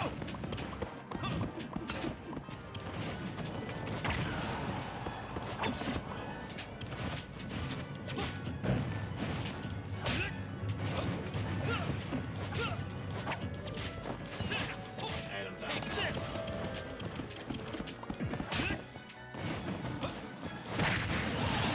I item bounced off of the crafting table.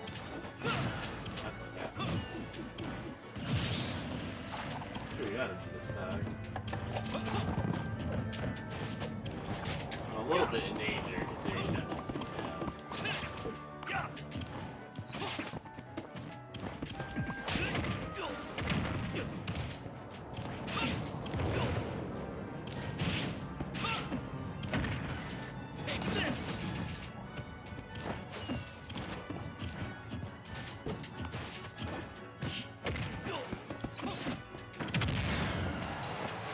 Too late on that, get buddy.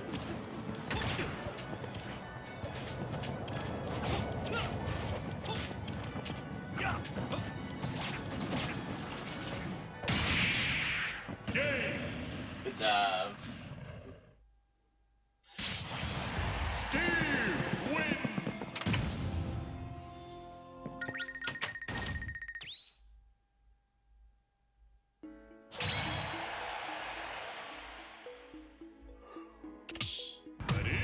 Hope you're doing well for us, man. Quarterback.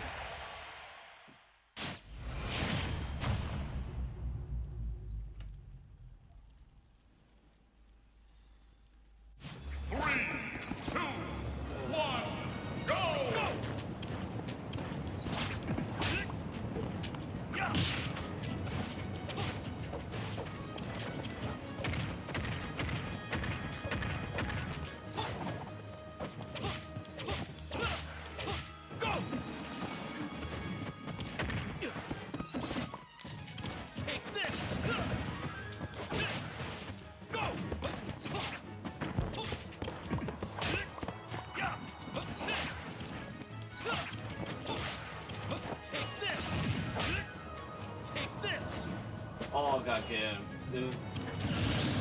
Got game did react to it now.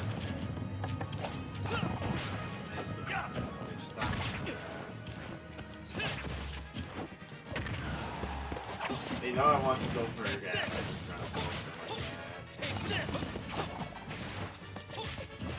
They're trying to do this and not really grab. No spot.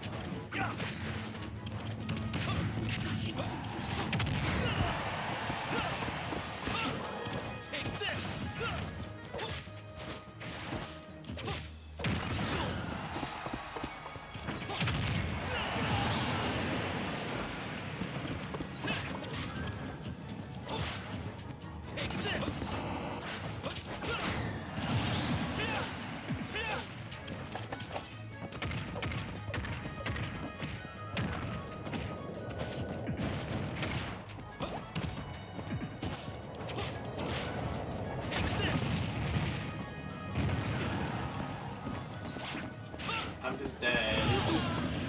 Fall outside.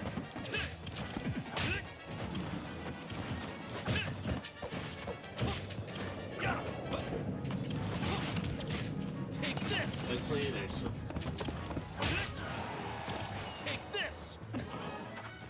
Take this. Take this.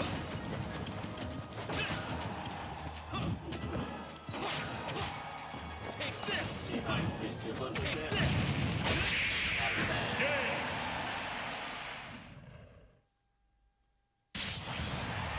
You don't belong in this world. I'm done for tonight.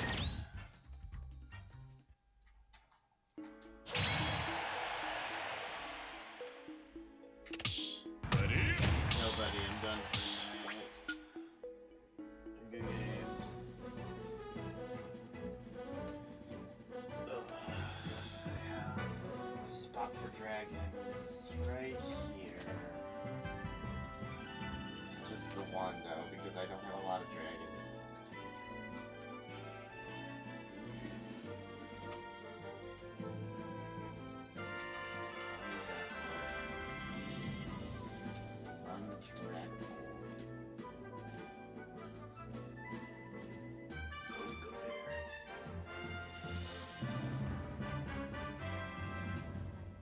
I can do this tomorrow. It's just so I got all my friends in one spot.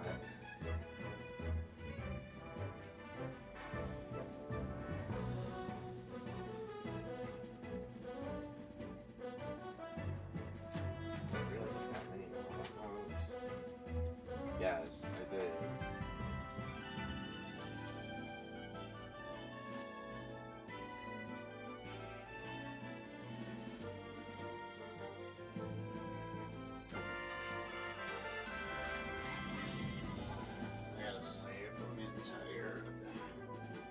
I'm turning off the stream.